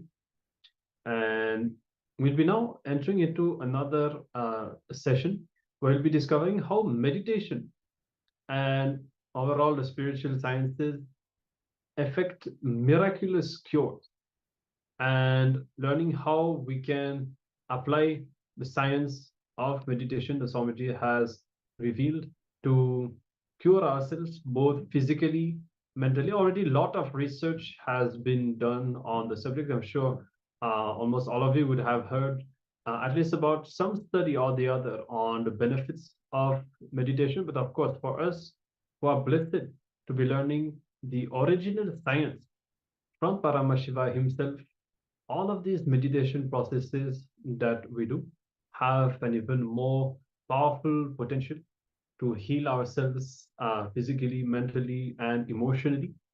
Especially as today the whole theme is all about understanding suffering and going beyond all the suffering patterns. So the more you adapt your lifestyle, your daily routine, include meditation, could be every morning or every night, practicing unclutching or any other technique that somebody has revealed, whichever you feel is working for you the most. You would have discovered so many techniques during Paramashivoham Level 1, Level 2. So even completion itself, decide to practice that on a daily basis and experiencing the extraordinary benefits. Okay, so we'll be learning now how the meditation science affects miraculous cure and how we can use it for ourselves.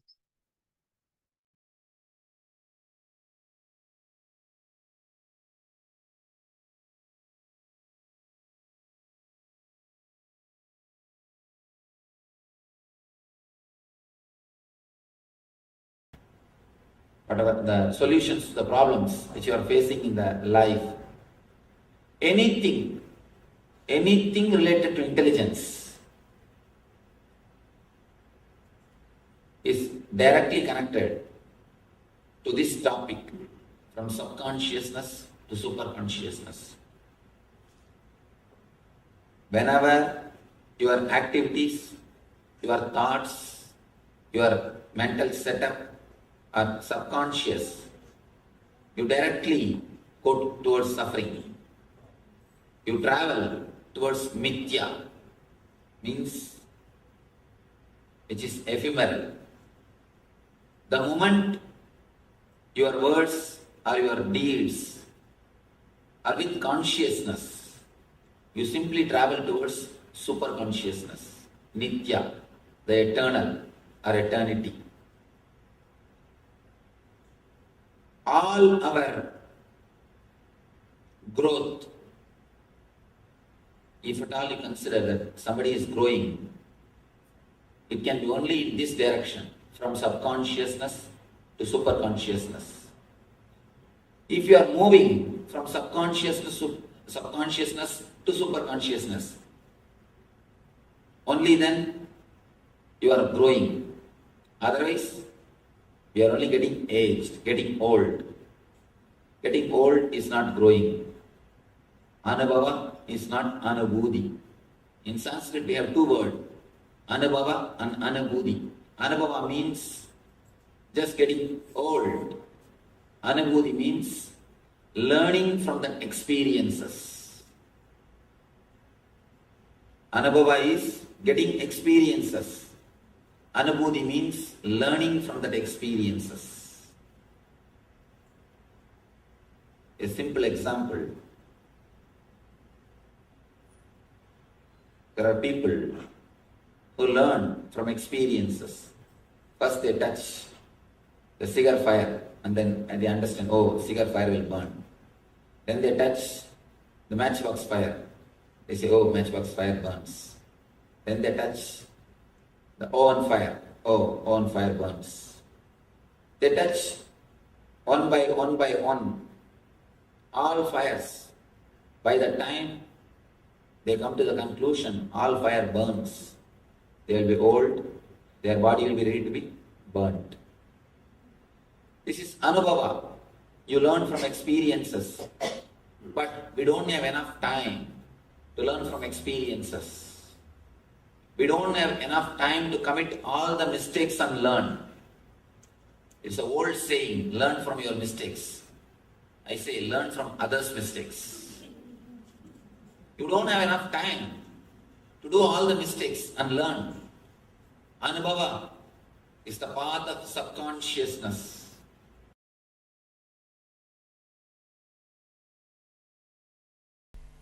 The constant illusory fear and illusory courage, illusory greed and illusory pain, illusory pleasure, illusory sufferings created in you is responsible for various actions and changes happening in you. Please understand. If I had to reveal the sacred secret to you, honestly, a very important sacred secret.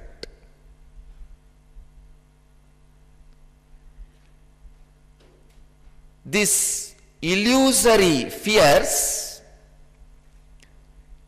delusory greed, illusory pains and pleasures, even if these illusions and delusions, if you handle it with awareness, as I said in the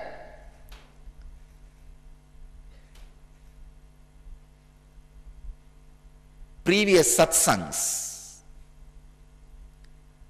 just 2 sutras ahead of this sutra, 2 sutras before this sutra, like how I explained the time concept, whether worrying about the past or worrying about the future is happening in me in present, this moment. So same way, whether illusory fear or delusory greed is happening in me, which is reality. I am real, in me in this delusion and illusions are happening. Have this understanding and face the illusion and delusion. That very illusion and delusion will lead to evolution. Please understand. All changes, whether getting more and more caught in illusion and delusion, or evolving out of illusion and delusion and reaching enlightenment, both happens by the illusion and delusion. How you handle it. See, the cyclone of fear and greed, courage and fear, fame and defamation, pain and pleasure is constantly attacking you. If you give up the restful awareness or balance. Understand? Whatever is said and done, this kind of an experience and knowledge can never be received second hand. I tell you all, before the scandal, I was talking, I'll make at least few lakh people enlightened. Now I tell you courageously, at least few million people I will make them enlightened. It's like a cyclone constantly happening on you. When it happens, how you stand. How you stand. Are you standing with awareness and larger, broader strategy planning? Or are you shrinking and shivering and shaking?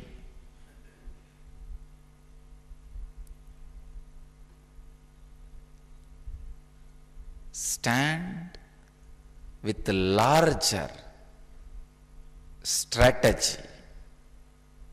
Stand with a broad understanding.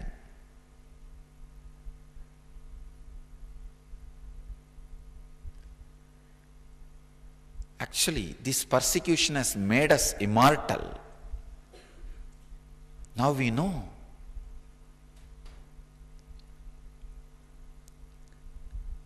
Many of our own disciples and ashramites are always wondering and worrying how to be non-controversial, how to be non-controversial, how to be accepted by the whole society. And because of this fear, they were diluting the truths I was delivering to the world. And the truths and the great teachings, the sacred secrets were not being told to the world. Now the whole problem of how to be non-controversial is taken away. The fear from our disciples that we should be non-controversial. And it gave the courage. Let us stand for the sacred truths and the sacred tradition for which we are giving our life.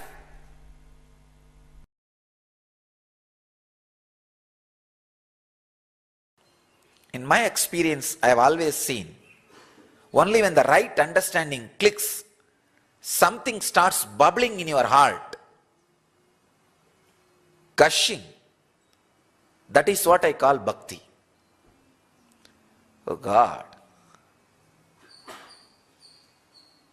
I was wasting my time so much with this foolishness.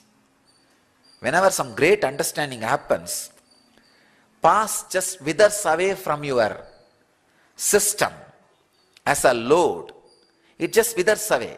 It's like some big cancer tumor with which you are suffering, just dried and fell out of your body.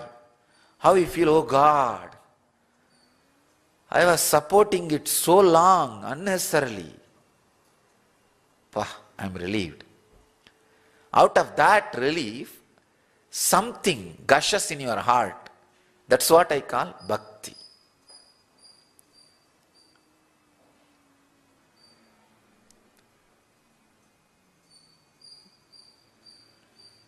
Bhava balathinal bhavanadida sadbhavathirutthale undipara parabhakti tattvam undipara.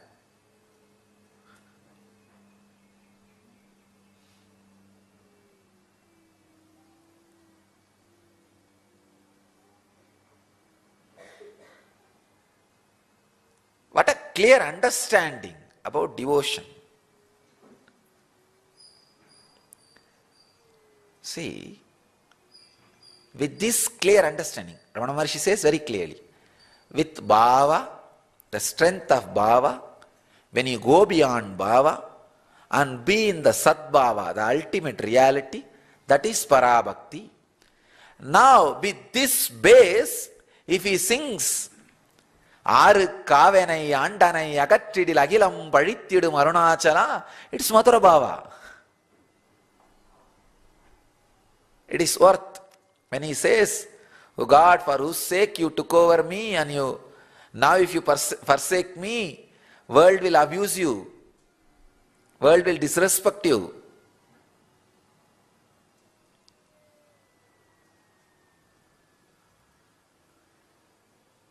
From that high understanding, when this emotional ripple happens, it is sacred sentiment.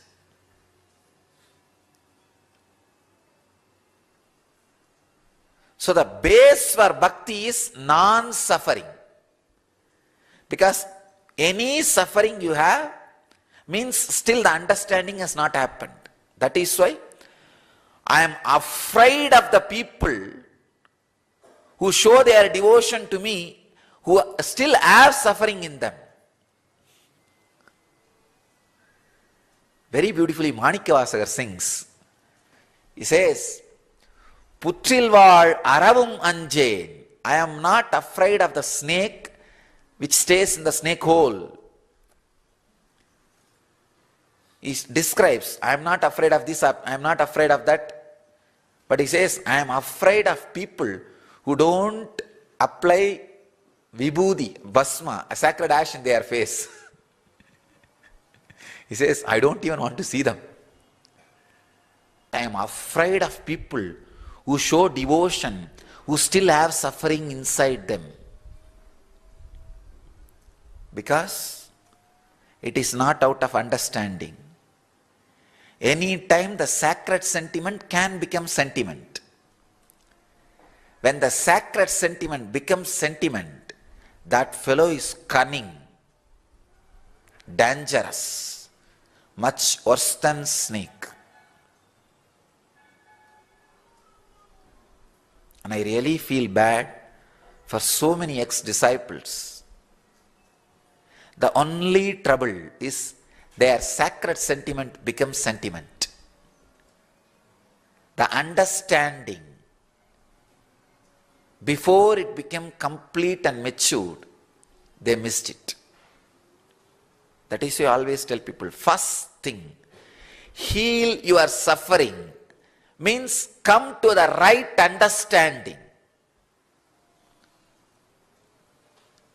With the right understanding, any bubbling, any emotional ripple happens will be sacred sentiment. Actually, Raman Maharshi is threatening Arunachala. Aru kavenai aandanai agattidil agilam pazhithidum Arunachala. If I have to crudely translate, for whose sake you took me over. Aandanai means you snatched me. In those days the kings will enter into the new country and take away all the girls for their pleasure. That's the exact term Ramana Maharshi is using. You took me away. Aandanai. Agattridil. Now if you forsake me, throw me out, keep me in distance. Agilam pazhithidum Arunachala. The whole world will abuse you. He is practically threatening Arunachala, but it is sacred sentiment. Because it is out of a clear understanding. The non-suffering layer is established, the non-suffering foundation means a right understanding.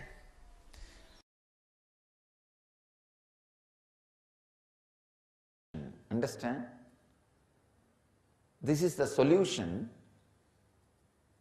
for sleeping your way to enlightenment and sleeping your way to health.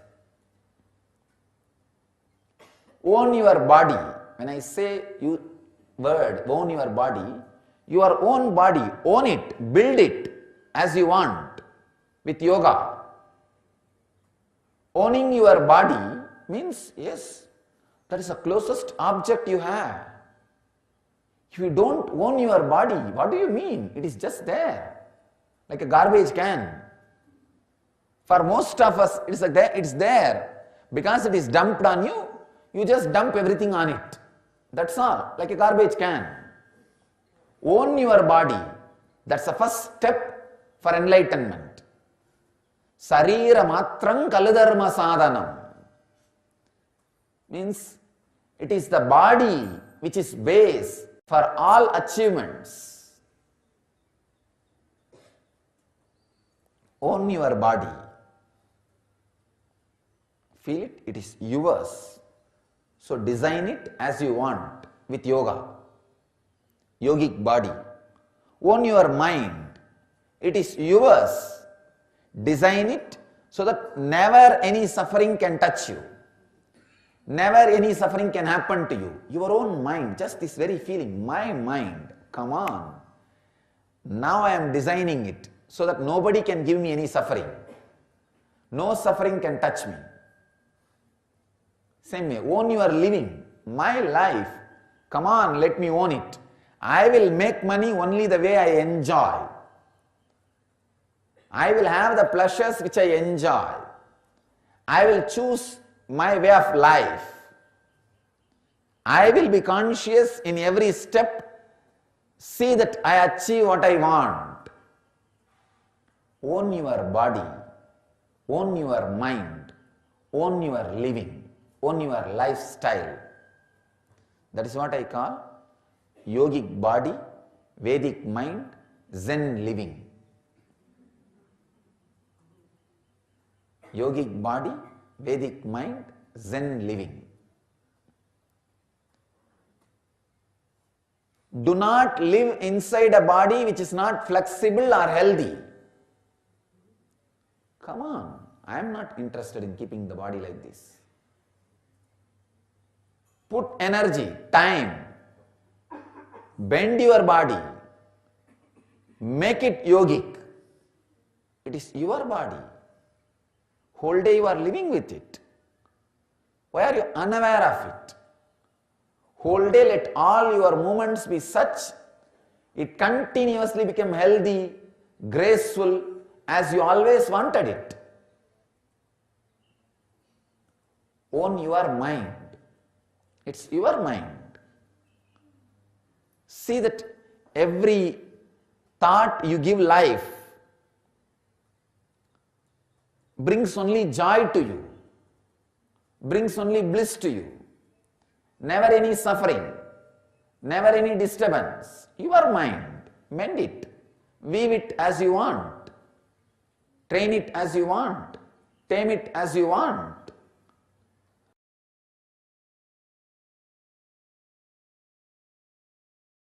Why suffering has various answers.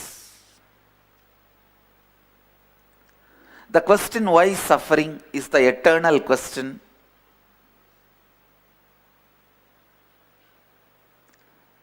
That is the ultimate quest. It has various answers. Buddha says, desire is the only root cause of suffering. I don't want to say Buddha is wrong, and I don't want to say Buddha is complete. Right answer does not mean complete answer.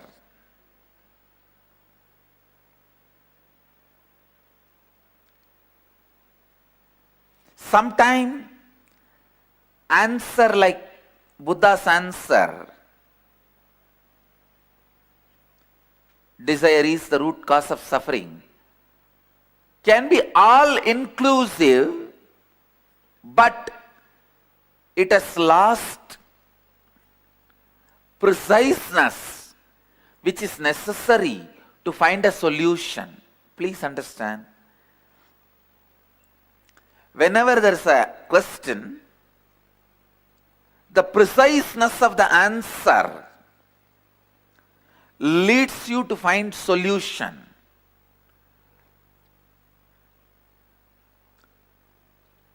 Each answer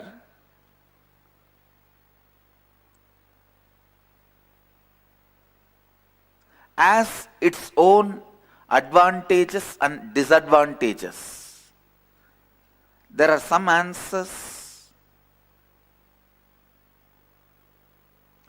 which are all-encompassing, all inclusive, but very unfortunately, all encompassing, all inclusive answers do not help you to be precise, do not help you to find the precise solutions. Please understand, if you want just answer, all encompassive answers are great, so that logically no one can beat you. No one can logically beat the answer of Buddha. But if you want solution, these encompassing answers are not directly useful. Understand? So each answer leads you to further questions or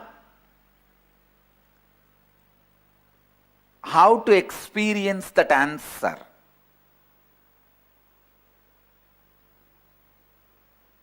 When you go for solution, what, how, why?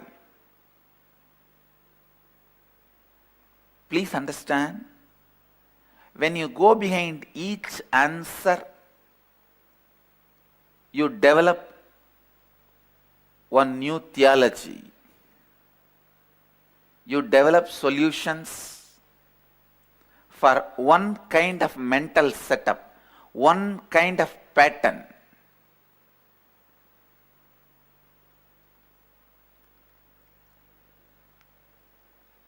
Understand?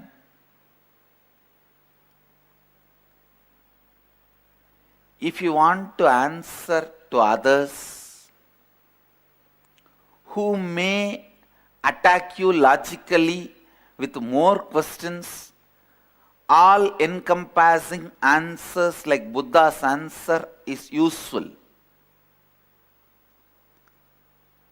For example, you come and ask me in a public satsang,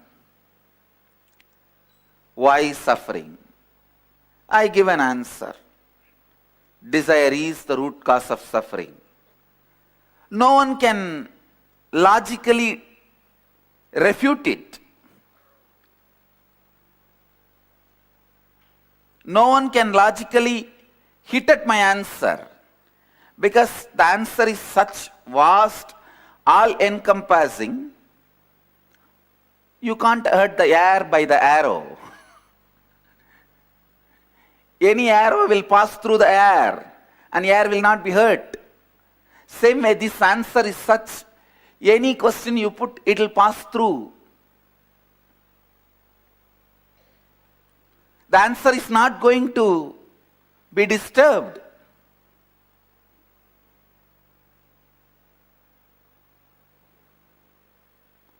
Anybody asks, oh, how can you say desire is the root cause of suffering? No. Yesterday I hit my head on the wall. I feel that is root cause of suffering. Then how can hitting be connected to desire? I can always connect it.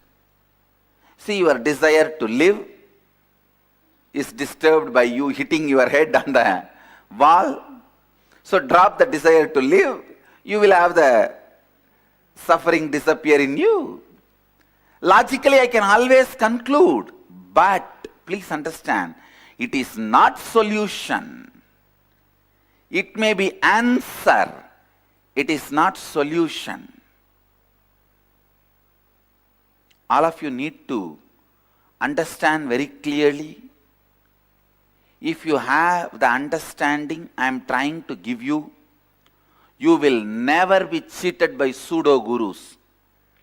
Now I am giving you precisely the methodology with which you should analyze a theology or an answer.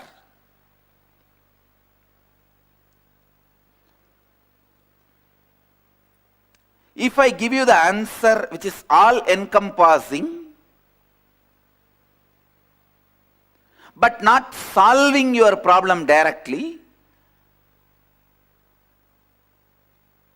what is the use? It may be a good entertainment for you. Instead of watching that same foolish sob shows in the TV and sobbing and the TV serials, you can watch this kind of answers, this kind of discourses, a little better entertainment, but not solution. Please understand, just because the answer should be irrefutable,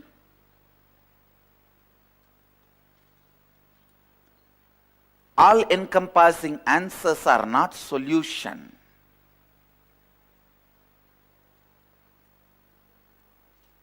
All-encompassing answers are brain candies, intellectual treat, but not solution. Please understand,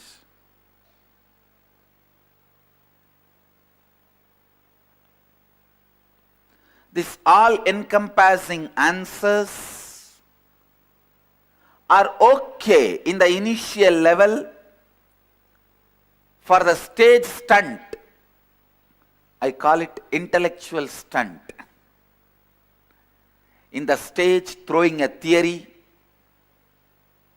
and literally sealing all the brains logically, and any question comes, you blast him like how a hero blasts villain in a movie, and all of them go to corners and fall. You stand tall. Maybe for this purpose, the all-encompassing answers will be useful. But the all-encompassing answers are not going to help you to find solution, because solution is a precise, loving, caring, concerned surgery.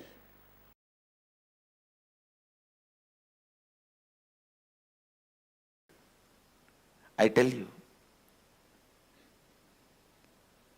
don't be afraid at all. If I start working with imperishable, suddenly will I lose attachment with my family? Will I lose attachment with my job? Will I lose attachment with my goals of money, name and fame?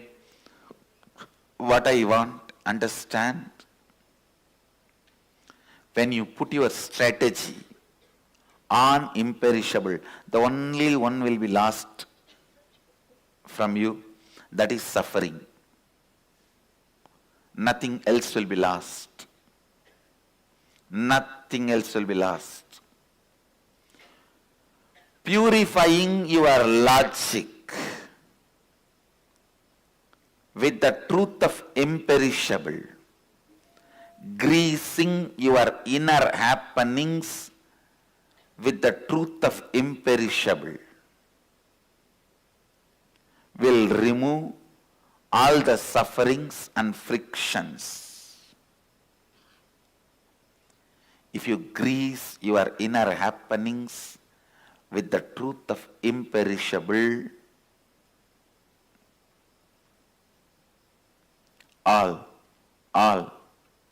all sufferings, frictions inside will melt away, will disappear, will be destroyed. Sambhudhim cha vinasham cha yastat vedo bayagum saha vinashena mrityum tirtva sambhudhyamritam. Don't go on be running. Stop at some times. Stop some time. Look, are you moving 100% out of imperishable, or are you moving 100% out of perishable? What is it that is driving you? What is it that you are worshipping? What is it that you are looking for? What is it that is making you go mad? What is it that is driving you? Sambodhim cha vinasam cha yastadvedo bhayagum saha vinashena mrityum tirtva sambodhyamritam.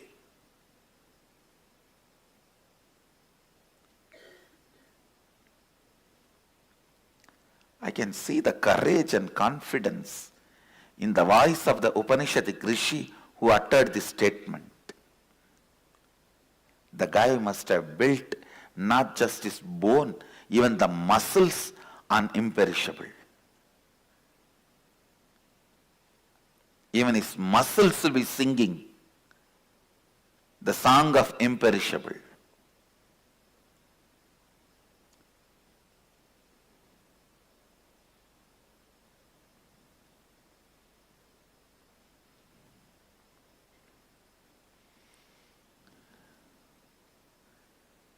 If you are going to get married, see how I can express my imperishableness. If you are going to take up a job, see how I can express my imperishableness.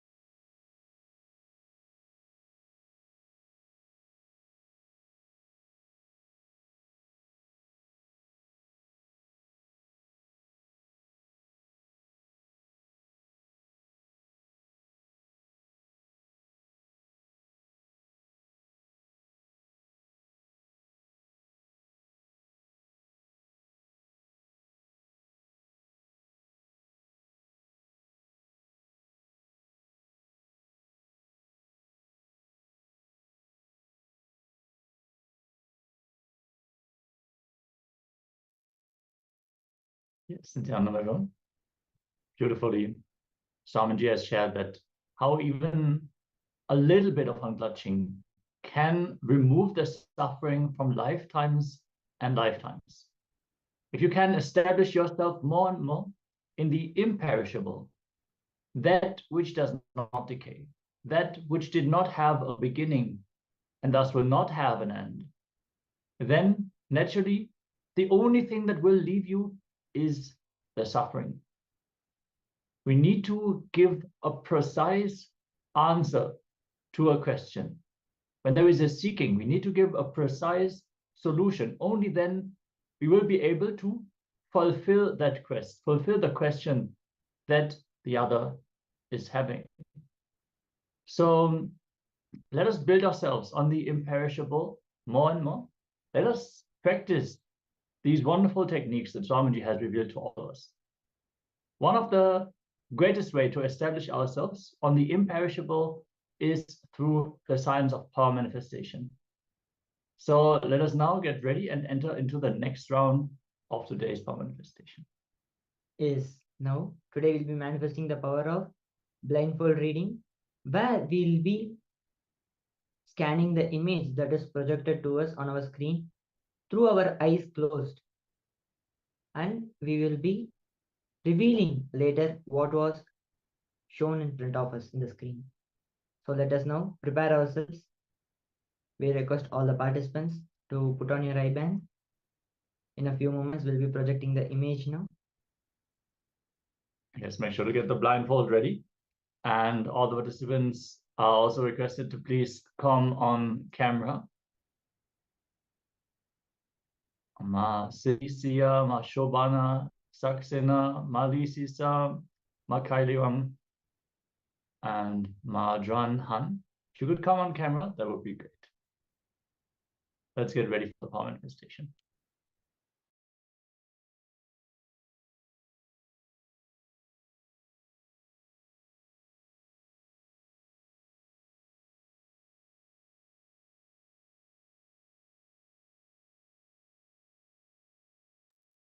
Yes, as all the participants are tying the blindfold, settle down and keep your head, neck, and spine in a straight line. The eyes should be completely sealed. No light should fall into your eyes. And then start connecting to Swamiji in your inner space and loudly chant the Mahavakyam. Om Nityananda Paramashivoham. Om Nityananda Paramashivoham. Om Nityananda Paramashivoham. Keep vibrating this cosmic passcode and let Swamiji reveal the contents of the image that is being projected on your screen now. Let's begin this. Nityananda Paramashivoham.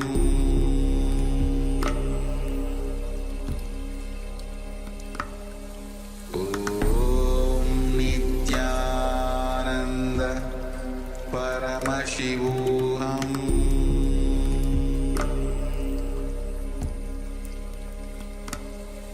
Om Nityananda Paramashivoham. Om Nityananda Paramashivoham.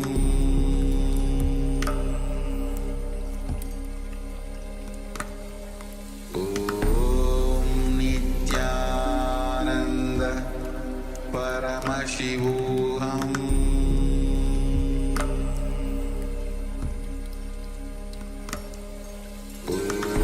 Om Nityananda Paramashivoham.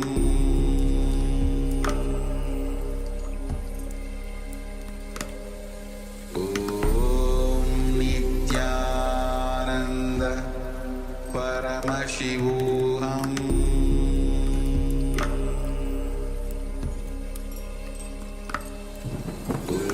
Om Nityananda Paramashivoham.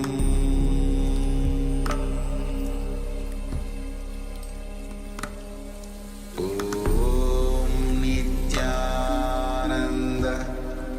Paramashivoham. Om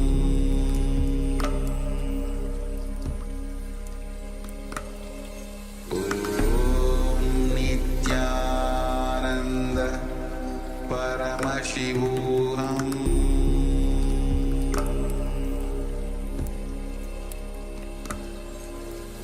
Om Nityananda Paramashivoham.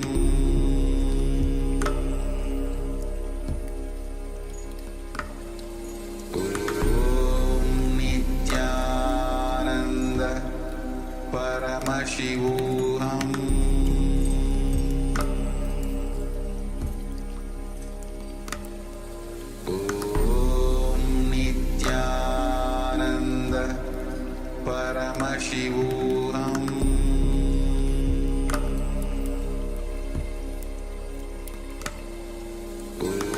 Om Nityananda Paramashivoham.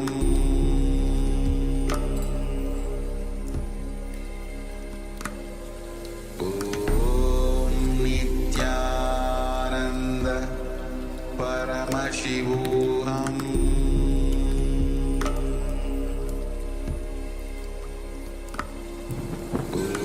Om Nityananda Paramashivoham.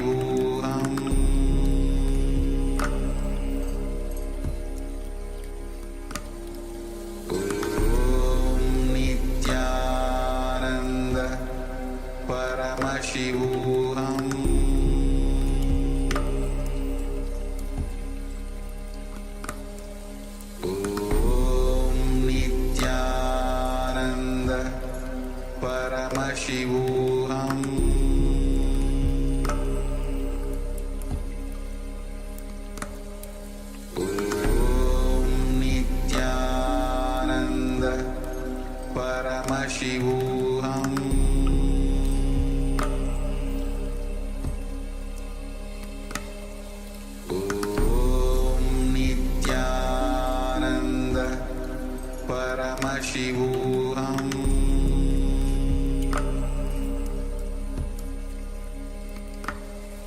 Om Nityananda Paramashivoham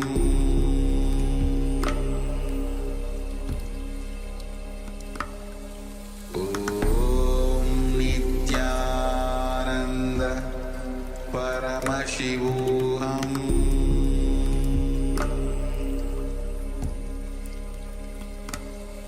Om Nityananda Paramashivoham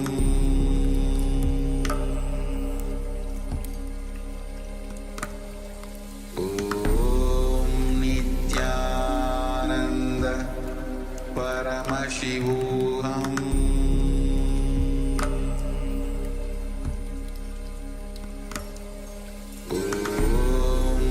Nityananda Paramashivoham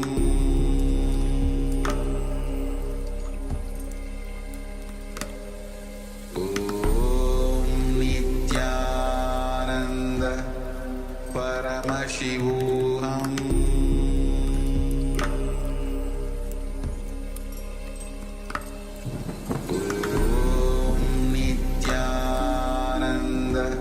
Om Nityananda Paramashivoham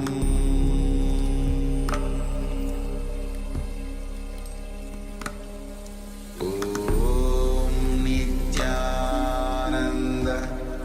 Paramashivoham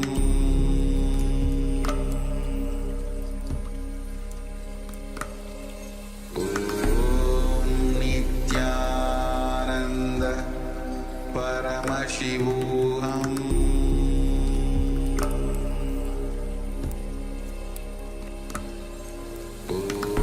Om Nityananda Paramashivoham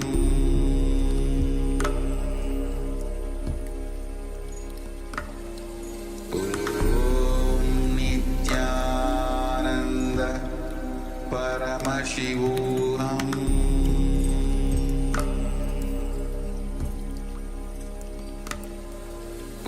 Om Nityananda Paramashivoham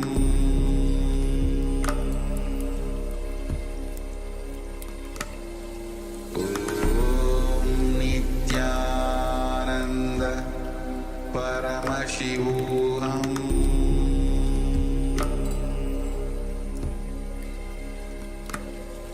Om Nityananda Paramashivoham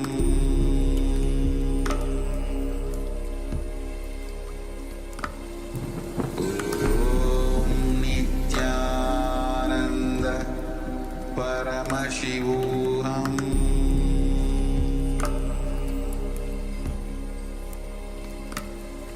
Om Nityananda Paramashivoham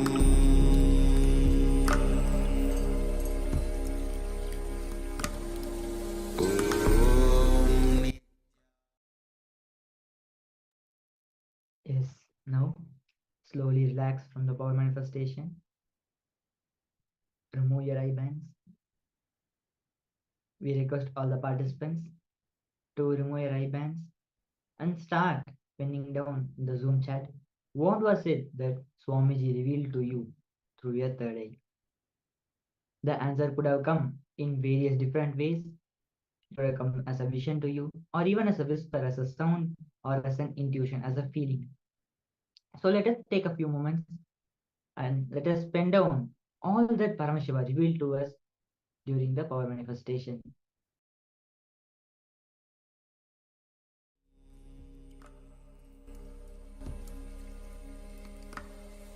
Om Nityananda Paramashivoham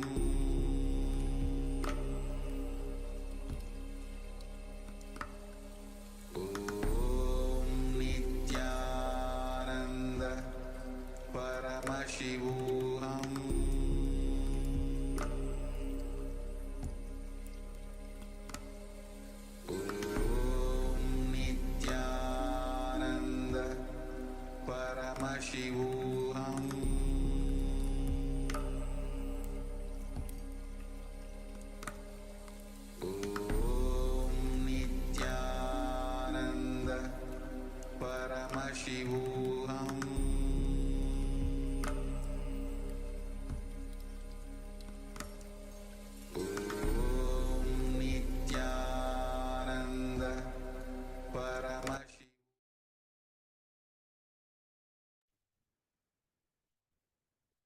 Yes. So we got one revelation from Ma Ananda Agoda Rupini. She is sharing gray, white, cyan, brown, and ice. All right. Thank you for sharing, Ma. So let us now reveal what was the image that we had projected on screen. Yes, you can see a sinkhole with a water reservoir inside. A light beam is falling into the water. You can see there's like white calcium that is built up on the side of the walls. There's like gray rocks in the center of the water. The water is definitely cyan blue. So actually all the colors that you have written down are present in this picture. So celebrate, Ma. Even though the ice itself might not be present here, but it is a lot of water. So that is there. Celebrate your manifestation, Ma. And with this, we are going to get ready. We are going to dive deeper into the revelations on pain and suffering, how Swamiji reveals how pain itself drains your brain. It is literally that energy that makes us dull, that makes us withdraw from life. So requesting all the participants to be in a space of deep restful awareness and listening. Sit with your head, neck, and spine in a straight line, and let's receive the powerful revelation from Swamiji.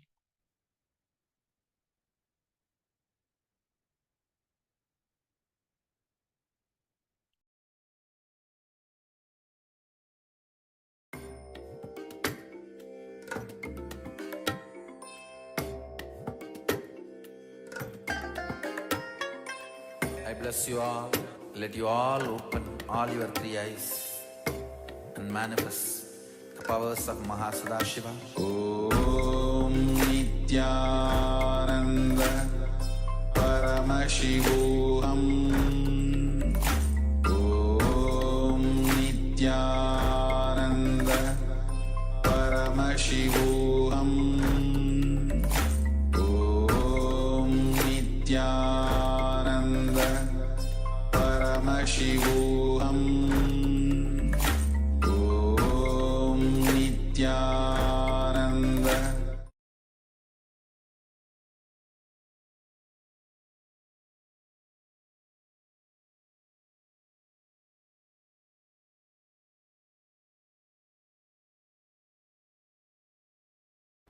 First thing, pain needs unconsciousness to exist. Listen. Pain needs unconsciousness for its existence. If you are conscious, pain cannot live inside you. If you are conscious, you have to be happy. Nothing can be done about it. If you are unconscious, you have to be in pain. Nothing can be done about it. Pain cannot be driven out of your system by attending to one part of you. If there is a knee pain, you attend to it, it will become stomach pain. If it is a stomach pain now, you give medicine and do what you want, it will become neck pain. If you drive that also out, it will become back pain. If you drive that also out, it will become a headache. If you drive that also out, it will become your wife. But whatever, it will be there in your life. Of course, when I meant wife, I meant spouse. It's not only for women, for men also. But please understand, pain cannot be attended partially. That's the law of life. Pain cannot be attended partially. Please understand. Any attempt to attend the pain partially leads to more and more powerlessness. For example, I have seen people, first they try to give medicine to the stomach pain. Then when it becomes a back pain, they try to give medicine for that. When it becomes a back pain, they try to, then it moves to the neck pain. Then they give medicine for that. After 2-3 years, they start living with the pain.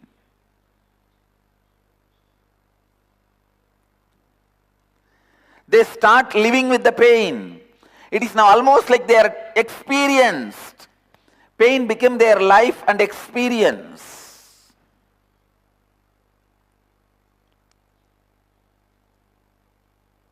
Somebody was asking me, why in Hinduism we pierce the ears of men before marriage. Actually, in Hinduism, traditionally, before marriage, all men should have had their ears pierced and yajñobhivita. Whatever community you may be, you should be given yajñobhivita and the piercing of the ears, shaving the head. Somebody asked me, why men are pierced ears, men's ears are pierced, preparing them for marriage. I said, it is two things. One, they've experienced pain and bought jewelry. So now they are ready for marriage. I know. If you missed, you missed.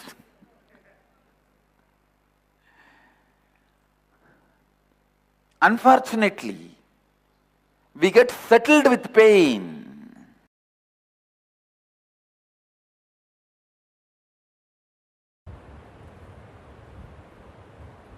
In today's sutra, Patanjali explains the great truth about our deep craving for suffering. Please understand. Constantly we crave for sufferings. So many reasons. One, when suffering happens to you, you get lot of attention from others. Many kids fall sick just to get mother's attention. Otherwise, mother is too busy. By and by, your unconsciousness learns the habit. If you fall sick, you will have attention. The next step is not only to get others' attention, even to get your own attention, you fall sick. You think if you don't fall sick, you are not attending yourself. You are too busy and society demands you to attend too many things. Body and mind says, no, fall sick, that's the best thing.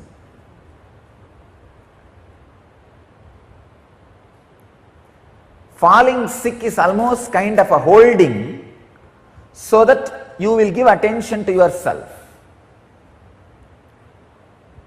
And unfortunately, by and by, mind learns this technique and permanently falls sick, makes yourself handicapped. That is what is some inferiority complex about your body structure, some inferiority complex about your mental structure, some inferiority about you, whether you are beautiful or not, some inferiority about which you don't have, can never have.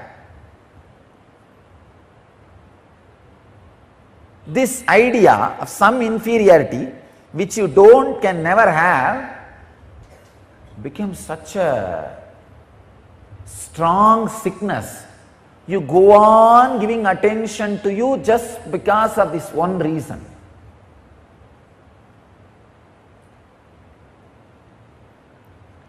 Suffering gives you a kind of a heaviness, shape, identity, feeling of existence, boundary.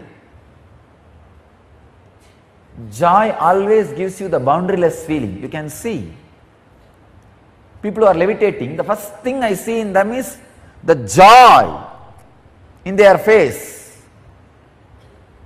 extraordinary joy and the laughter. Just yesterday, one devotee from Bangalore came and told me, Swamiji, I saw that 3-minute video and tried and broke my back. I said, don't try. She was trying to jump. It's not that she was heavy, she's medium weight only, but tried to jump, it seems, and nothing worked, and the more she tried and she only fell and broke the back. Means joy permeates your backbone, permeates your biomemory. You became first psychologically light and physically light. As I was telling, this is the science. Under the every hair pore,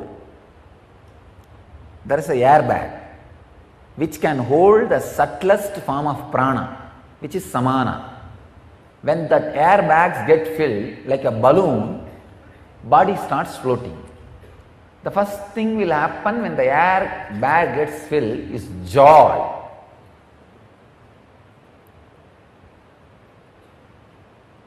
Even when you work out physically, if you bring joyful memories, that air bag will get filled. Never have violent memories, violent thoughts when you work out. When you move your body and put weight on your body, start working out, don't have violent thoughts. Let it be more romantic and pleasant. Have photographs of the people or memory of the people who create romance and pleasant feeling in you, not violent, aggressive. If you have that pleasantness, romance, the samana will get filled.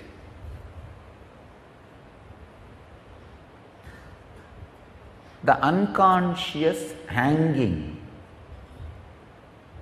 unconscious craving for pain is one of the worst engram with which humanity is suffering.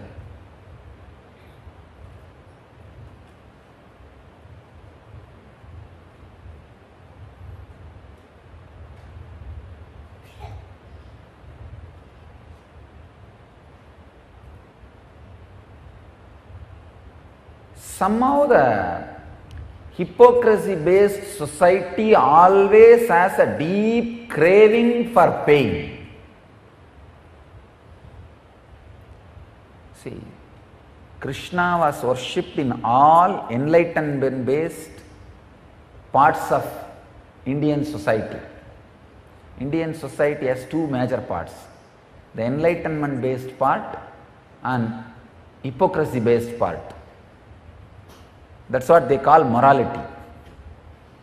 The social morality. You see, understand, the social understanding of morality is just hypocrisy. It's not morality. It's like a weapon used to pull somebody when you don't have any other weapon, any other way. Like this society, civilization, that part of India worships Krishna. But for enlightenment, you cannot feel attracted to Krishna. And this hypocrisy-based civilization,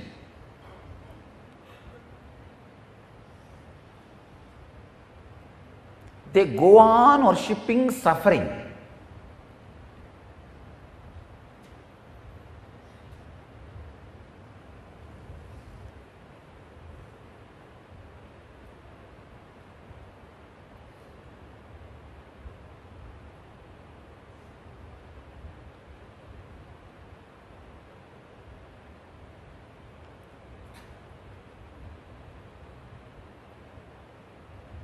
Krishna's consciousness, such a extraordinary joy. I wanted you to know some of the details. Krishna lived with Gopikas only till the age of 11. 11 years only. Afterwards he was out. But always Krishna is portrayed with gopikas, as if he spent his whole life with gopikas. Because he is symbol of joy. Same way,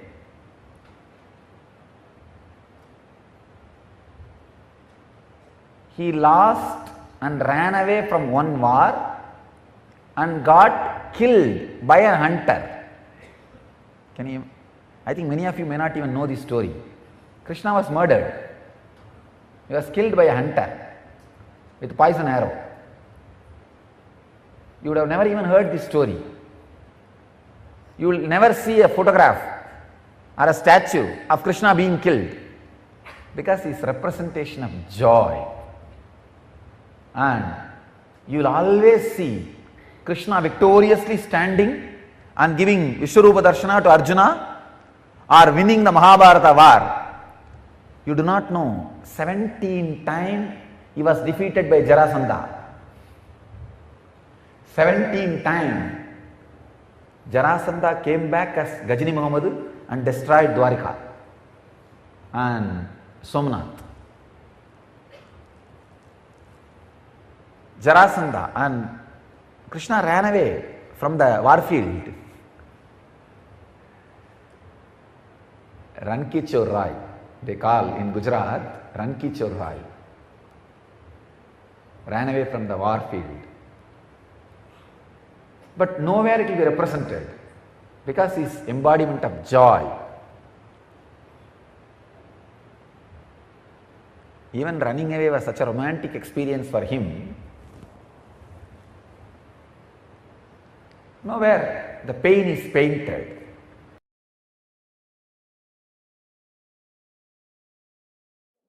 With my love and respect, let's attend to today's subject. I speak on this fracture.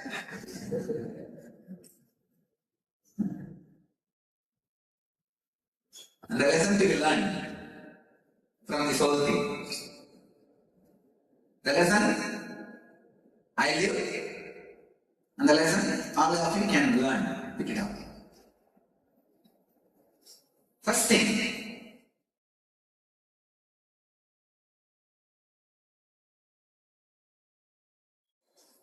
first question everybody asks, why did Swamiji get into the horse? What is the need? See, life is not supposed to be just you wake up from the same bed and you walk to the same floor and you get into the same vehicle and you just go to the same office, come back and lie down in the same bed. Life is learning. So I also thought, why not pick up horse riding? And after all, this horse riding, swimming, all these things are inside our family. Just keep your eye connected, it will come up. So I thought, why not try? That's the reason I tried. Nothing wrong. It was going well. Every day it was going well. Every day I was going around the ashram on horse. Morning and evening. I think that day, a little bit of music, loud music, and all our ashramites have started cheering up. So I got a little excited, nothing else, that's all. And the moment I felt, first thing I thought is, oh, these fellows should not suffer. All the brahmacharis ashramites were around me. They should not suffer. First thing I told is, I am okay, don't worry. I am okay, don't worry. That's what I told first thing. And after I got up, I saw the fractured hand. And I told him, maybe there's a fracture, let's go to the hospital and do what needs to be done. First we went to 7 o'clock I fell. 2:30 only they did the surgery. Till then, no painkiller, no anesthesia, no pain.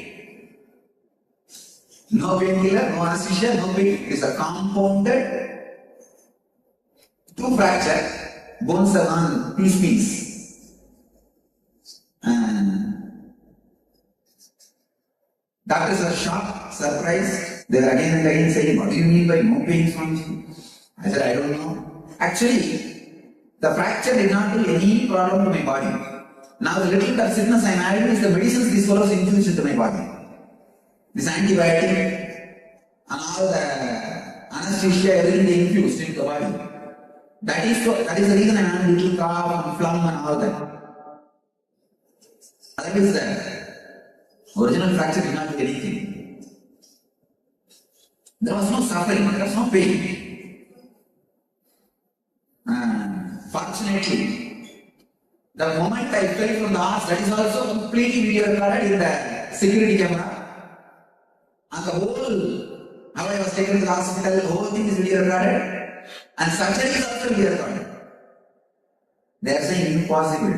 The doctors are saying it must be excruciating pain for me because the bone came out of skin.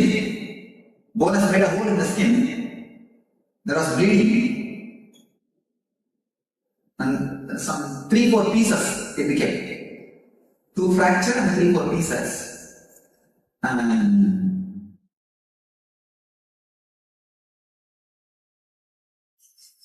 you may ask, why no pain? See, there was no suffering. I did not look back to think, why did I get into the house?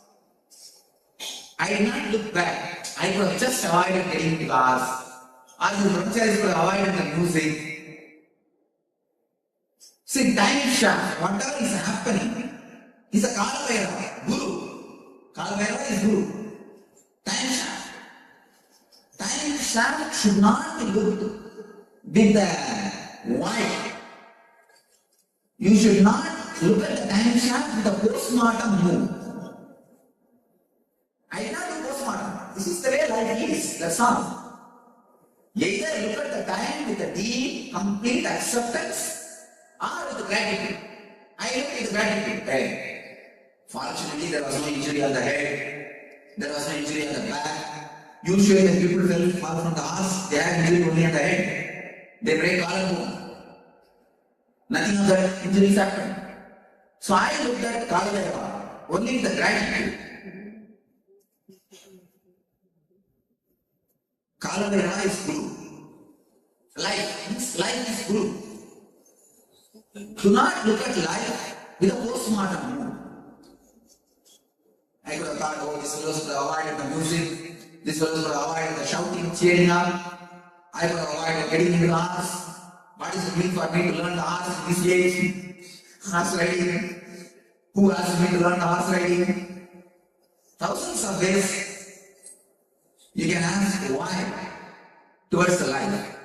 But why towards the life always brings suffering. Why and if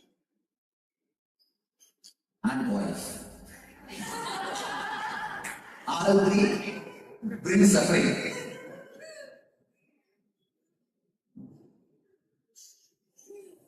The why does not give any answers. It just brings more and more suffering. So I always tell you, look at the life, look at Kalavera. Kalavera means time shaft. Whatever is happening. Look at life, either with complete acceptance or with deep gratitude. That's all. Then there will not be any suffering. Actually, there was no pain. I told the doctors, I requested them again and again, please do the surgery without anesthesia. I wanted to see. But they were afraid. They were afraid to do without anesthesia. They gave anesthesia and did the surgery.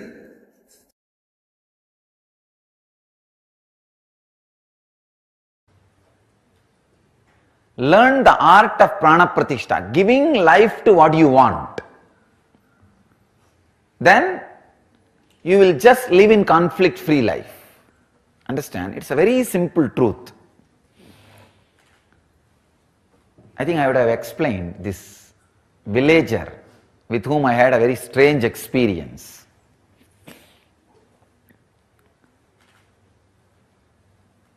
during my wandering, I was resting in the noon time under a tree, putting my head on a small stone, which had turmeric, all that little puja was done on that, but I did not expect it is worshipped by somebody as God. I thought maybe in village every stone, every tree is worshipped. In India, that's why when British put the milestones, first it was all painted in yellow. Suddenly they saw in 1 week all milestones have a fully dressed, decked with flowers, and people have started worshipping and everything has become temple. So they have to change the color. Now British had a really tough time stopping the villagers worshipping the milestones, and it is perfectly shaped like a Shivalinga.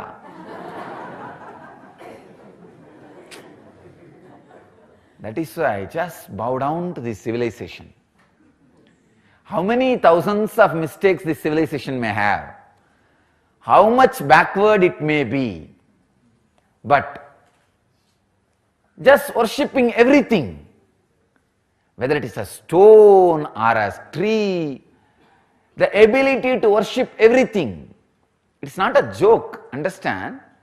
The ability to bow down to everything, the ability to surrender to everything, the ability to trust everything.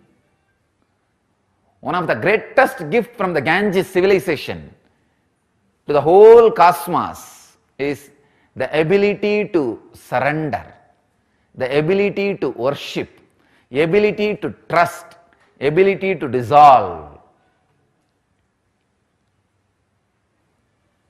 Is the greatest gift from the Ganges civilization.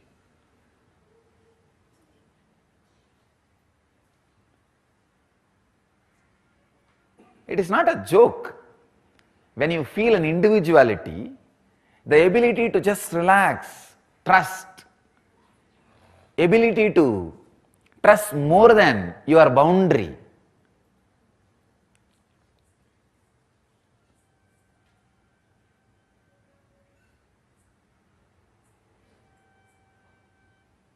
There are many peculiar diseases only the ego-based civilizations suffer. One is osteoporosis. They don't trust their own bone structure.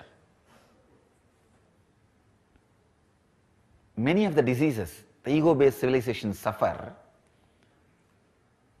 does not even exist, because these guys just knows how to bow down to anything.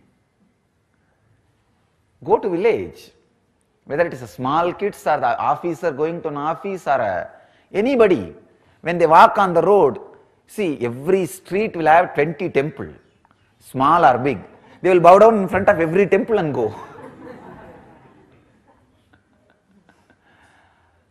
And they will bow down in front of every temple very sincerely. Even in my school days, if school starts at 8:30, I will start from my house by 6:30. And the school is only maybe 2 kilometers, not more than that. Because I will have to bow down in every temple, every deity. On the way, at least 25 temples are there. So I need 5 minutes in every temple. But I will always be late for the class, if at all I reach the class.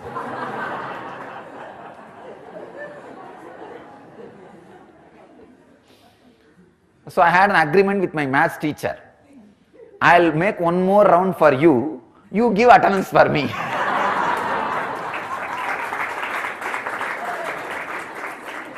Usually maths will be the first class. Usually because the kids will be more aware at that first session, maths will be the first session. And I keep my promise and he keeps his promise.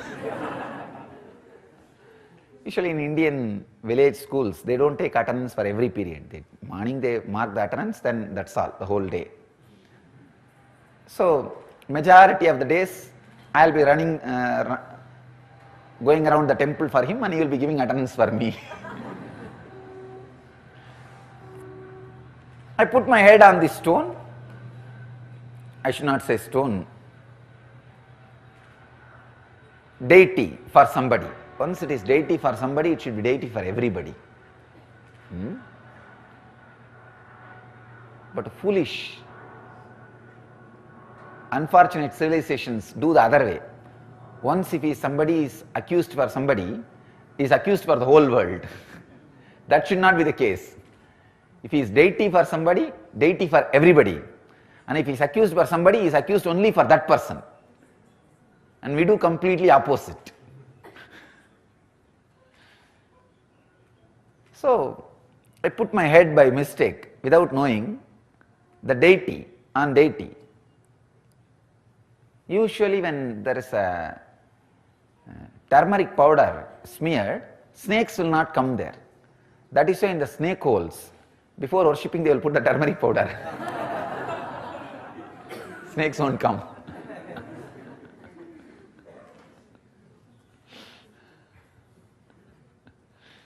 So I thought maybe that is the area where the snakes are too much, so somebody, before resting, they have put turmeric powder, they rested. So I put my head, maybe in 1 hour, some villager from 2-3 kilometers apart, away, he was running towards me shouting. When he came near me, he just said, "Because you are a sadhu, I am leaving you. Otherwise I would have broken your head. How dare you put your head on my Shiva?" So he had a telepathy connection with the deity. He was sleeping in the house. Noon usually villages rest. See, morning they work before the sunrise, like around 5 o'clock to 8 o'clock, 9 o'clock they work in their field. Then once it becomes very hot, especially Madhya Pradesh, too hot. They rest in the noon time, evening again they come back and work in the field till maybe around 4 o'clock they will start until 7 o'clock, till it becomes completely dark they will work. So this guy was sleeping in his house and he ran and came and he said, "I saw in my dream somebody is disrespecting my deity, my Shiva. So anyhow, you are a sadhu, I am leaving you. Don't do this anymore." I really felt bad that I abused somebody's deity. So I apologized to him, but I was so happy that somebody could have a telepathy connection just with a stone. When you worship as a deity, he is so strong with his feeling connection, he was able to just connect with the deity, just with the trust. So I apologized, then I moved. There was a small temple in that village, I stayed in that village, in the temple. And I was talking about this incident to few people. Some foreigner came to that village like as a tourist. His guide, who can speak little English and little Hindi, English or Hindi, that guy was taking around that foreigner and he wanted to show that foreigner some Indian sadhu. So he brought that foreigner to me and he was telling him about Indian sadhus, few things. Then I also tried. Those days I can't speak fluent English. I can manage, but not fluently. Neither Hindi nor English, but somehow I manage my wandering. But broken Hindi words are enough. For sadhu, you don't need to speak much. Now in North India, they will give you food and they will take care of you, and great people. It's very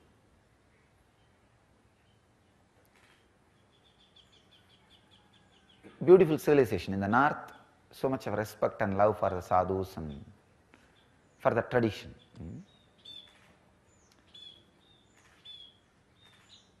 So I was explaining that like this happened.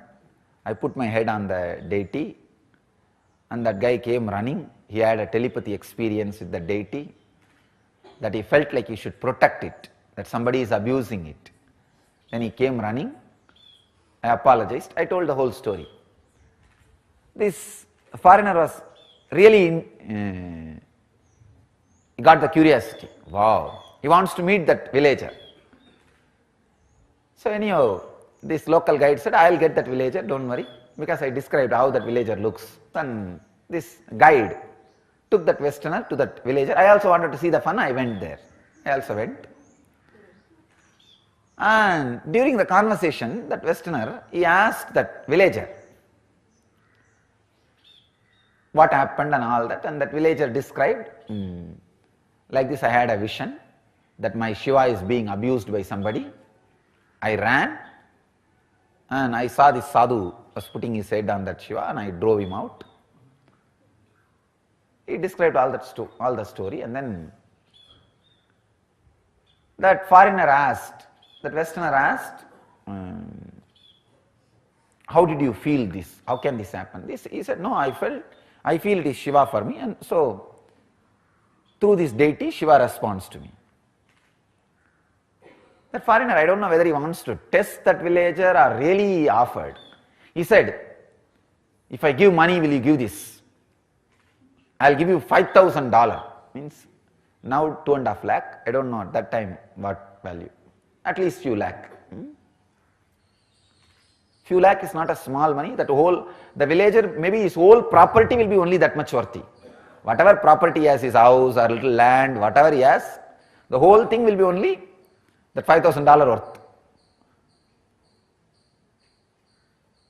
And I thought really that villager is going to jump on that foreigner and finish him off, shout at him or abuse him or drive him out, saying, how dare you bargain, give money, fix a price for my God, for my Shiva. I thought there is going to be big ruckus, chaos, big scene. I was just keeping quiet. I was really surprised.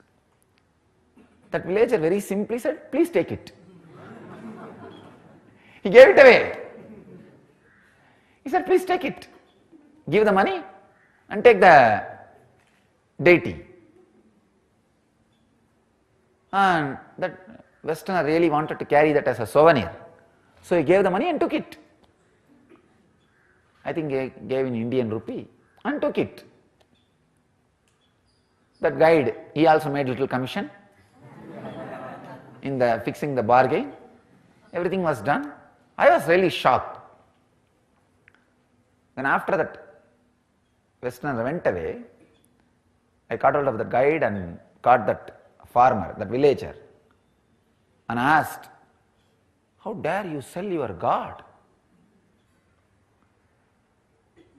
He was very cool, and I tell you honestly, he had a telepathy experience with the deity. It was not lie, it's a truth. He was very cool, and he told me very cool way, Swamiji, I did not sell my God, I just sold a stone which I thought as worshipped as God. I will put another stone, and not only that, with this money I will build a temple for that stone.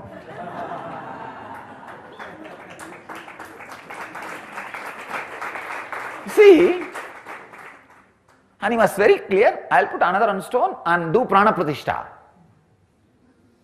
and that will become God. Now I did two things. One, satisfied a Westerner and inspiring him in the tradition. You see, he will carry this, it will be a God for him. So in a way I am responsible for spreading Vedic tradition to one person. True. See, he said, naturally he is going to carry it and worship. And I know the science of doing prana pratishtha. I will put another stone and worship it as a God. And this new stone is going to do the same work for me which the old stone was doing.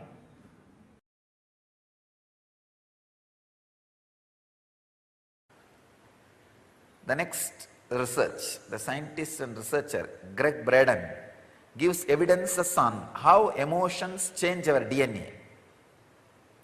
Number one, in case of gratitude, love and appreciation, DNA responded by relaxing and length become longer. Just simple, feeling love. Understand that every day, morning 1 hour when you do Guru Puja, your DNA is relaxed and length becomes longer. Because you are in the mood of gratitude, love and appreciation. 1 hour, DNA becoming longer is too much to live at least 130 years. I am telling you. 1 hour is too much. I tell you, even 21 minutes. 21 minutes of love and appreciation, feeling. That's one cycle. See, one cycle per day. If you keep anything alive, that is more than enough to keep you whole day in that experience. It's like any emotion maintained for a cycle becomes the louder voice in your system, because now morning you sit and more than actually 2 cycles you guys maintain. The Guru Puja is more than, the Pratyaksha Pada Puja you do is more than 2 cycles, around 42 minutes. So 2 cycles you are doing. In the 2 cycles, 1 cycle give it as a discount. Some moment maybe you are looking at the flower or looking at the mantra, or 1 or 2 moments you miss, leave it, it's okay. Even if 1 cycle, if you are able to maintain some feeling, some idea, some concept, and you won't be able to. So naturally, this gratitude, love and appreciation becomes the loudest information, loudest action, loudest voice of your system. I tell you, simply 21 minutes means 1 cycle of morning, sitting with the love and gratitude and appreciation is enough. In that, if you are sitting every day, even once a week you miss, that is okay. 6 days, 21 minutes is too much. You will easily live 130 years.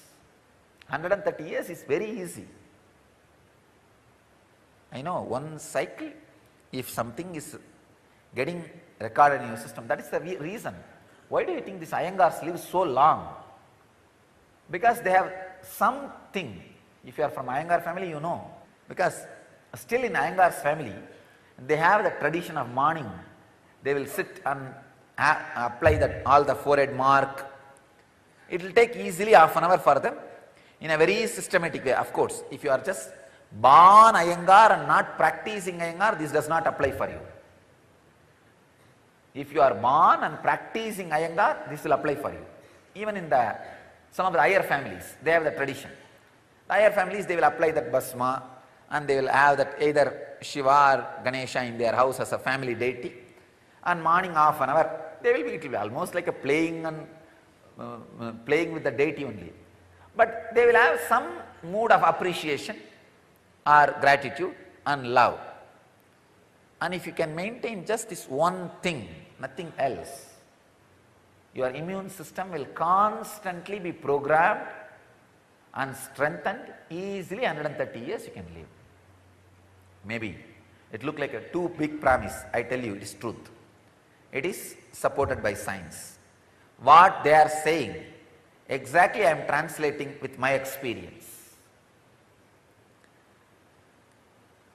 The second research, in case of anger, fear, frustration and stress, DNA is tightened up, DNA becomes shorter and DNA's codes are switched off. Means almost the partial death starts happening in you. The partial death becomes experience in you.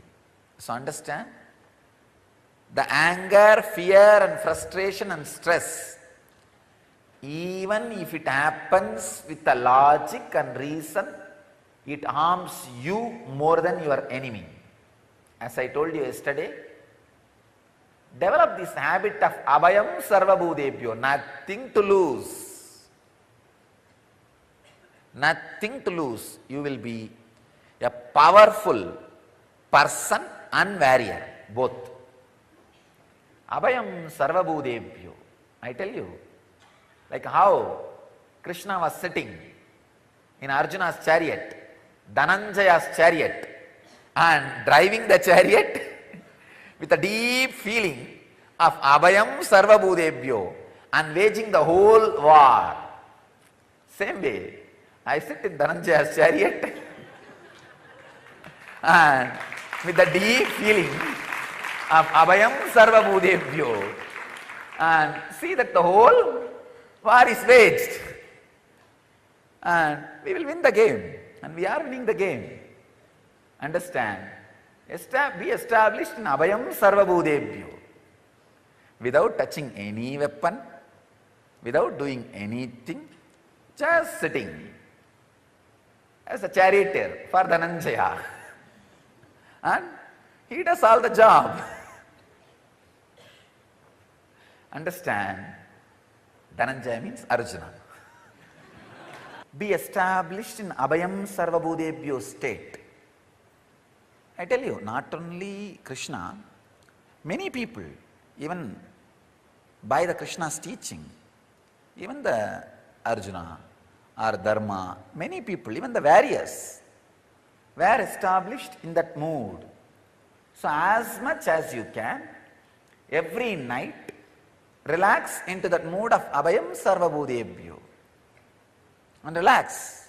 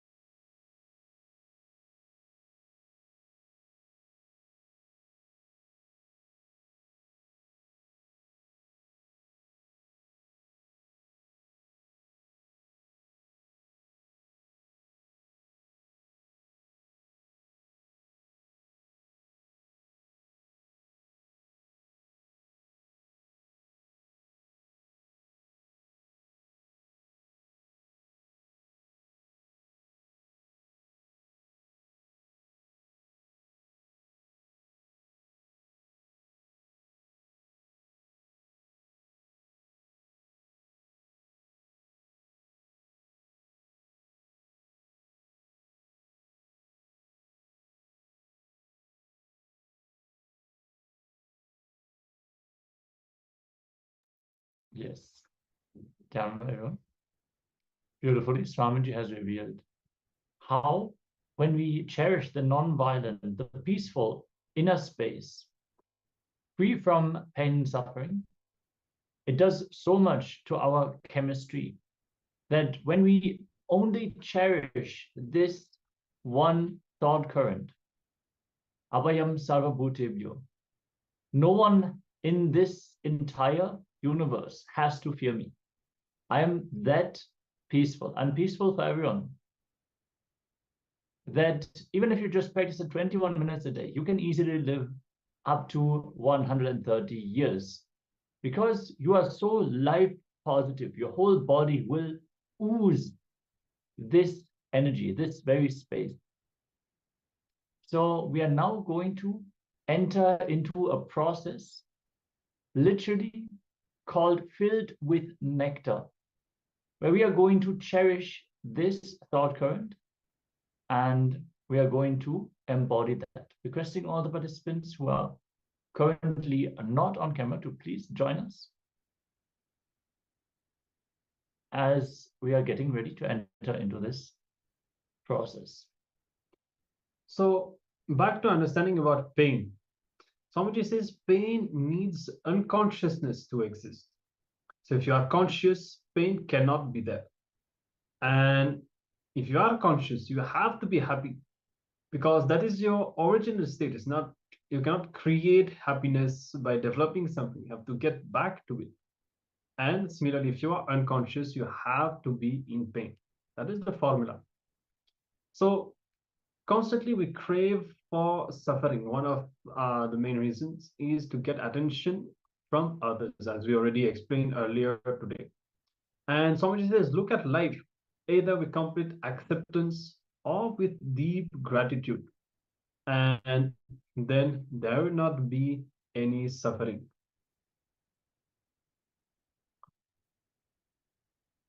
Now, we'll be getting into the exercise. You're going to start with the earliest memory of your life. Recall all the unpleasant moments and incidents of your life and relive it in your inner space. A simple completion process, and connecting with all the pain patterns that you have, all the sufferings that you can remember. See, completion is one of the most powerful processes that Swamiji has revealed. And all these experiences that we have from the past, the moment you do the completion, the moment you go through that pain again, you will be relieved from it. And very beautifully, you will be able to live with life positive inner space. So let's begin the completion. And of course, see, when you relive, you have to go back to that same identity. You have to become that same person again. Okay? So let's do the completion now and start with the earliest incident that you can remember when you were very young. Okay? The earliest memory, painful memory that you can remember.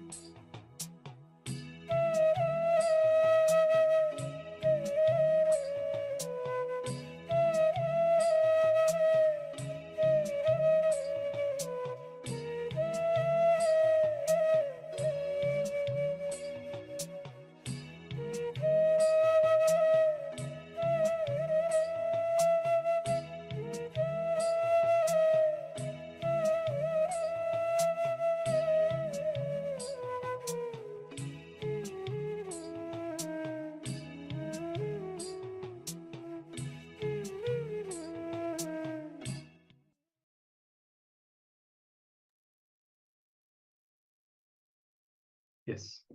So one thing that we need to understand, that is, as the title was saying, are you attracting pain in your life?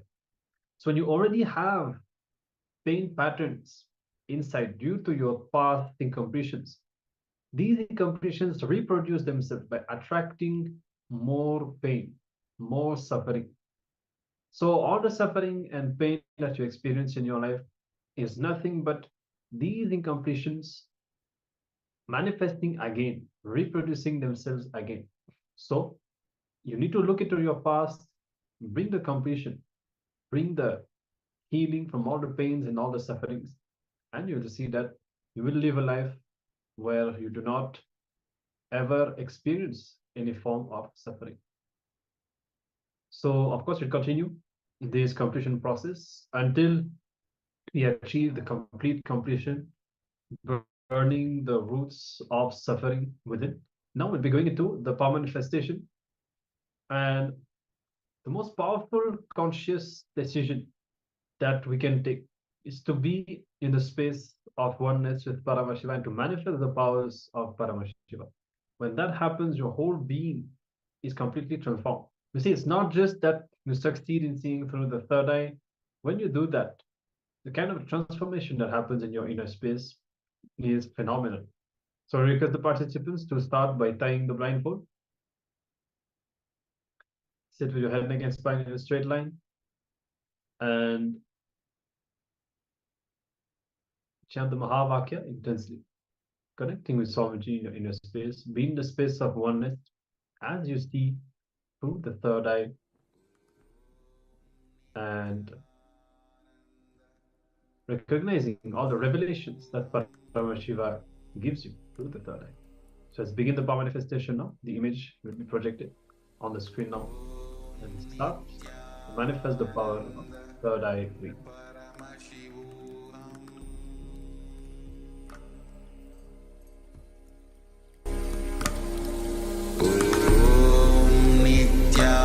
Nityananda Paramashivoham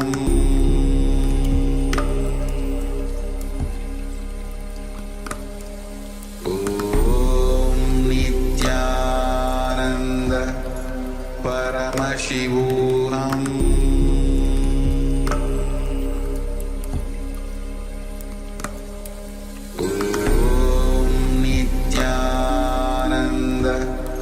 Paramashivoham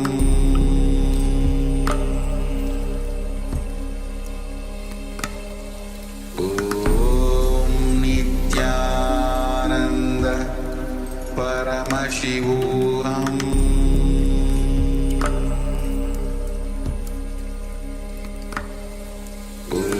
Om Nityananda Paramashivoham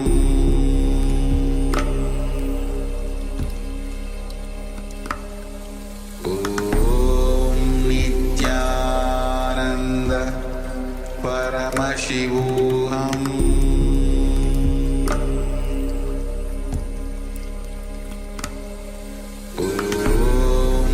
Nityananda Paramashivoham Om Nityananda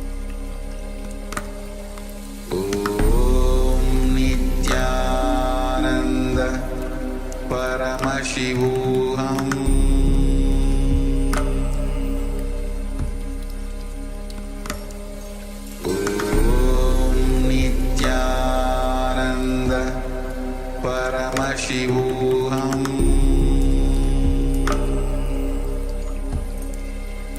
Paramashivoham Om Nityananda Paramashivoham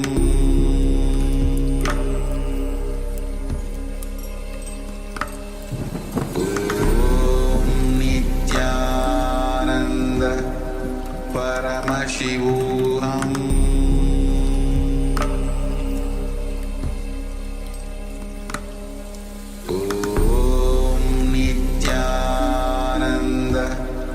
Paramashivoham